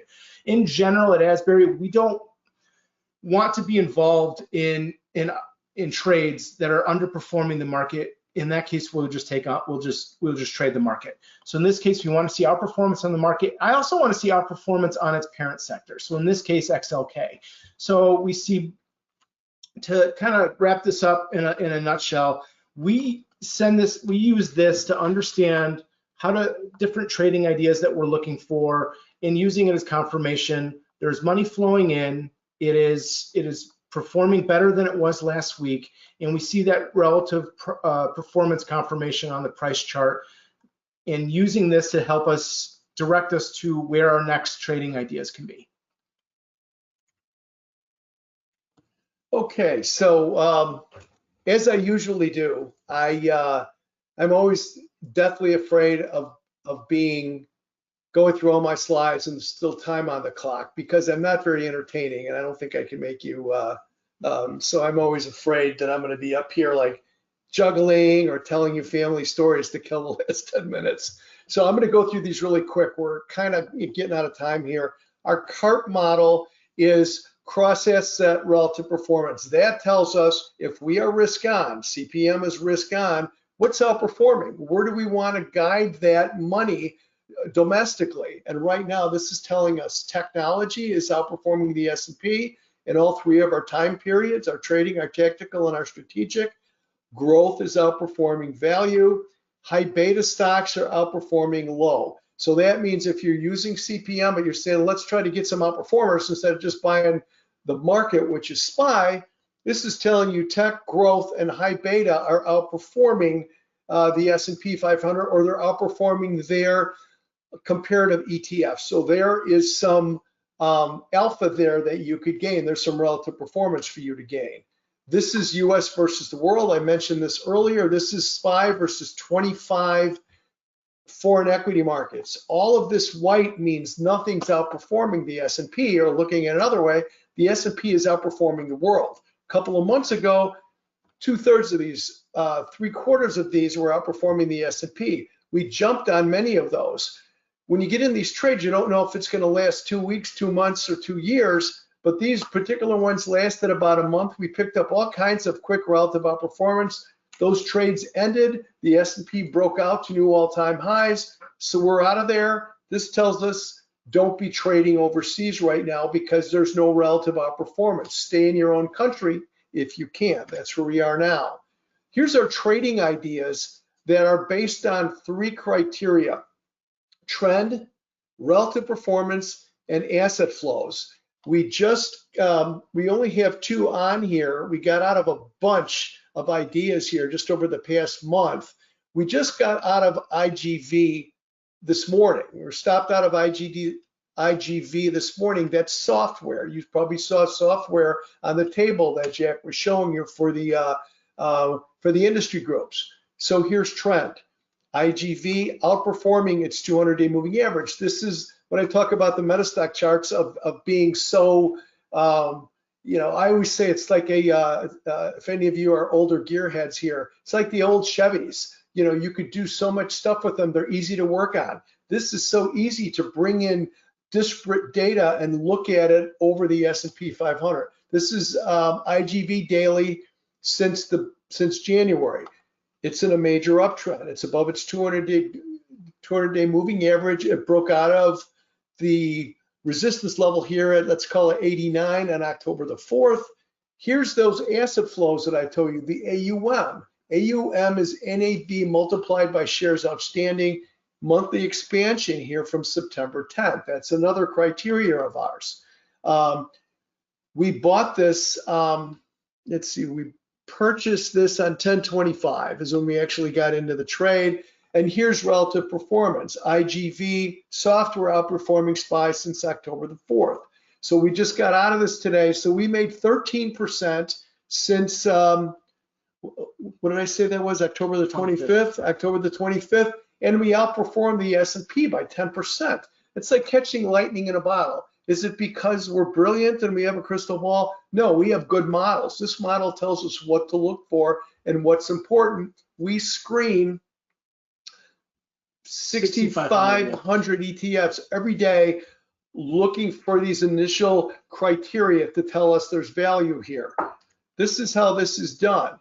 We've had 81 trades over the past 20 months. 57% of them made money, and our average winning trade is 2.4% bigger than our average losing trade. Average winner is 4.5%. Our average loser is minus 1.9%, not quite 2%. What does that mean? Those are the 2 criteria. If you're building a methodology for yourself, you need to outperform.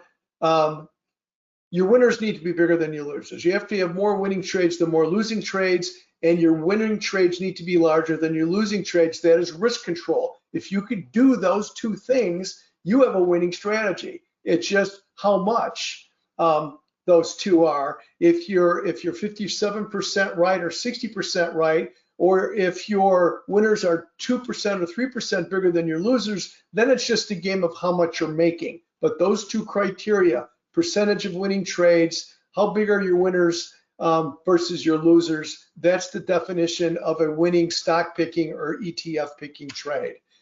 We have 4 model portfolios that we built using our models to derive different risk-reward relationships. If you go to asburyresearch.com and go to asset management, you can see all 4 of these. I wanted to go through these with you. We're out of time.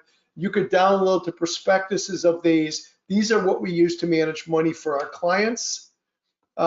We sell research, 3 and 12-month online subscriptions to our premium research service. Includes all of our models. It includes a 30-minute one-on-one with either Jack or I to get you started.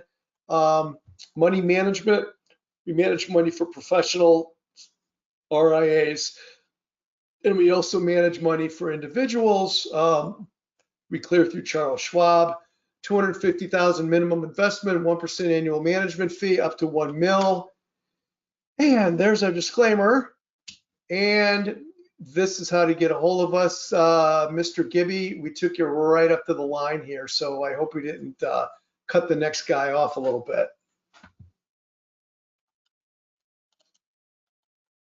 I am the next guy, so no worries. We have a question. I was talking as fast as I could. Yeah. No, you're fine. Let's see. Mike wants to know, great stuff, guys. Does the indicator signal intraday or at the close? What time of day do you execute your trades? Excellent question. All of our models are based on the closing values. The data come in 2 to 3 hours after the close, like our A6, our Asbury 6, updated every day on our website about 2 hours after the close. Our executions are all done the following day on the opening. Why do we use the opening? Because from being on the floor for 17 years, the opening range is what you get. If your order is in before the bell rings, and that limits your fill to something that's in between these 2 parameters, then these 2 parameters if you're trading during the day and it's a hot day and the markets are jumping. So signals derived based on the close, entries the next day, always within the opening range to keep our fills manageable. Right on. That's all the questions. I want to say thank you guys for being here. It was good to have you. Appreciate it. And we'll see you again real soon.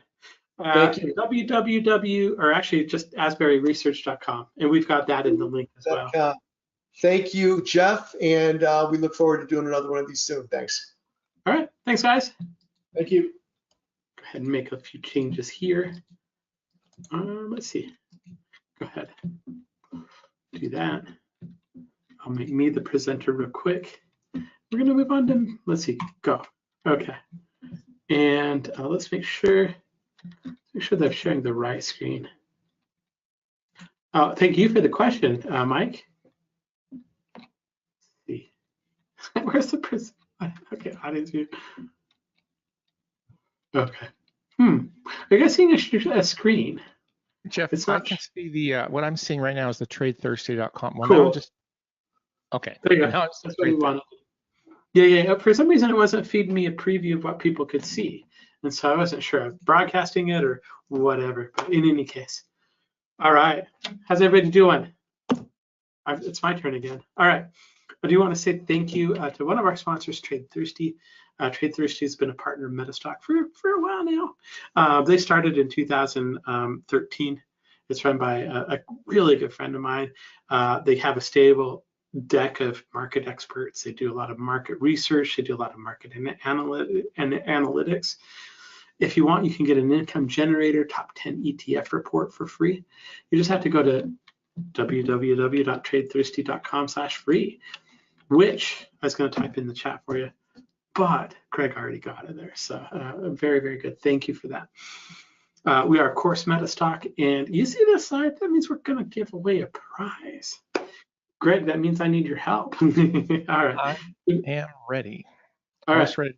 Away a prize. I'm ready too. I've got 2 prizes lined up, one for before and one for after my presentation. So the lucky winner of the next prize is going to get from Trading Indicators and Daniel Sinig the 3 indicators welcome package.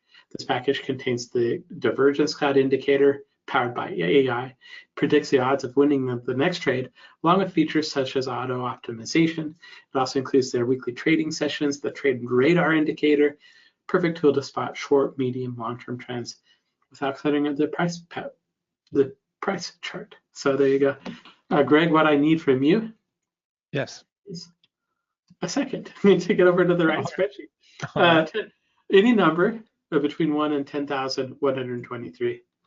All right, and that number is 2,250, 2250, according to Google Random Number Generator.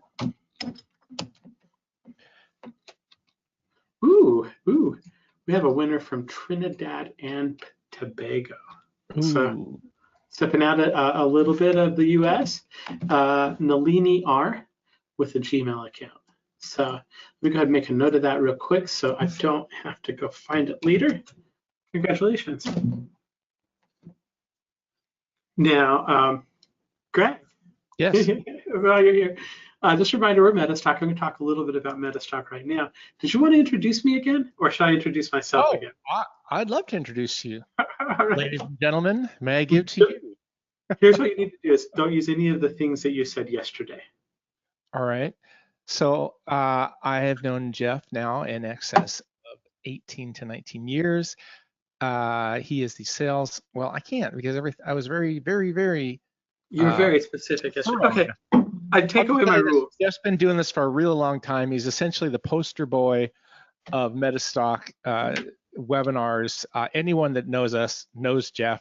He also deals with all of our partners, so he's very, very well connected with all the people that you're listening today. In fact, Jeff engaged all of those people to come to these presentations, so you can thank him for that.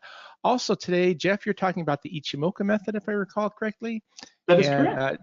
Jeff has historically grossly mispronunciated many of the Japanese words he uses in that presentation. I've given him difficulties about that in the past because I lived in Japan for some time, but he's gotten much better. However, Jeff, I will be holding an air horn next to my microphone, so if you do mispronunciate any of the Japanese terms during this presentation, I'll just have this horn go off in your ear. So don't worry. We wouldn't want to risk waking up the audience. Yeah, okay. Anyway, ladies and gentlemen, with no further ado, may I give you our very own Jeffrey Gibby. I think it might be fun to talk about why we updated my picture. Do you remember? I guess we got tired of using your high school picture. No, we were doing an event a couple of events ago, and we had a picture that was kind of done almost a while ago. Yeah. And somebody asked, why isn't the current speaker speaking? And it was me. So we decided it was a good idea to maybe update that slideshow. You don't remember that at all? I didn't. That does sound familiar now. And actually, I took that original picture back. That was like 18 years ago. That was an old picture. It would have been done at the Gateway. So an old office building, not this office building. So anyway, All right. Thank you very much, Greg. Let's go ahead and kick things off. Break a leg. I'm here if you need me. All right. Very cool.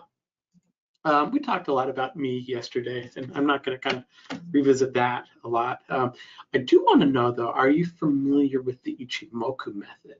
Have you learned about the Ichimoku method? Today, what I'd like to do is kind of just talk to you a little bit more about, get a little bit into the woods about a methodology. And so I've chosen the Ichimoku method as something that we can use. So we talked a lot about the heritage of Metastock yesterday.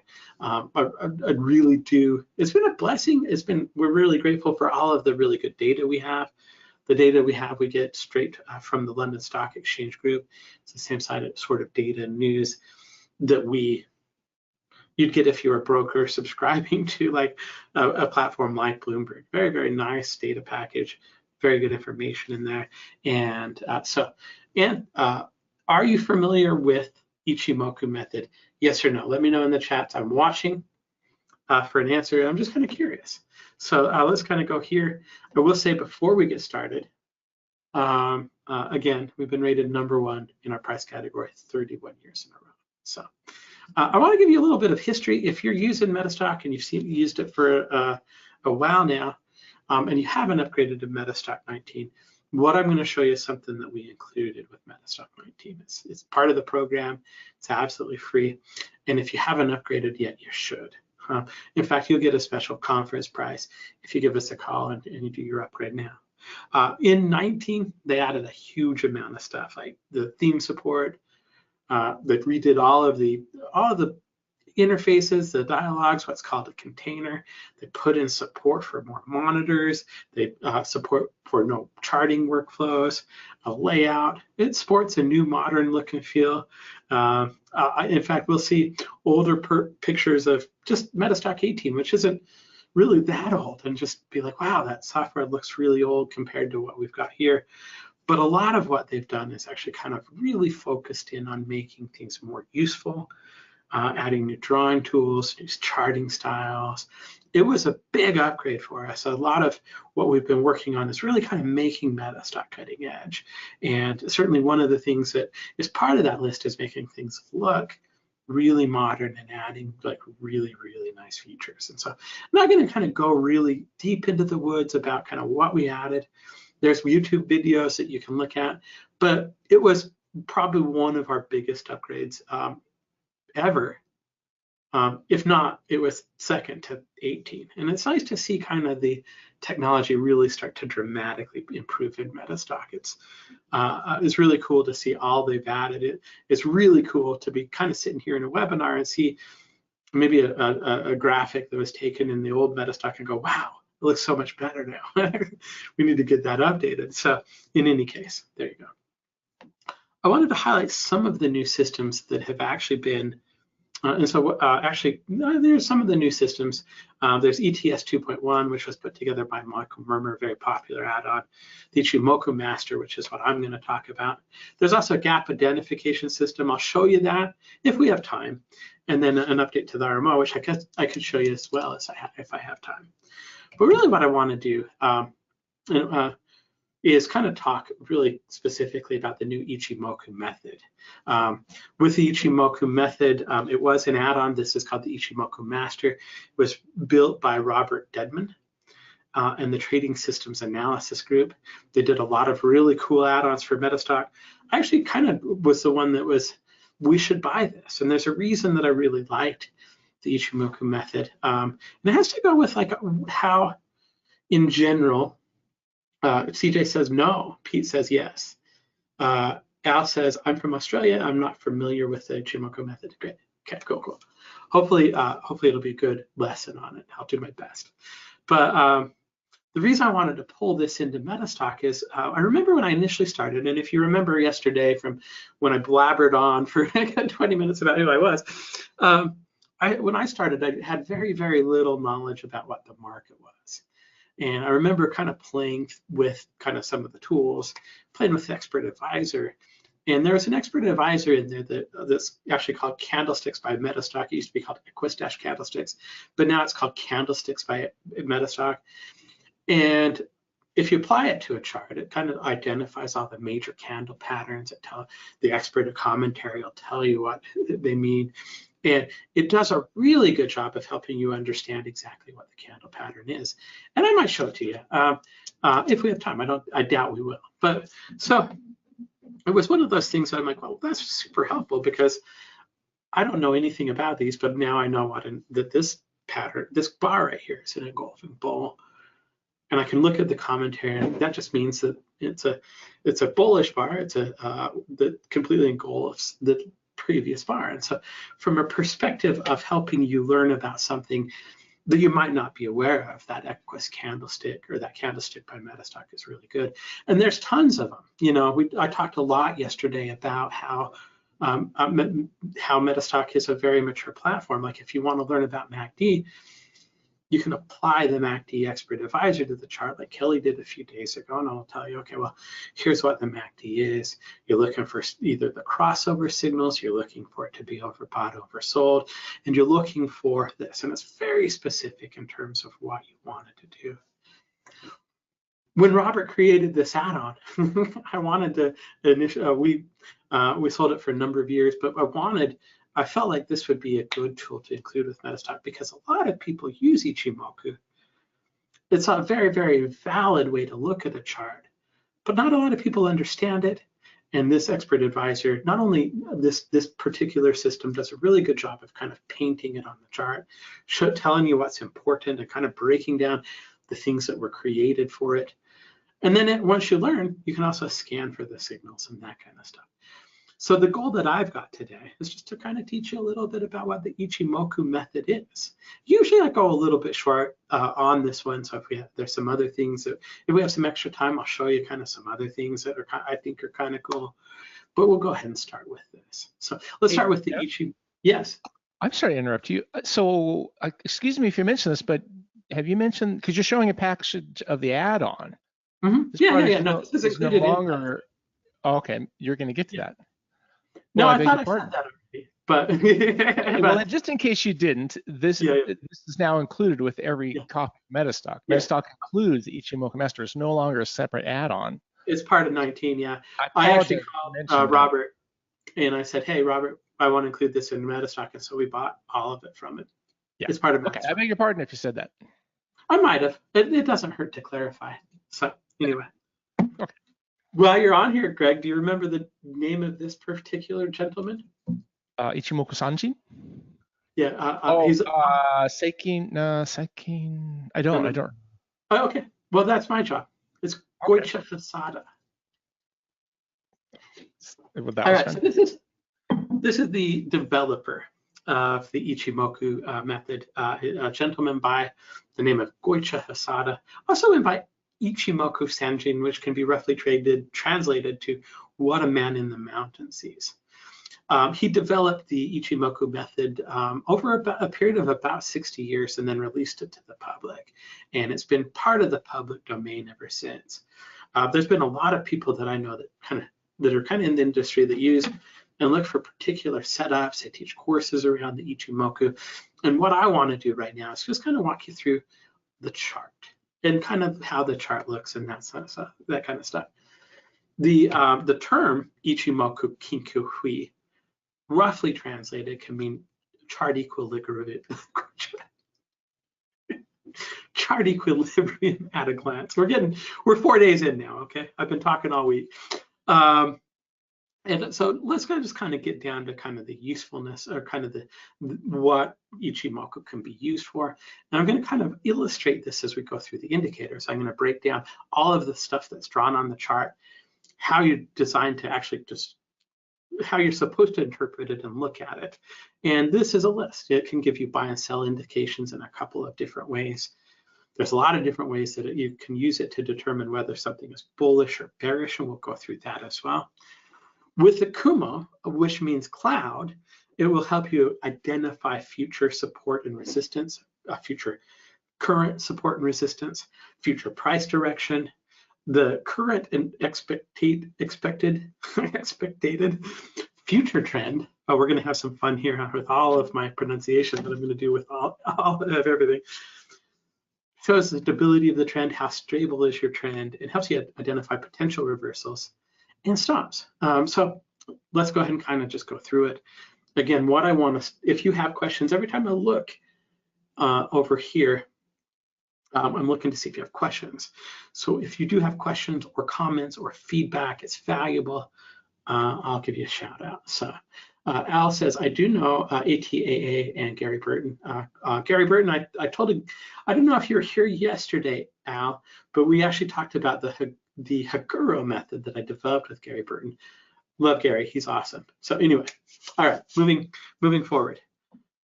Here are the indicators that are on a chart, and we'll kind of look at these. I'll kind of show you a chart, and then we'll look at another chart, and we'll kind of just get some ideas for it. The indicators we're going to cover, all of these are going to be the Tenkan-sen, the Kijun-sen, the Senku span A, and the Senku span B. The difference between, or the distance between those, are actually called the Kumo, the Chiku span, and the close. So those are the things that are important when we start to look at an Ichimoku chart. Okay. The first ones I'm going to talk about are going to be the Tenkan-sen the Kijinsen. And if you're looking at this chart, the Tenkan-sen is the one that I've labeled Tenkan-sen right here. It's the purple line, and it's the one that kind of is going to closely follow price. Okay, Kijinsen is this red line here, and it's going to be a little bit more laggy.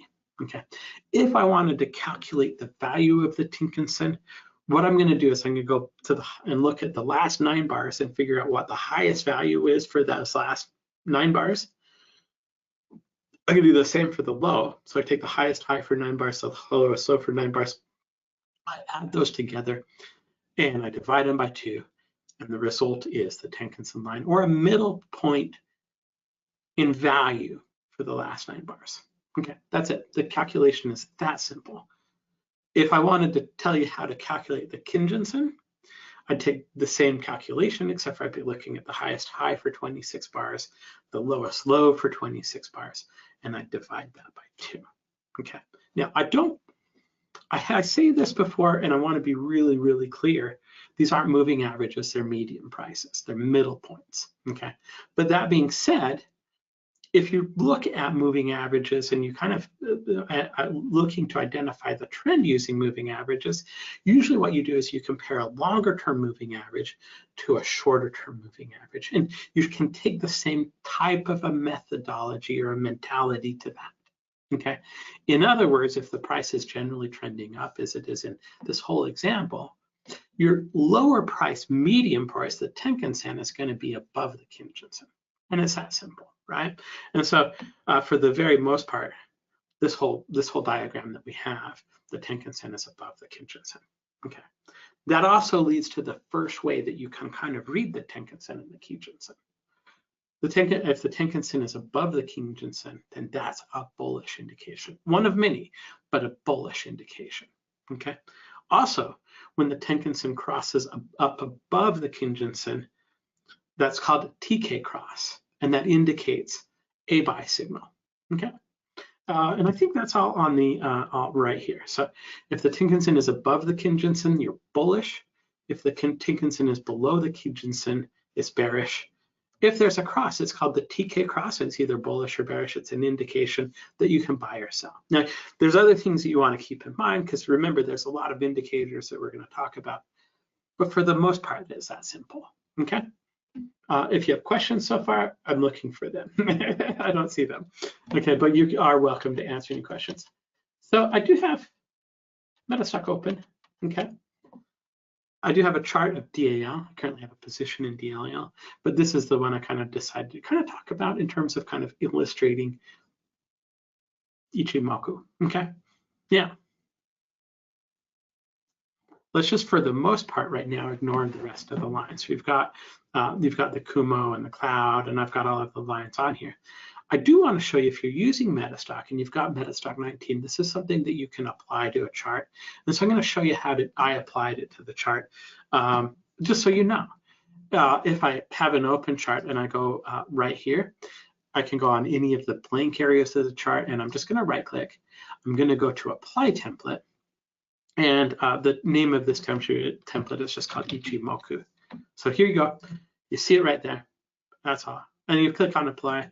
And what you should see is a chart that has all of these indicators, the expert advisor, that kind of stuff attached to it. Okay. Right here, I just want to kind of reiterate what we're talking about with the Tenkan-sen and the Kijinsen. So right here, you've got the Tenkan-sen is still pink in this kind of illustration, and you've got the Kijinsen here. You'll notice right here there was that TK cross I was talking about. So the Tenkan-sen went from being below the Kijinsen to above the Kijinsen. That's where your TK cross is. You'll notice that there's a bit of a buy arrow that's put right on the chart. And if I hover over it, it's called the TK cross. Okay. So right here, this would be a buy signal.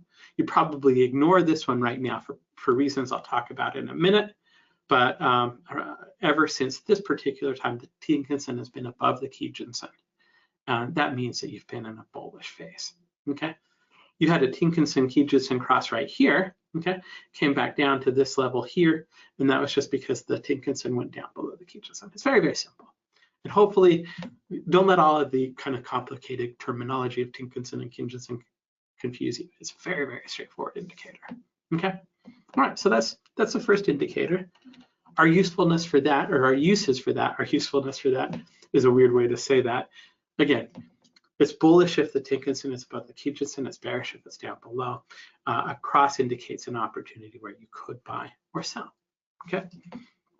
All right, let's talk about Senku Span A and Senku Span B. Senku Span A is this top line right here in this example. It doesn't always have to be on top. Senku Span B is this bottom line here. And the area between the Senku Span A and the Senku Span B is highlighted in, is colored in. It'll either be green, as it is in most of this example, or it'll be red, as it is over here, okay? This is called, okay, the distance, I'm just kind of trying to kind of go through this in a logical way, not miss anything. But if our Senku Span A is above our Senku Span B, that's bullish, okay? And the distance between that is called the Kuma, or the cloud, okay? If I ever say Kuma cloud, you can tease me in the chat because I just said cloud, okay? If I wanted to tell you how to calculate the Senku Span A, what you would do is you'd take the value of the Senku Span A, the Tenkan-san, and the Kijinsen, you'd add those together. You'd divide the value of those by 2, and you'd plot that 26 bars into the future, which is why the cloud goes into the future, okay? For the Senku Span B, all I'm going to do is I'm going to take the highest value for 52 bars, the lowest value for 52 bars. I'm going to add those together and divide those by 2. And then I'm going to plot that 26 bars ahead. Okay, so this is an indicator that this is why the Ichimoku Kumo, the Kumo of the Ichimoku plots into the future, because it's shifted forward in time. Okay. Now there's a number of uses for the cloud, and I'm going to kind of go to the next slide just so that it's not as straightforward. Well, it is very straightforward, but I want to kind of talk a little bit through it, and I don't want to miss anything. We've had a long week. I want to be as clear as possible. So the first thing is trend bias. If we're looking at the Kumo, and it's green, that means the Senku Span A is above the Senku Span B right here. Okay, so it's green right here. That's a bullish indication. The second of the bullish indications for the Ichimoku method. Okay. What we also want to look at is the relationship of the cloud or the Kumo to price. Okay, and that's another way that we can kind of determine bullishness or bearishness for this security based on the Ichimoku method. So if we come back over here into the chart, the way that this works is if you're trading above the Kumo right here, you'll notice right here it says above the Kumo, there's a below the Kumo, there's above the Kumo. If it's above the Kumo, if price is above the Kumo, you're bullish. That's based on the close. So if the low's down in the cloud, it's still going to be bullish if it closes above the Kumo. Okay. All right. Cool. Oops. Let's go back in here. With the Ichimoku, you use the Kumo, the cloud, in a number of different ways. You can use it as support and resistance. It acts as support and resistance. A lot of times, if you're an Ichimoku and you're looking for stops, you can use the support and resistance areas as a stop. Okay. You can look at the Kumo direction to determine whether it's bullish or bearish now and in the future. Okay, so there's another couple of readings for bullishness and bearishness. A Kumo twist is where the cloud changes color. That's where the Senku Span A crosses above the Senku Span B, and that's bullish. If it turns green, the cloud is bullish. And so that's another way that you can read bullishness or bearishness using Ichimoku. And most importantly, and I just noticed it's not part of this slide, but the major buy signal that you'll get from Ichimoku is when price comes from down below the cloud and closes above the cloud. So that's a lot to take in. What I want to do is actually kind of go through those on a chart. And I think what I'm going to do is actually I'm going to do something a little bit different here, just for thoroughness, and put my interpretation side over here right now, so I can kind of just kind of make sure that we cover it all. Okay.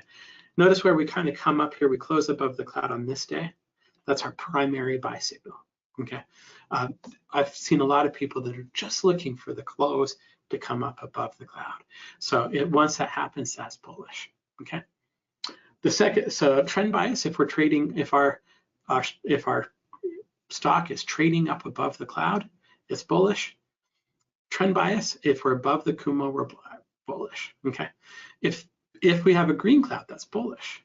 If we have a Senku, if we have a Kumo twist, that's also bullish. We can look at the direction. So if we're getting a signal right here where we're going bullish, the current direction of the Kumo is coming down at that point. So that's actually bearish. Our future direction gives us an idea of what we might expect in the future, and that would be bullish. Okay. And then the Kumo twist. If we're looking at here, we can look back and see our last Kumo twist was right here. Our next one will be maybe 25 or 24 bars into the future. And so right now, it's kind of whichever of those is closer would be bullish or bearish, depending on that. So there's a lot of uses for the cloud. And one of the things I like about the Ichimoku Expert is how well it puts that together for you. Let me go ahead and maximize this. I don't think I missed anything here. We'll go ahead and kind of go to the next slide. Okay. The last indicator, or the last two indicators we're going to talk about are the Chiku span.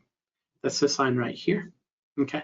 And the close price. They're the same thing, actually. The Chiku span is actually today's close price, but it's projected back in the chart 26 days. Okay.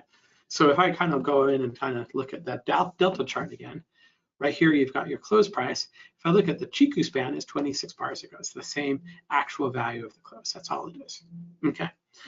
Now what it's used for is we look at the relationship of that Chiku span, that close price, to the cloud. Okay. If it's above the cloud and we're in a bullish trend, we can say that it adds stability to the trend. Okay. We also do the same thing with price. If we're above that price, where that price is being plotted on the chart. So if we're above, if this Kumo is above the price where it was 26 days ago, we can also say there's some stability in this upward trend. Okay. And that's really it. Those are kind of the things that you kind of put together and you look for when you talk about the Ichimoku. And I know it's a lot. That's why I like the Expert Advisor, because it helps break it down. And so I'm going to show that for a minute as well. So just to remind you the uses of the Ichimoku, buy and sell indication. So we've got the TK cross, which is a kind of a secondary buy, and the cross above the cloud, which is kind of your primary buy. There's a lot of different ways we can kind of determine whether things are bullish or bearish, and I love the way that it's scored out for us. Helps you anticipate what might be coming up in terms of future price direction. Helps you understand kind of the stability of the trend that you're in, and gives you an expectation. So let's kind of just pull this all together with the delta chart that we're looking at, and then we'll kind of run a little bit of an exploration, kind of just show you some things that you can do with it. So let me go ahead and open this up. Again, no questions. If you have questions, let me know. Otherwise, I'm going to assume you understand exactly what I'm saying. And maybe you do. All right, cool. All right. Here's the delta chart. If I'm looking at the delta chart on the hard right end of the chart, obviously this has been a very, very good moving stock. But if I wanted to kind of start to break down what the Kumo is telling me now, let me just go to the Expert Advisor. I think that's easier. And we can basically read along. So let me go to View, Expert Commentary.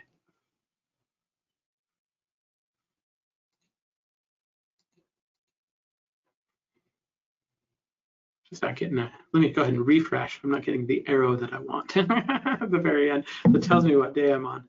But that's fine. We can kind of work with this. Right now, it is looking at today, 11/14/2024. It's supposed to give me a little down arrow, and I'm not seeing it. That's all right. Okay. When Robert created this, he kind of put together the dashboard view. I talked about how I like the dashboard view because it helps you understand. Obviously, with the stock is extremely bullish, it's gone up like okay. Since it crossed the TK cross over here, since you had the Kumo cross, at least it's gone from 45 almost 65, and it's kind of going in a nice little angle, right? If I'm looking to kind of understand what's going on with this, though, I can kind of go up in here, and it's going to break this down for me, so I don't have to remember. It just kind of helps me as I'm learning the TK or the Ichimoku method. It'll help me understand what's going on. So the TK cross is bullish. We had a TK cross signal that appeared 55 periods ago, bars ago, days ago, because we're looking at daily. Okay. The price relationship for the Kumo, remember is our price above the Kumo? It is. So that's giving us another bullish reading. Okay. Our current Kumo direction, well, it's going up.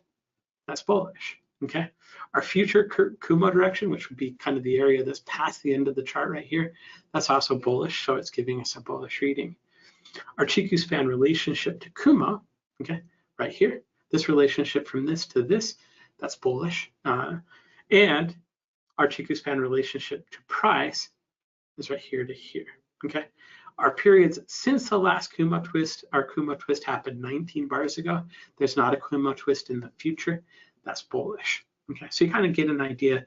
Not only is it kind of doing an evaluation of all the different methodologies, everything on this particular chart is bullish right now, okay?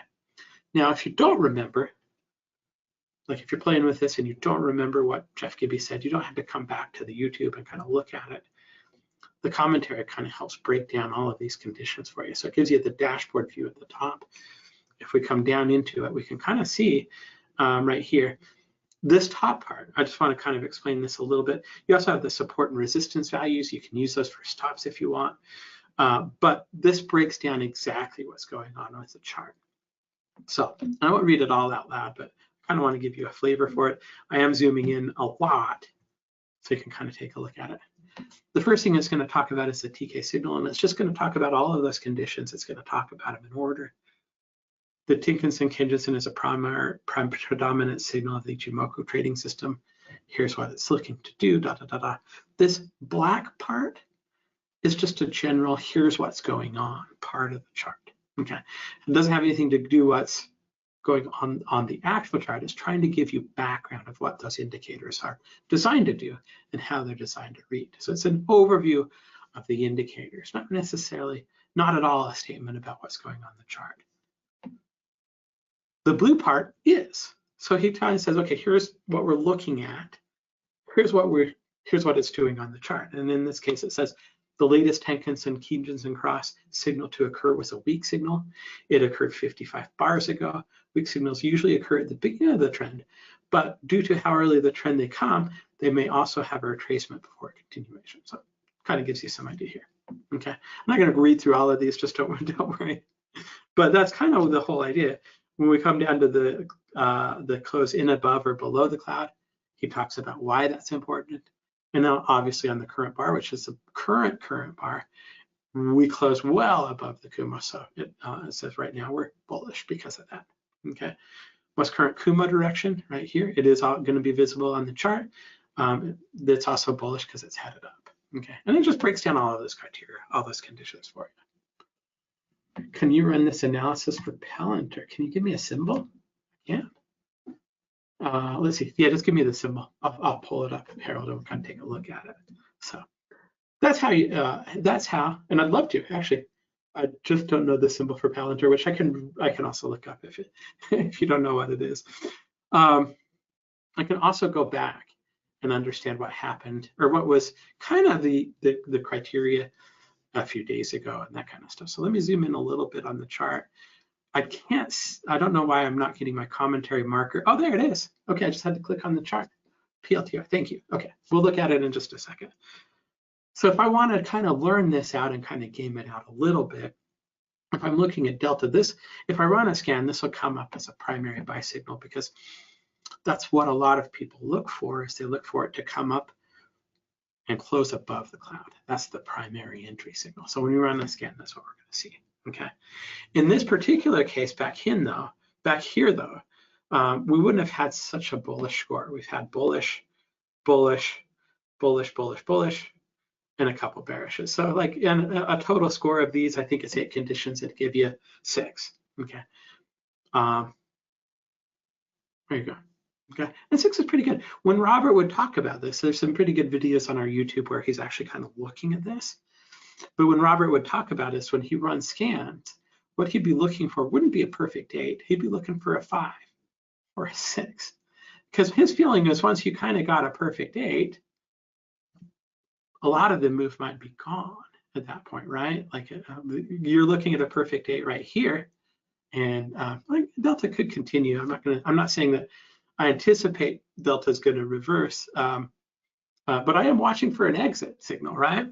But in this particular scenario, if I'm just kind of looking, I'm willing to take it at a 5 or a 6.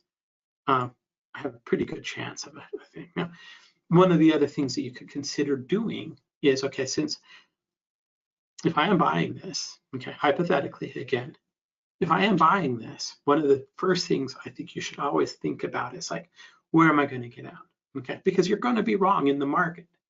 And one of the things that you can use if you want to use the Ichimoku method is you can use the support and resistance area.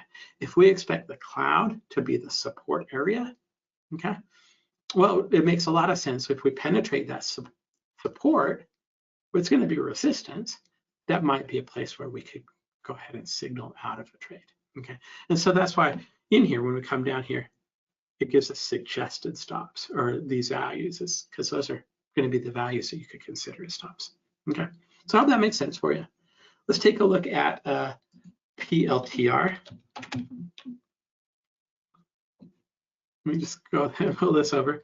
PLTR. I think that's going to be a dato. No. Jeff, it's .k. I got it. All right, so here we go. If we're looking at Palantir, again, our first initial entry signal would have been right here. Okay, and you can see that that came in. I'm ignoring the TK crosses that happened over here because we weren't above the Kumo. Actually, we might have gotten some back in here where we were above the Kumo. But when we first crossed above, let me just zoom in on this so we can see it a little bit more. Okay, so here you came down below the Kumo, you closed above the Kumo. That's why if I hover over this buy signal, it's called close above the Kumo. If we wanted to kind of take some look at that, again, we get a complete score of kind of how this is pulling out. Thank you, Greg. Also, I just noticed you put the chat in there. All right, so if I was kind of looking at the score for this, we're gonna have about a 5, right? We've got bullish for our price Kumo relationship. We've got current Kumo direction bullish. Future Kumo, it actually goes down here in the future. So that would give us a bearish. Our relationship for price to Kumo is bullish. Our relationship to price is bullish. And so if I was kind of looking for 5 or 6 and I like it, Palantir, this might be a good opportunity for us to buy. We did have another re-entry signal that happened right here when the TK cross happened again. And if we looked at that, everything was bullish. Okay, we did still have a dramatic run after, albeit a little bit of a pullback. Okay, we didn't even get to the cloud, which we're using as support and resistance, but we did have a bit of a pullback before that kicked off. Okay, but that's how you would be looking at Palantir. The primary signal that a lot of people look for is, did we close above the cloud? Did we come from under the cloud to close above it? That's the primary signal. Any secondary signals are going to be, okay, did we have another TK cross? So if we want to look at Palantir currently, I think we're going to have a very bullish reading just because we've been moving up currently. Okay, right now our price is above the cloud. That's bullish. Our Chiku span is above price and the cloud. That's bullish. You can see everything right here is bullish. Okay. For me, I'd rather kind of take it here than here. Obviously, that kind of goes without saying. But right now, I think what I'd wanted to do, if I'm looking at this from a risk reward position, and I'm just talking for me to help you think about how you might think about it. If I'm looking at this from a risk reward, this could keep going, right? A lot of times,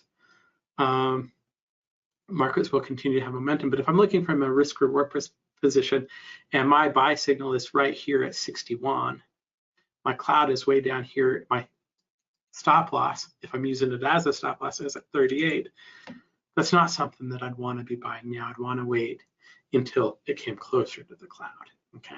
Or have a different exit strategy, which, you know, there's a lot of theories that you could use. You could look at the latest pivot low for exit strategy. For me, though, I wouldn't want to take this much risk. I'd want to see it pull back, maybe settle into the cloud and go back up, okay? Personally. I had to say all these words like personally, for me, that kind of stuff, just because I don't want you to have advice. I just want you to be able to kind of think about this from a rational way.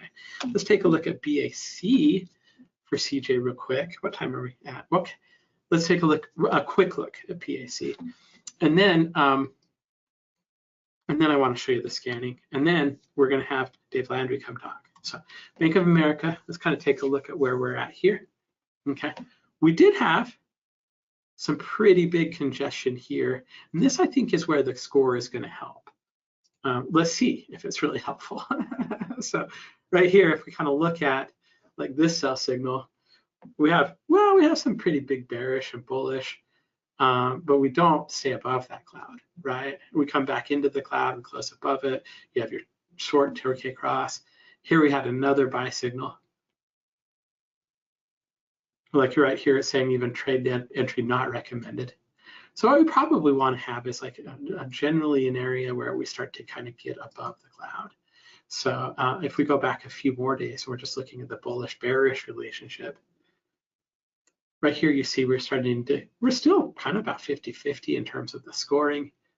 Let's go to the next bar. Same thing.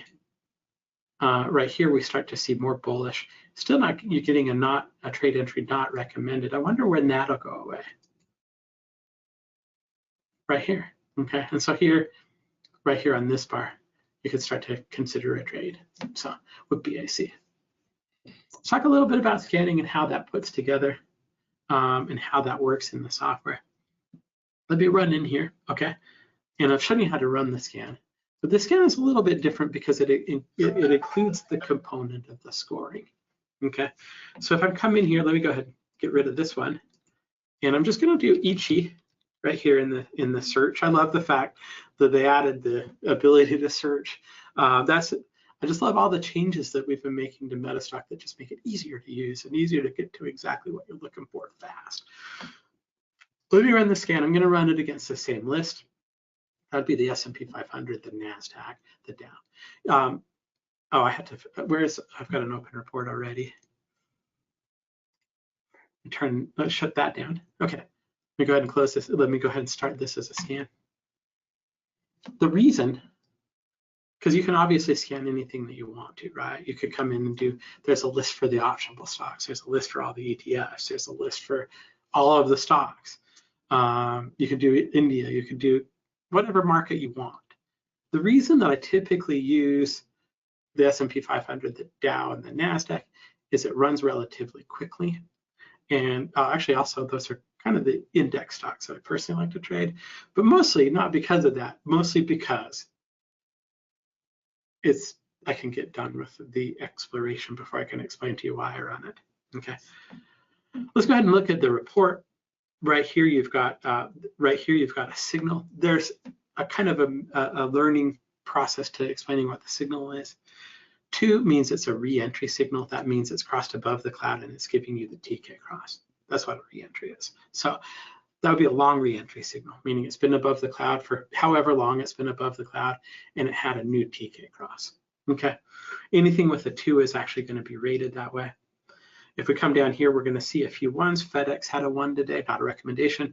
Konaku had a 1. Marathon Oil had a 1. That means the stock yesterday was below the closer. We ran it on daily. Today it's above. Yesterday the stock was below the cloud. Today it closed. Well, we're not quite closed yet, but today the close is above the cloud so far. Okay.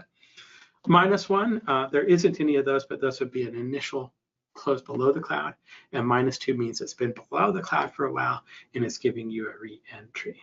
So that's all cool. You can kind of, if you're looking for a specific re-entry or an entry, that's how you're going to find it. What I like is that same grid that he put together to kind of tell you this is bullish and this is bullish and this is bullish is put together. You can see them all right here. So the TK cross is a -1 on this one. The current Kumo direction is the close versus the Kumo is positive or bullish. The current Kumo is bullish. The future Kumo is bullish, and it kind of breaks everything down for you and tallies it up. So you get -1, +1, +1, +1, +1 for a total score of 3. Okay. If I wanted to score that, if I wanted to rank that by score, there we go. We've got a total score of 6. I was wrong, not 7. Or, yeah, okay, a total score of 6 here. Okay. Now, if I wanted to kind of follow Robert's advice and kind of look for more of the 4s and the 3s in the total score, I could kind of come down here. And actually, let's take a look at FedEx Corporation. Okay. I'm gonna go ahead and open that up. I'm gonna check my time. We have time. Actually, I usually go really short when I talk about Ichimoku, and but the suggestions for Palantir Herald helped a lot. And CJ, so did Bank of America. Thanks for looking at it. Okay, so if we're looking at FedEx, okay, I don't have the appropriate expert advisor attached here. Let me go ahead and apply the template for it. Again, I'm just right click on the chart. I'm gonna go to Ichimoku.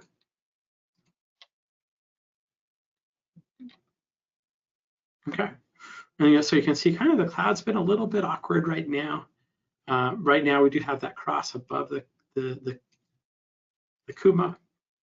Yeah. And if we kind of look at this and kind of see where we're at, we can kind of see what the score looks like currently. There must be something a little bit different about my scan. Was it set for the right date? Because it should be crossing today. It might be the fact that I didn't load enough records. But in any case, let's pretend FedEx had a buy signal today. It actually had one a few days ago right here. Okay. If we were kind of looking at that from a perspective of, we'd have kind of a fairly bullish boot neutral score. I'd be more interested in FedEx now. We're starting to get more bullish and bearish, and that's how we can kind of track it. So very interesting. Something kind of went a little weird with the scan that I run. It's probably just a setting that's weird. Don't really have time to play with it too much, but that's how the scanning works. You kind of go in, it gives you the total score. You get a good idea of kind of what you're looking at, and you can kind of rank them based on what you're seeing. So there you go. Based on the time, I will do a real quick one of the other systems. Actually, I'm going to just show you what I was talking a little bit about before, because I can do it real quick. One of the first, I'm going to go ahead and clean this up a little bit. One of the first expert advisors, I'm just going to show you. This has been in Metastock for a number of years too. So I'm just going to delete the Ichimoku from the chart. Go ahead and double click on this. Change this, instead of bars, we'll go candlesticks. I want to actually just restore the defaults first so that we get candlesticks drawn. Okay. I want to show you that expert I was talking about earlier, the candlestick ones, just because I can do it real quick. Okay. Actually, we just called it candlesticks. So if I attach that to a chart, right here, you can see that engulfing bowl. I actually kind of talked about the engulfing bowl, the inverted hammer, rising window. This is why I think if you're kind of new to trading, how Metastock can be really helpful for you to kind of help start understanding different methodologies. Right here, we've got the engulfing bowl. If I go to the expert commentary, what it's going to do is it's going to tell me what that means. It's going to tell me whether it's bullish or bearish. It's going to help break that down for me. Same with this inverted hammer. This is also going to tell us about the longer upper shadow, the shooting star, the spinning top. It can help us recognize candle patterns. And it's not just for candlesticks.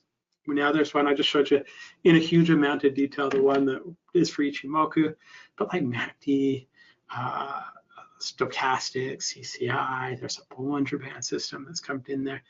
I said this yesterday, but like one of the things that I really love about Metastock is it is a huge toolbox. It's only $75 a month, right? If you want to get our DC version, it's $265 if you want the real time.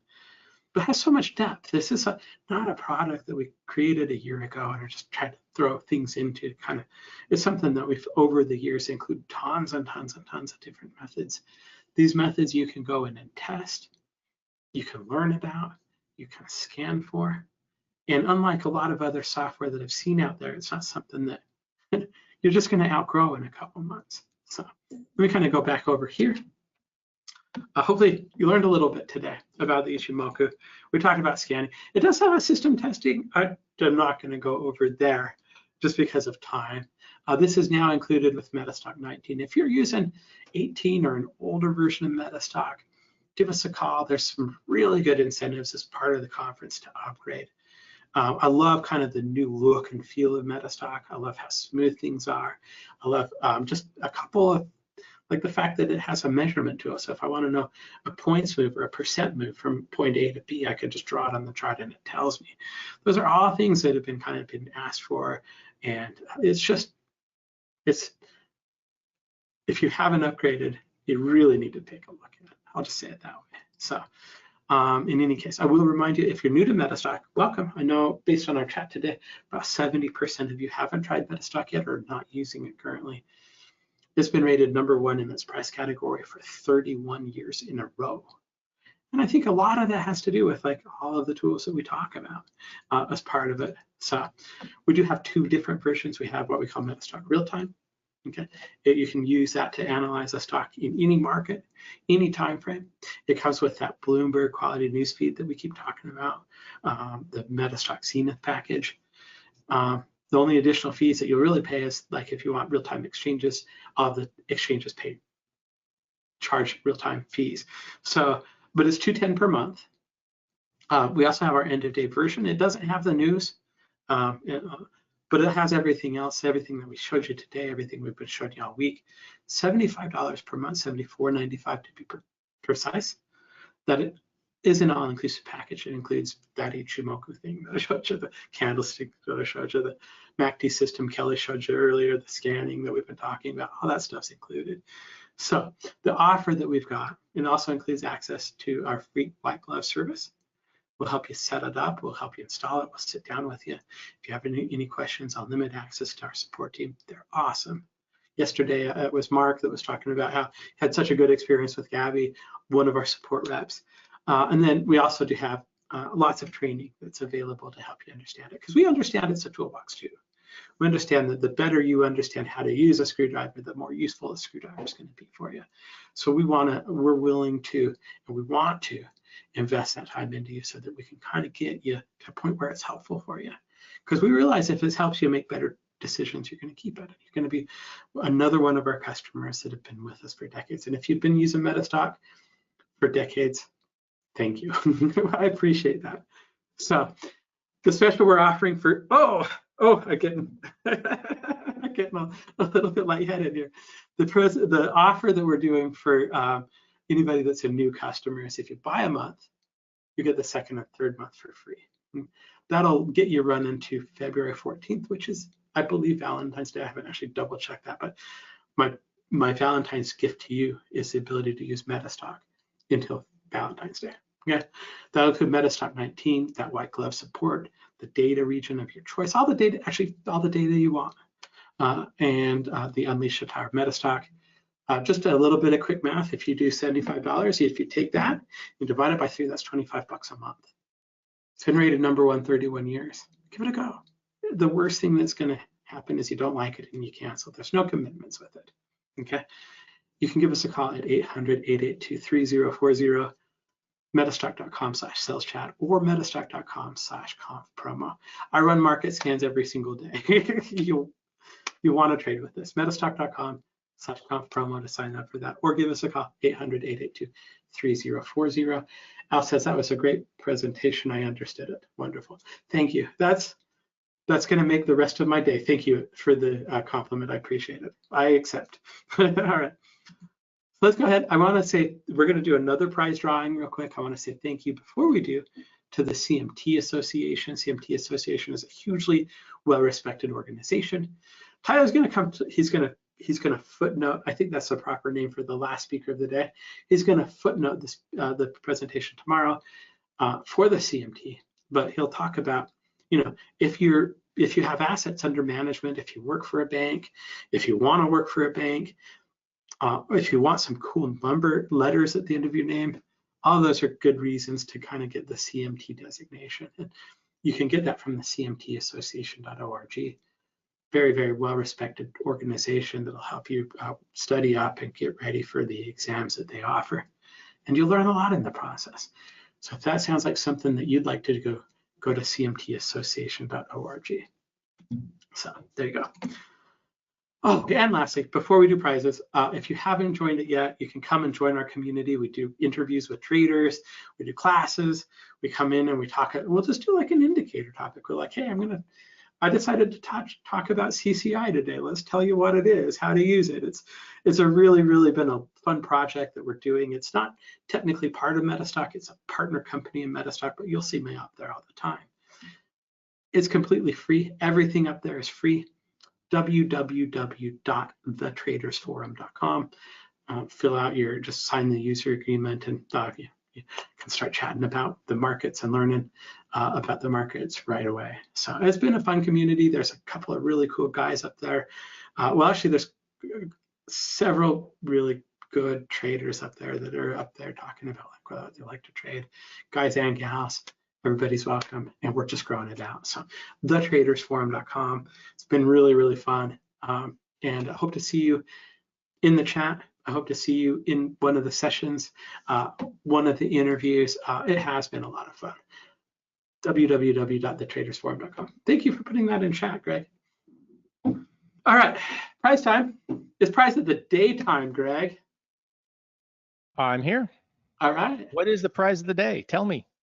Oh, well, you probably can guess. All right. Have you heard about Metastock before? Yeah, Meta, is that the new stock that Facebook? We're the original Metastock, yes. We are the original Metastock. Yeah. Okay, so we're going to give away 3 months of Metastock real time. We're All going right. to give away 3 months of the Metastock data. And I'm going to throw in 3 months of learnmetastock.com, which is a site that you can subscribe to. We actually send all of our new employees to learnmetastock.com to just help them learn everything about the tool. It's a great way to get started. So 3 months of everything for free to a winner now. Now, normally we do the prize of the day by user activity. And normally I pick. I'm going to let you pick this time, Greg. Oh, okay. So I'll just, shall I use your patented method of just sort of scrolling up till you say stop? I am not going to start by telling you what to do. You do it your way. I'll tell you when to just do stop. my Just tell me thing. when you start going. I'm going to say let's pick the very first person that, oh, well, so, okay, yeah. The very first person that commented this morning. Oh, perfect. That's Tom fun. H. Okay. Can you just can you type in a little bit? Thanks, Tom. And then that way that'll put the thing at the very bottom, and that way I can grab the email address. Do you know what I mean? Oh, well, if it's the very first guy, I can find him real quick. Yeah, the very first one. That shouldn't be too hard. I'll look for Tom H, the very first comment. Tom H. I don't even know how you get the email address off of that, but I guess you do, and that's all that counts. Yeah. If you right click on it, you can pull the email. Oh. But only if you're me or you. I don't want anybody under the impression that their email is exposed to everybody. Anyway, thank you very much for the assist. If you also want to get Metastock, it's a great promotion. Metastock.com/conf promo, Metastock.com/sales chat, 800-882-3040. Greg, a big thank you for the assist. And Tom, congratulations. If you're still in the chat, let me know. Just say, hey, I'm glad I won or something. All right. Our footnote speaker, as I just called it today, is Dave Landry. He's going to take us home. Dave hasn't spoken at Metastock for a while, and that's an oversight. I'm glad we invited him. I'm glad we're bringing it in. I do have some very, very fond memories of Dave. I hope he shows you his patented trend identification method. Hopefully that's part of the chart. Hopefully that's part of your, I don't know, it's not really patented, I don't think, but he has a very, very, very visual way of identifying the trend, and I hope he shows it to you, because otherwise I just wasted a little bit of time talking to you about it. Dave, are you with us?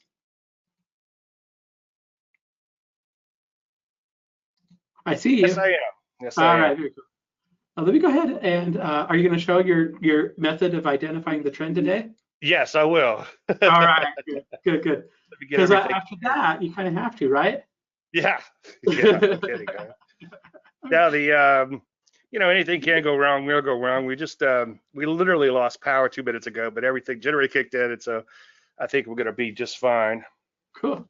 Welcome. You look, I haven't seen it. You look great. Oh, thank you. I can see your screen. I can see you. Yeah, let me get to the slides. Can you see the slides now? I can. Okay, fine. Fantastic. All right. Your turn. Go. Take us home. All right. Well, thank you, Jeffrey. I appreciate the intro there, and thanks to Metastock for having me today. When Jeffrey asked me to talk about this, I got to thinking about it, and you really only need one pattern to be successful. I'm going to get into that in a lot of detail. And I did a presentation a while back, and I had various setups that I used, and I was surprised at how they all were just this one setup. So I'm going to share that with you in just a few seconds. Now, there's a lot of information that I'm going to throw at you today, but if you want the slides from this presentation, which has all the formulas and everything, You can go to davelandry.com/slides. Nothing's going to happen if you put your information in now because I haven't finished. I literally finished the slides about a few minutes ago. So I'll get those uploaded and everything. You also have access to my webinars. So it's not a one and done. If there's something that interests you or you need some follow-up information, of course, you could always email me, dave@davelandry.com. And on most Thursdays, not today because I'm doing this one, but on most Thursdays, I do a webinar, and you can come and participate live and ask questions. So obviously, thanks again to Metastock and Jeffrey. Thanks to all you guys and girls for attending. I appreciate you taking time out of your schedules. There's a disclaimer screen. As you know, you can lose money trading, or as often summing up, borrowing a line from my buddy Greg Morris. All predictions are about the future, and a lot of stuff can happen between now and then. There's all my contact information. Again, my email is dave@davelandry.com. I'll show this again at the end of the presentation. Now, people newer to trading, and then sometimes when you get in a slump, even if you've been trading for a while, you tend to think that you have to know everything about trading, and you really don't have to know everything to be successful. You just need to know one thing and then possibly build on that. Now, we all tend to go through a trader's journey, and I remember many, many years ago, and probably before Jeffrey was born, I had my first version, bought my first version of Metastock, and I just plowed into it, trying to create every indicator and every system in the world. And you just tend to add more and more and more and more indicators, and then you become more and more confused. And if you're not careful, you'll start down a road of studying the complex and arcane, and you'll try to reinvent the wheel. And there's a lot of little simple things out there. And it took me years to reach this point where I simplified it down to just very simple strategies, very simple money management, and of course, a heaping dose of trading psychology to follow it all. But if you're not careful, you can end up in that holy grail hunt, and that could take 5 years to as many as 30 or more. I've had people email me for many, many years, and they never get it. And I keep telling them, just go trade one setup, just do this one thing. And they never do it. They still try to do everything and try to figure out everything and try to catch tops and bottoms and so on and so forth. But the true enlightenment comes, at least for me, and I think for anyone else too, is when you start removing all those indicators and you come back to the blank chart. Now I'm going to show you something really simple in just a few seconds, which is kind of an indicator, so to speak, but I'll explain why it's really more of an illustrator than anything. Anyway, I believe in keeping it simple. There's a cocktail napkin. If you can't write down your trading approach on a cocktail napkin, I would toss it out. And I actually toss those out when I present in public. Years ago, I was in a forum with John Bollinger. He started a forum for professional traders, and he was kind enough to ask me to join. And of course, I joined. And he would always end with a byline: if you advance far enough, you arrive at the beginning. And I wasn't really sure where he got that from. So I asked him, and he said he watched a documentary on Albert Eiler, and they said that he had advanced so far, he came back in at the beginning. And John went on to say that the probably true origin of this is more like something from T.S. Eliot for quartets. We shall not cease from exploration, and the end of all of our exploring, will be to arrive where we started and know the place for the first time. And again, when you get back to that blank chart and just start drawing your big blue arrows, which I think Jeffrey alluded to, you begin to realize, is the market going up? Is the market going down? And is the market going sideways? Now, Bruce Lee once said, I fear not the man who has practiced 10,000 kicks once, but I fear the man who has practiced one kick 10,000 times. And Linda Raschke sums it up by saying, all you need is one pattern to be successful. And today I'll show you that, what I believe is that one pattern. Now let's talk about trends. Years ago, I started drawing blue arrows on the chart, and only because the paint shop program I was using back in the day defaulted to blue. And that was way back in the mid 90s when I was with Trading Markets, which was one of the first websites out there. And I got known for drawing these big blue arrows on the chart. And believe me, this was long after I did all that grail hunting. Now, today I want to talk about Landry Light, which is a very simple indicator. And I always start with a blank chart first, but this little analysis like this can really help you if you want to scan for setups or to see trends that possibly you might not immediately catch with your eye. Now, upside Landry Light, and by the way, it was formerly called Daylight. So if you have Metastock, it's going to be called Daylight in there. And I since changed the name to Landry Light. Years ago, when I first met John Bollinger, we were sitting across from each other at a table at a presentation at our dinner actually. And he said, my wife said, "Who's this guy? He seems like a big deal." And I said, "Well, it's John Bollinger." And she says, "What's his deal?" I said, "He invented an indicator and put his name on it." And she's like, "Well, why don't you do that?" So I went back and started putting my names on some of my strategies and patterns. Anyway, so upside Landry Light, it's just light between the moving average and the price. So the bar lows are greater than the moving average. For downside Landry Light, the highs are less than the moving average. Now, the count can be very useful to help you determine whether or not a market is in trend. Of course, you also eyeball the market, and I'll walk you through a few of those examples in just one second. So if the price bar touches the moving average, then the Landry Light equals 0. If the low is greater than moving average, then Landry Light equals Landry Light plus 1. And if the high is less than the moving average, then Landry Light equals Landry Light minus 1. Now, here's the formula. Again, if you want my slides, you can go to davelerner.com/slides. Give me a day or two to get them up and posted. But that's the actual formula. I added inputs to it, and this is for exponential moving average. You could just change this right here to S for simple moving average. And this was actually written by Metastock. I just added the input, and this comes canned with your Metastock package. So just cut and paste it if you want to change it up a little bit. And when I submitted all this to Jeffrey years ago, I told him just keep it open source. Everything I do, by the way, is open source, and everything, there's nothing that's proprietary. Anyway, Landry Light counts each bar that's above the moving average. You begin your count. You just count the number of bars for upside Landry Light. For downside Landry Light, you count the highs that are below the moving average. And then again, it resets back to 0 when the price bar crosses the moving average. Now, if you plot this as a histogram, it could help you gauge trends.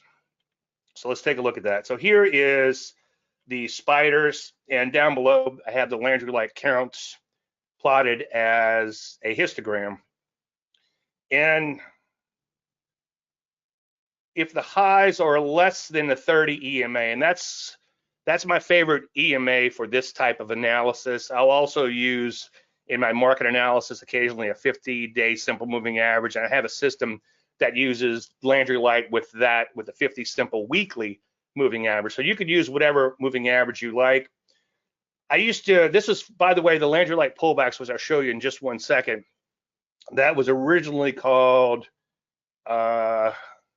Kiss My Goodbye, I believe. Kiss the moving average goodbye, but I've since changed the name to Landry Light pullbacks. But anyway, Tarzan speak, when the highs are less than the moving average, the market is generally in a downtrend, obviously.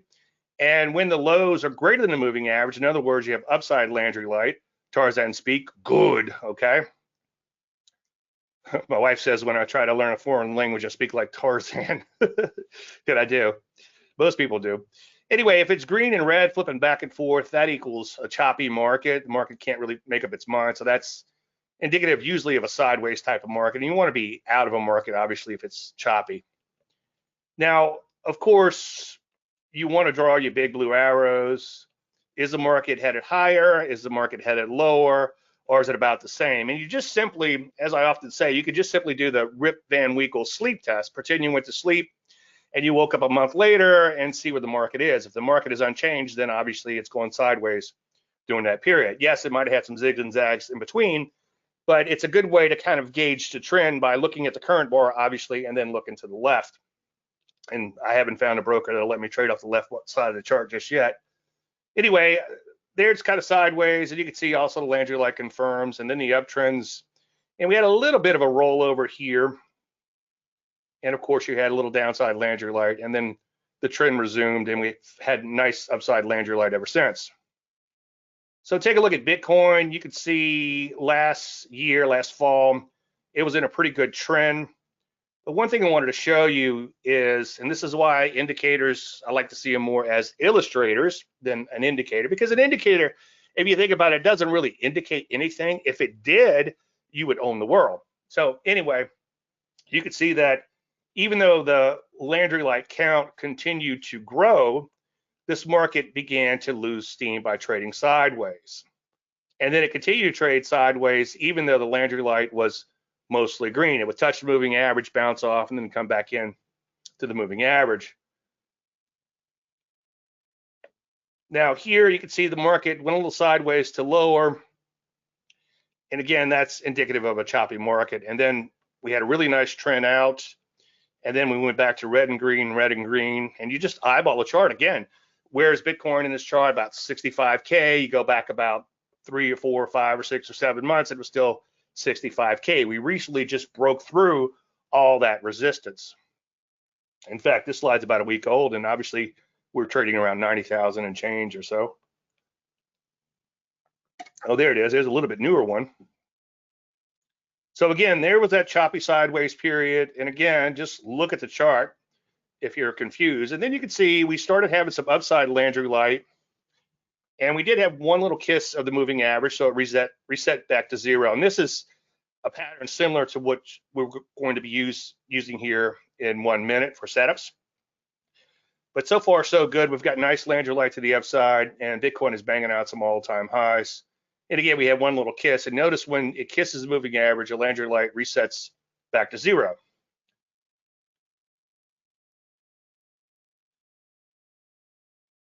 Now, once again, you can see back in September on this chart, Bitcoin sort of topped out, even though the Landry light continued to grow because we're still above the moving average. But again, look at the chart and see that the chart has lost some momentum. And then in more recent times, you can see it made a new high, and the Landry light count continued higher because notice these lows here are greater than the moving average, okay? And then it pulls back to the moving average, and the Landry light count goes back to zero. Now let's talk about the setup. The market must have 10 to 20 bars of upside Landry light. Ideally, you want about 20 bars. That's about a month's worth of trading, but sometimes markets will take off quickly. So if it takes off quickly in a sharp angle, then you could be a little closer to that 10 parameter. But ideally, again, you want about 20 bars of upside Landry light. If you wanted to short, it would be just the opposite, 20 bars of downside Landry light, meaning 20 bars where the highs were less than the moving average. And I'll show you plenty of examples. Now, again, as I've kind of preached so far, you also want to confirm that the market is trending and draw your blue arrows. Now, the market must then pull back to touch the moving average. That means Landry light equals zero. As you can see, it would be pretty easy to scan for this. You would say, you would look for Landry light equals zero today, and then go back a few days and see if you had the Landry light coming into that intersection of the moving average. Now, you want to go long above the recent highs. When you enter a stock, you want to make sure your entry is high enough to avoid the noise alone. I realize I'm going to throw a lot at you today. If you wanted to actually see where I put my entries, I have years and years and years of archives. If you go to davelandry.com, easy for me to say, /archives, you can look at the archives from my trading service. And if there's something worth trading, I put out a recommendation daily. If there's nothing, I tell everybody to sit in their hands. But you can go back many years. All the examples I'm going to show you today came straight from that. In fact, I actually spent a lot of time on those pages finding those examples to look at my entries and exits and so forth. But you want to go long above the recent high or highs following the hybrid money and position management system. And I'm going to touch upon the money management in just a few minutes. So here's one. Unfortunately, I always like to show live examples, but unfortunately, this one stopped out, and the other one I'm going to show you just stopped out for what I call the better than the poke in the eye trade. And that's when you get a swing trade profit out and then stop out on the rest. But anyway, you can see in this case, we had lots of upside, Landry light, and then the stock pulls back to the moving average. Bigger picture, you might recognize this is a cup and handle type pattern. Also, it's an IPO. IPOs tend to get really hot whenever they're making new highs. I have another pattern that's actually more simple than this one. You're only looking for a closing high. But anyway, you can see it pulls back to the moving average. And the reason that I use that breakout system in IPOs is when they first make a closing high, with quite a few caveats after at least 5 days of trading, they tend to keep on keeping on because everybody is happy. But before I digress too far, you can see we pull back to the moving average, and that's the entire pattern right there. And then the Landry light again goes back to 0. So here were the parameters, and this is based on a 100K account. I do actually take these trades myself, at least in the model account, what I call my model account. So if I'm recommending 400 shares, I will put on 400 shares. And when it hits the initial profit target, I take off half of that. In this case, it was 200. And if you attend the weekend charts, DaveLandry.com/webinar, again, you could, or just webinar, not webinar again, you could see a lot of the webinars I did or join us live, and you'll see where a lot of times I'll actually show the actual trades in the webinar. Anyway, the entry was there, and as I said earlier, you want to give it a little wiggle room to avoid being triggered in on noise alone. And the initial profit target was up here, and then obviously you always want to use a stop on your trade. So let's take a look at what happened. So we entered a few days, and it took off and it hit that initial profit target. When that happens, in this case, because we were trading on a 100K account, hypothetical in this case, but I did take 400 trades in this one account to match what I recommend, okay? So I practice what I preach, obviously. You take half your shares off. In this case, on a 100K account, you would have a 1% gain overall in your account, or $1,000. And then you bring your stop up to break even. I'll walk you through the money management in just 1 second, but if you kind of pay attention to the money management as I walk through these setups, it'll make a little more sense. Now, the worst thing can happen, barring overnight gaps, in a situation like this is you break even on the second loaf. And again, we just stopped out a few minutes ago on this one.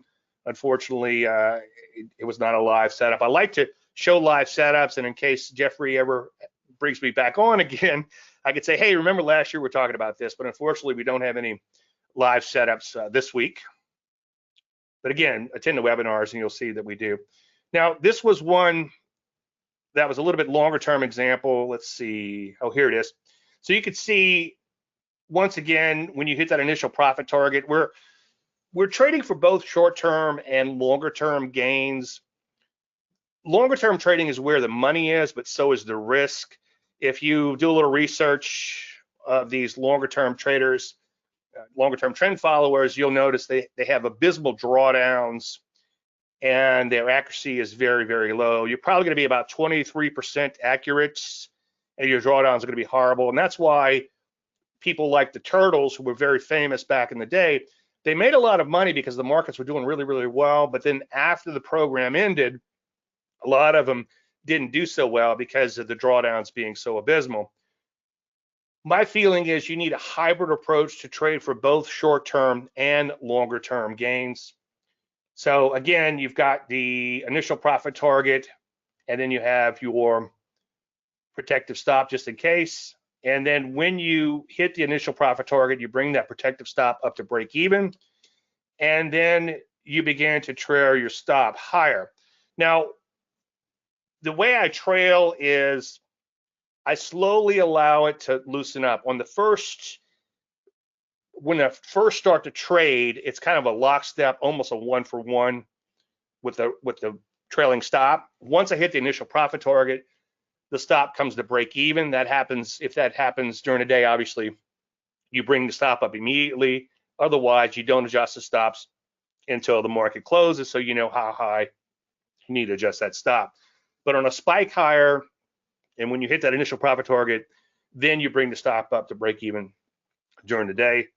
And you only move the stop higher when the stock moves higher. If it moves higher by like a little bit, I call that keep the change, and I don't bother adjusting the stop. And that lets that stop widen out gradually over time. And in other cases, let's say I'm blessed and a stock like this goes up 3 points in one day, I might only bring my stop up 2 points on the remaining shares, and that allows that stop to open up 1 point. And what we're trying to do is we're trying to make that transition to that longer term trading trailing stop. So we're becoming more like we're changing hats from the short term trader to a longer term trader, and that's where the real money is. And you could see, just looking at this chart here, I'm just kind of eyeballing, I've forgotten how bad this drawdown was, but this drawdown was pretty significant, but that's what it takes to ride out these longer term trends. But if you just jump into a trade and you try to give it a big wide loose stop, then the chances are you're going to lose a lot of money on the trade, and it's going to take a long time before you catch a few winners like this to make it all worthwhile. But if you could trade for both a swing trade setup and a longer term trade, then you sort of have your cake and eat it too. And not to digress too far, but I've been asked, is that psychological or statistical? And my answer is yes. The psychology sort of fills the, not to go all freshman psychology on you, next to Wi-Fi, those Maslow's hierarchy of needs, the shorter term profit kind of fills that need that you have. And then a longer term is kind of like the more self-actualization, where you're making really good money and you're feeling really good about things in your account grows. If you trade for pure short-term trends, such as swing trading, that's fine, but occasionally you're going to get whacked because bad things can happen in a market over a short period of time. However, in general, it takes a long time to catch a really, really, really good trend. And I'm talking 300, 400, 500% type of trend where you stayed it for years and years. And I'll show you one of those in just 1 second. But yes, you will spend a lot of times where you get that initial profit target and then you stop out and you just keep chipping away, and that kind of keeps your head above the water, or keeps the lights on, so to speak, until you eventually knock it out the park. So again, we're making that transition to the longer term trend follower. I kind of wanted to combine both the money management and the setup together so you can see how it works longer term. Anyway, you can see we eventually got stopped out on this about a year almost in the trade. And people say, Dave, what's your holding period? And I tell people 10 years, hopefully much longer. I want to stay in the stock as long as possible, but obviously the money management will often take me out much sooner than that. Now, this was a new issue, and it didn't quite get to the 30 because we didn't have enough trading days for the 30. So I also plotted the 20-day exponential in this particular case. And then a Landry light below, and you can see it's still called daylight down here, is also based on 20 days. That was the original pattern, by the way. I just tend to like the 30 a little bit better, but you could use a 20 simple, especially with something like an IPO. But again, you can see the lows are greater than the moving average. We had a nice thrust higher, followed by a pullback to the moving average. Now, in this case, I called it a first steep retracement. As I said earlier, when I was looking at through a bunch of recent trades not that long ago, I noticed that they all were Landry light pullbacks, even though I called them different things. They have different ways of defining them. A first steep retracement is simply when you have an IPO that begins to take off sharply, and then it has a sharp correction. That's usually a good time to enter a market. In this particular case, like a lot of other my setups, it was also a Landry light pullback. So the entry is there, the stop is there, and the initial profit target is there. And this is actually a screenshot from my service, and it was first recommended on 5:30. So if you go in and look at the archives, if you look at the archive for 5:29 or 5:31, somewhere around this time here, you'll see this actual setup, and then you'll see what happens in how I manage the trade over the next several weeks. Anyway, you can see it did hit that initial profit target, and it took a little while, but it did get up to it did get there. And in that case, again, you're going to bank half, and that would be $1,000 on a 100K account, less if you have a small account, and more if you have a bigger account, obviously. And again, I do take these trades, and I actually take them across multiple accounts. But whatever the share size was on this, 400 shares, I think, memory serves, I'll actually put that in what I call my model account, so I have trades to show you. Anyway, once the initial profit target is hit, again, you're bringing that stop up to break even, and then you're trailing the stop higher. And you can see we eventually got stopped out on that position. Now, here's another one. You can see now this is a nice trend. Again, you want to look at the chart too. Don't just look at the Landry light down here. Also look at the chart, and you can see we stayed green for months and months and months. And then also we began to accelerate higher. Another thing you want to notice is that this stock persisted higher. It tends to go up day after day. You can draw a line through the bars. Mathematically, that's equivalent to linear regression. I just like to draw a line through the bars to show it, or usually I just eyeball it, as I've done here. But you can see we had the Landry light down below, and in this case, it was a little bit less than 20 bars, or right at 20 bars, but this thing also accelerated higher, and the big blue arrow had been pointing higher for a long, long time. And again, it pulls back to the moving average. You can see it goes to zero. The Landry light goes to zero down here. You had a couple of bars here, but then it came back in. Entry was there, stop was here, initial profit target was here. Now, one thing you'll notice here is you were up $400 in the first couple of days in the trade, then you were down $360, then you were up $2,000 and you banked $1,000 of that. And then on the remainder, you were up $1,700, and I forget exactly where we stopped out on the rest. But the point is that you're going to have zigs and zags, and you're going to have to live through them. And that kind of dovetails into the psychology, which I'll touch upon towards the end, is that you just have to follow it, and you have to take the good with the bad. And by the way, all trades eventually end badly, okay? In the end, you're going to give up some open profits if you're trying to catch these longer term trends.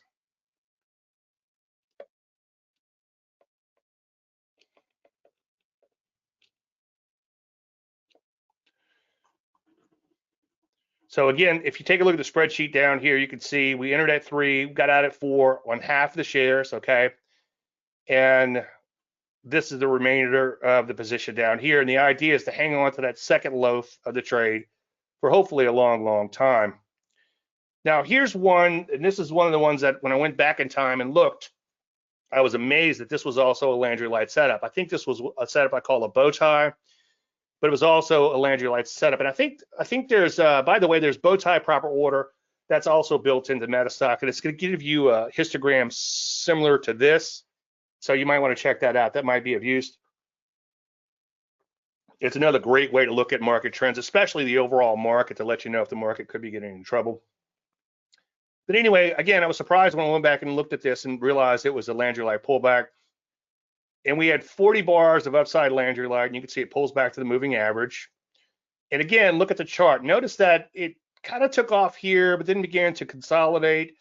But then it began to accelerate higher. And again, that persistency, notice that for the most part, it goes up bar after bar, and you could draw a line through those bars. And again, mathematically, that's equivalent to linear regression.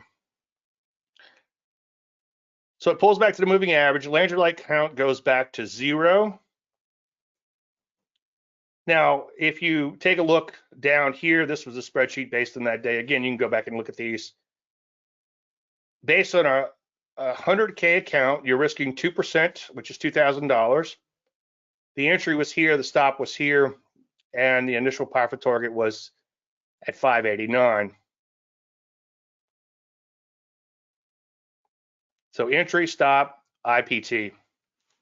Now this one was pretty amazing. So the buy was here, and it took a while, a couple of weeks, or maybe even a month or so to hit that initial profit target.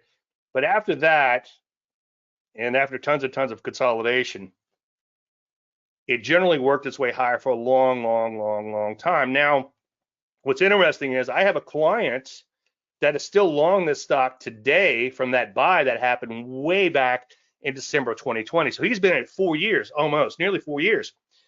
And the reason he's still in it is because I didn't adjust the stop to compensate for the dividends that this stock has. Rarely do I buy a stock that has dividends. And if it is, it's negligible. It's no big deal. It's a few cents or whatever. So I don't even bother adjusting the stop. But what he did was whenever this stock paid a dividend, and I believe if memory serves, I got about $1,900 worth of dividends off of this trade, which was shocking to me because I've never made any money to speak of dividends in a trade. But anyway, instead of raising the stop when the stock went higher or as it went higher, he would adjust for the dividend. So if it paid off a 25-cent dividend or whatever it was, he would leave that stop alone and not bump it up with the price movement by 25 cents at least. So he would let that stop widen by 25% whenever the stock went ex-dividend. And hopefully that makes sense. So eventually, again, we got stopped out on this one. At one point, we were up over 500%, and I forget the exact numbers where we stopped out, but it was pretty substantial, and it was roughly about 20K, again, on that 100K model. And I have some older presentations where I show all the actual brokerage statements on that for the trades. Now, I'm showing you something that I think is really, really cool. Don't rush out and trade this tomorrow. You want to do your own due diligence, okay? It should be DO, your due diligence. You want to find some setups that worked, obviously, but you also want to find some that failed miserably. And you also want to make sure you're seeing all those things I talked about. You might see a setup where this stock just kind of goes sideways and hits a moving average and qualifies or quantifies, if you want to look at it from that standpoint. But the fact that it's not really trending and accelerating higher and persisting higher and all those great things, you probably don't want to take the setup. I'll see people show setups that fit the rules to my stuff, but they look nothing like a setup that I would ever take. So make sure you're picking the best and leaving the rest, obviously. But you also want to especially find some really good ones that failed.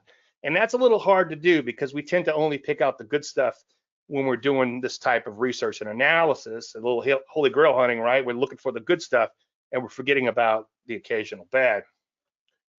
And again, you want to make sure you're picking the best and leaving the rest. Now, of course, and again, not to beat the dead horse, but you want to make sure you're eyeballing the trend, and you also want to make sure, of course, you're drawing your big blue arrows.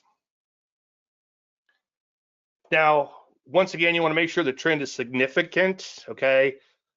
Sometimes somebody will show me a stock that goes up 2 points over a period of time, and it's a less volatile stock, and it looks like this huge move higher, but it's only a couple of points, which is like 1% or 2% or whatever on the stock, and it's not necessarily a stock that you want to trade, or it isn't a stock you want to trade. Make sure you have a significant trend. If you go back and look at those archives, davelearner.com/archives, or go back, if you get the slides from this presentation, measure the moves that I used for those stock picks that I put in my trading service. And again, everything I'm showing you here today was a direct recommendation from the trading service. So again, you want persistency and acceleration. Persistency is one of the most powerful things I've seen when it comes to markets. It means there's just this constant demand for the market. Now, again, go out and find your own setups. But if you go to my archives at davelearner.com/archives, that would be a good spot for free, okay? You can learn the setup, you can learn the money management, and maybe a little bit of psychology behind all this stuff. All right, let's talk a little bit about the money management. So again, we're going to risk 2% of your account value on each trade, okay? Now, that's based on the stop distance. So if you're using a 1-point stop and you've got a 100K account, that would be $2,000, as I've showed you in the prior examples. So that's not to say that you go out and buy 2% of the stock. Your share sizes are going to vary depending on the distance of the stop. Now, your stop is going to be based on the volatility of the stock. You need to ask yourself 2 questions. How wide does that stop need to be to ride out the short-term noise of the market? If a stock is bouncing around 3 or 4 or 5 points a day, and you go in and you only want to risk 1 point, I can all but guarantee you you're going to get stopped out on that noise alone. So you really need to look at the volatility of the market. A lot of people ask me, Dave, do you use ATR, average true range? And the answer is no, but if you sort of look at where I eyeball my stocks, it would probably look something like average true range. I look at the historical volatility of the market, which you should have built in to Metastock somewhere under my name, and I didn't come up with the formula. And if you don't have it, you can Google it. It's on the internet. It's a short formula. And that kind of gives me a gauge where I can look at where the S&P 500 is. S&P 500, I think, is about 16 right now. And I can look at a stock and say, okay, the stock is 45, so it's about 3 times roughly more volatile than the S&P 500. And that's where you're going to find your most value from a momentum standpoint. You're not going to beat the market as a general statement with stocks that have lower volatility than the overall market. And one reason is because they don't move enough. And the second reason is you occasionally will get whacked in any stock. And if you're trading a lower volatility stock, you're going to put on more shares because of your stop distance. So hopefully that makes some sense. But in general, you want to be in more volatile stocks. And with the volatility comes a widening of the stop. Now you're going to take partial profits, that's half, when your reward equals your initial risk. So if you're risking 5 points in a trade, when you're up 5, you're going to take off half of your shares. Now, a lot of people say, well, Dave, doesn't that have a negative expectancy? And I got an alarm going off for the trading. Let me just shut this down so it doesn't bother us too much. There's another one to go off in a few minutes too. Now, people say again, doesn't that have a negative expectancy? Meaning that you're making a little bit and risking a lot. Well, it has a little bit of that characteristic early on, but the real money is in the second loaf. Once that trade begins to take off, and I hate to use the word hope, but hopefully goes a long, long ways, then that's where you make up for that potential negative expectancy. And I don't put any limits on how much I want to make on the second loaf of the trade. Now, the first loaf is based on the stop distance or whatever, and whatever that may be. Let's say if the stop is 20% away, I'll take 20% profits. I know that sounds kind of crazy, but if you go back and look at like that ALRP trade, the stop is right here, but that was like a 20 or 30% stop, even though it's only that far away when you're looking at the chart. So it's whatever the stock calls for, again, based on the volatility. Now, the beauty of this is if the trend materializes, you're still in. If it doesn't materialize, at least you made something, barring overnight gaps. So those last 2 trades I showed you, which were supposed to be live trades, the ZK and the CLOV, they both stopped out for what I call better than the poke in the eye trade. You make 1% on the first loaf and then break even, or maybe a little bit on the second loaf from being stopped out from the trailing stop. So what you then do, once you get that swing trade profit out, is you slowly make that transition to the longer term trader. Again, there's a couple things I do there. Keep the change, as I mentioned earlier. If the market goes up a little bit, let's say it's a higher price stock, let's say 40 or 50 bucks a share, and it goes up 20 or 30 or 40 cents or whatever, I might just leave the stop where it is and not adjust it higher, thereby opening up by that amount. And again, another way of doing this would be like when you're blessed with a big move higher, let's say 3-point move higher, you might only move that stop up 2 points. So on your first loaf, it's going to be more of like a stair step. Although in more recent years, I've been a little bit more lenient on that stop too. But as a general statement, you want to stair step it higher. If it goes up 1 point, then you go up 1 point on that. And that's the initial stop. And then you begin to gradually, again, loosen that stop, that trailing stop over time, once you take those initial profit targets and your stop is up to break even.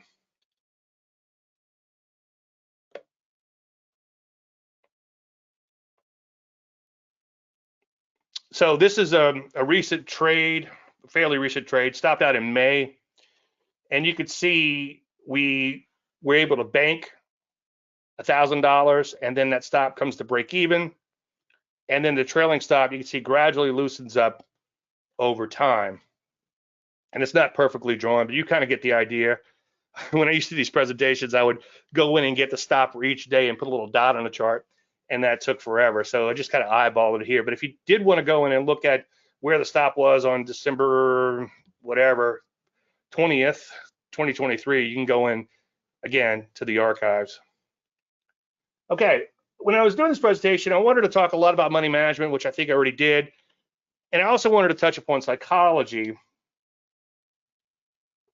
Now, I spend hours and hours and hours talking about trading psychology, and also a little bit about neurology, which I'll introduce to you in just one second.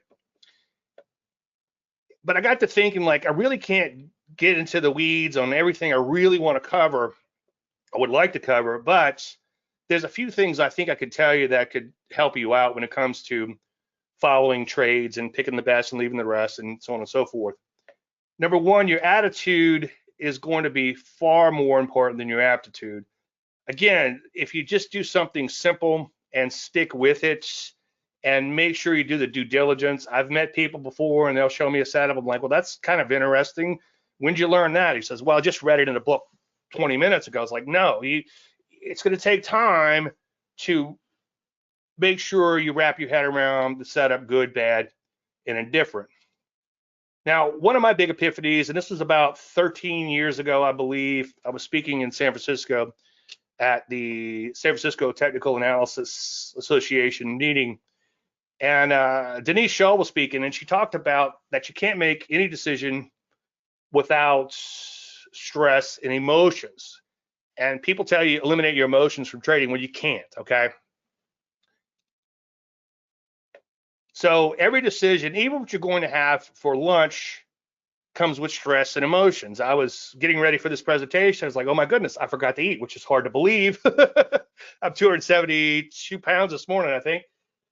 And it's hard to believe I'd forget to eat, but I totally forgot to eat. So it's like, I got to think, it's like, I gotta eat something quick, but I certainly can't cook something up, or I don't want to eat something that's gonna affect me in my presentation. So it's like all this emotion went into such a simple decision. And I think if you start recognizing how much emotions goes into every little decision about your life, you're going to begin to wrap your head around the fact that you can't separate that emotion from your trading. You have to embrace it. Now, one presentation I often do and talk a lot about is the fact that you're influenced a lot by extraneous influences when it comes to the market. And let's say you have a fight with your spouse or significant other or both, and then you're like, you go in and all of a sudden you think, oh, I'm just going to trade and make a bunch of money. I'll show her. And then you end up thinking, well, she'll never know.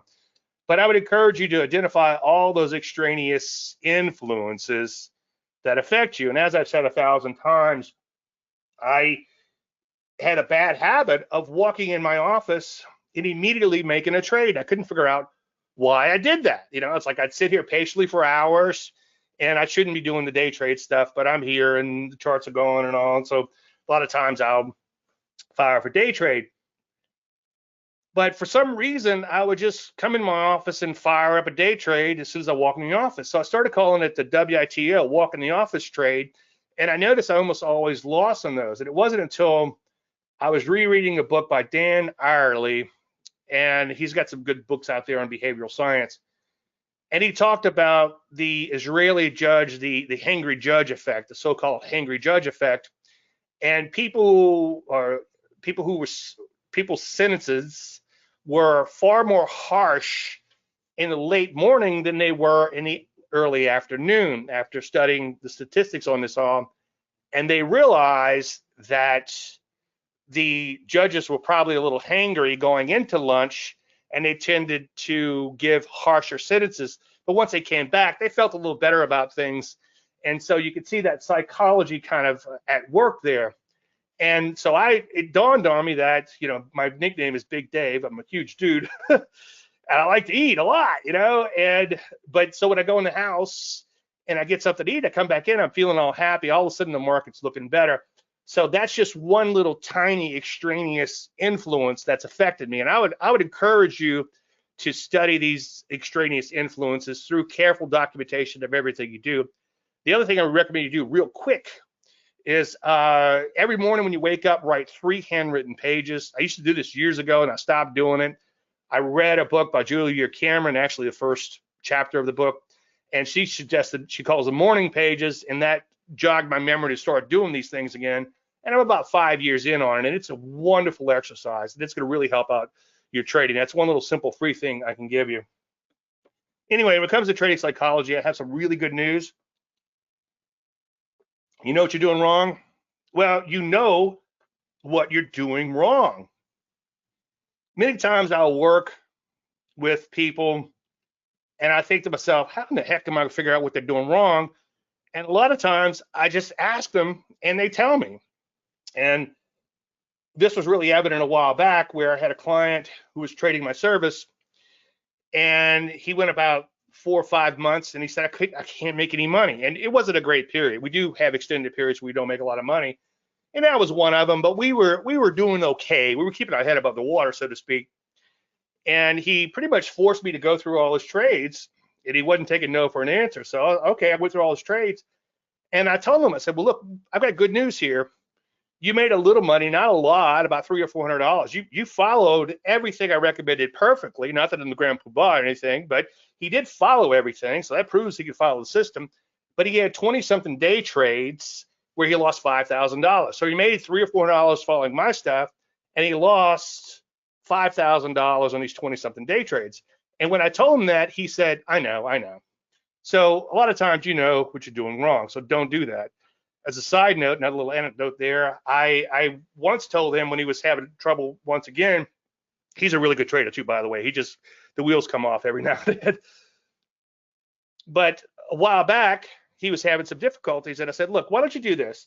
Tell your wife you found this guy, Dave. Again, he's not the grand poobah or anything, but just follow everything to a T and tell her there's going to be ups, there's going to be downs, there's going to be losses. There's nothing magical about this, okay? But overall, in longer term, we should do okay. And show her everything you do and show her when you don't do what you're supposed to do, whatever.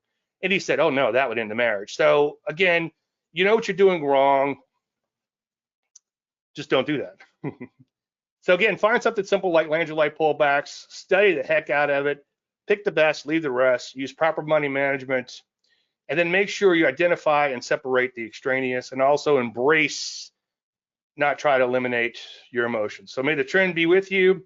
Again, if you need my slides, davelandry.com/metastock. They're not there right now, but they will be eventually, or davelandry.com/slides, davelandry.com/slides.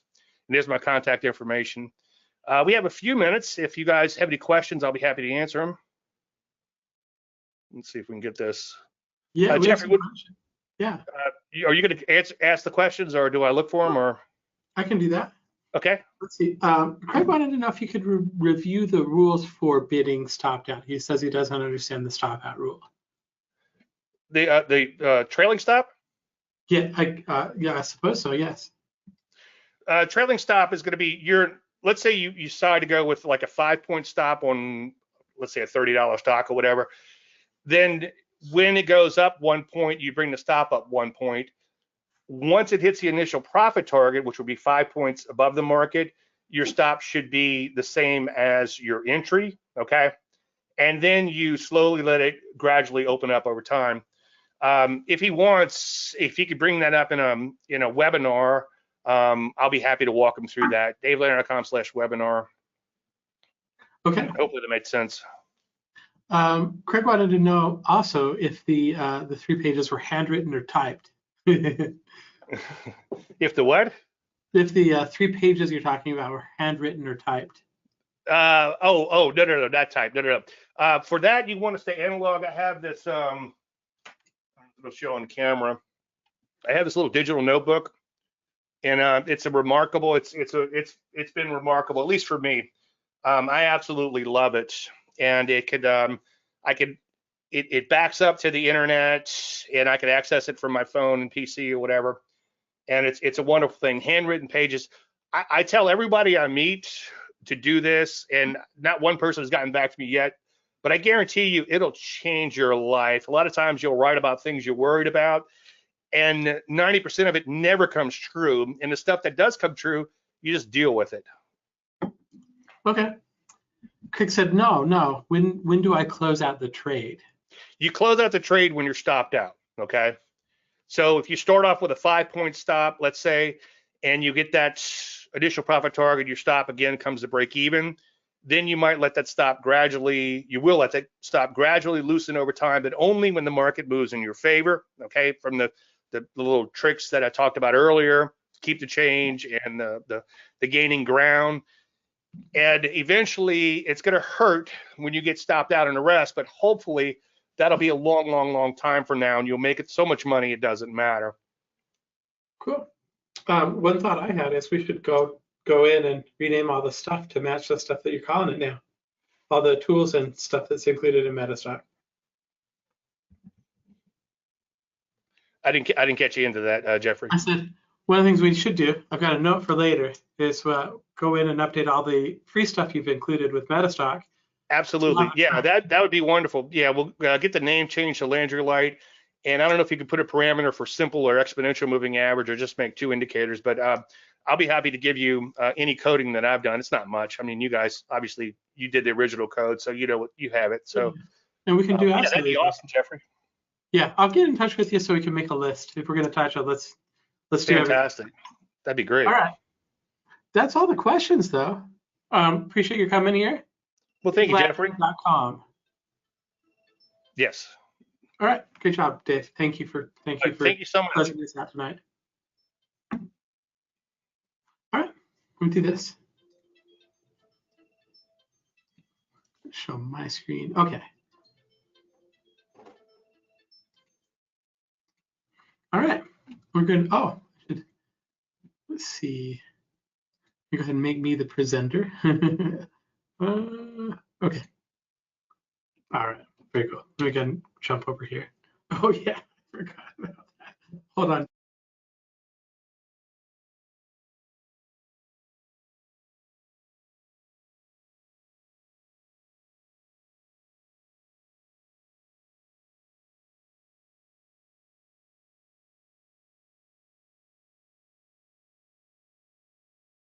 All right. That's a little bit better. There we go. Another great day today. I hope you enjoyed it. We have another really good lineup tomorrow. We go for about 4 hours. We're going to have Tyler Wood, Alex Cole, Tyler Wood again. Quite a lineup. We're going to be here for another Kevin Nelson of Learn Metastock. So come back. We'll see you again tomorrow for about 4 or 5 hours.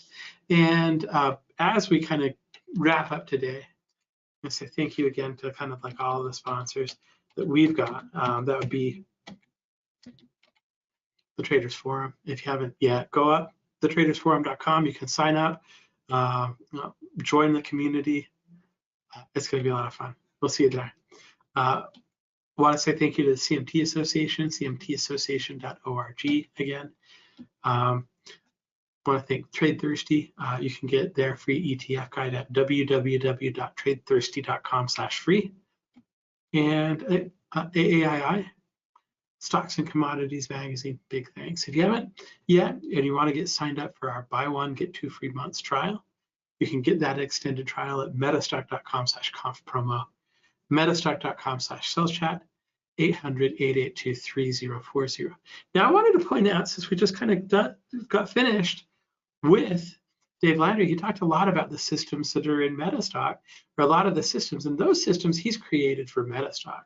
So I'm going to just basically kind of highlight those real quick. I'm just going to come in here. Oh, no, I'll just do it through the Expert Advisor. We'll type in Landry right here. And you've got his bow tie pattern, the daylight pullback, the first kiss after daylight, the generic pullback, the kiss ma goodbye, the trend knockout. Those are systems that we've created with Dave Landry that he's just given to everybody that's a Metastock customer. So if you have Metastock, those systems are actually included. The scans are included. You can go in. There's expert advisors. Again, just so much stuff you can do in Metastock. So if you want to get that extended trial, go to metastock.com/conf-promo, go to metastock.com/saleschat, 800-882-3040. Mike says, thanks for all the time and effort. Thank you for being here, Mike. Appreciate it. If you need anything from me, let me know. Stay healthy. Stay well. Take care of yourself. I'll see you tomorrow.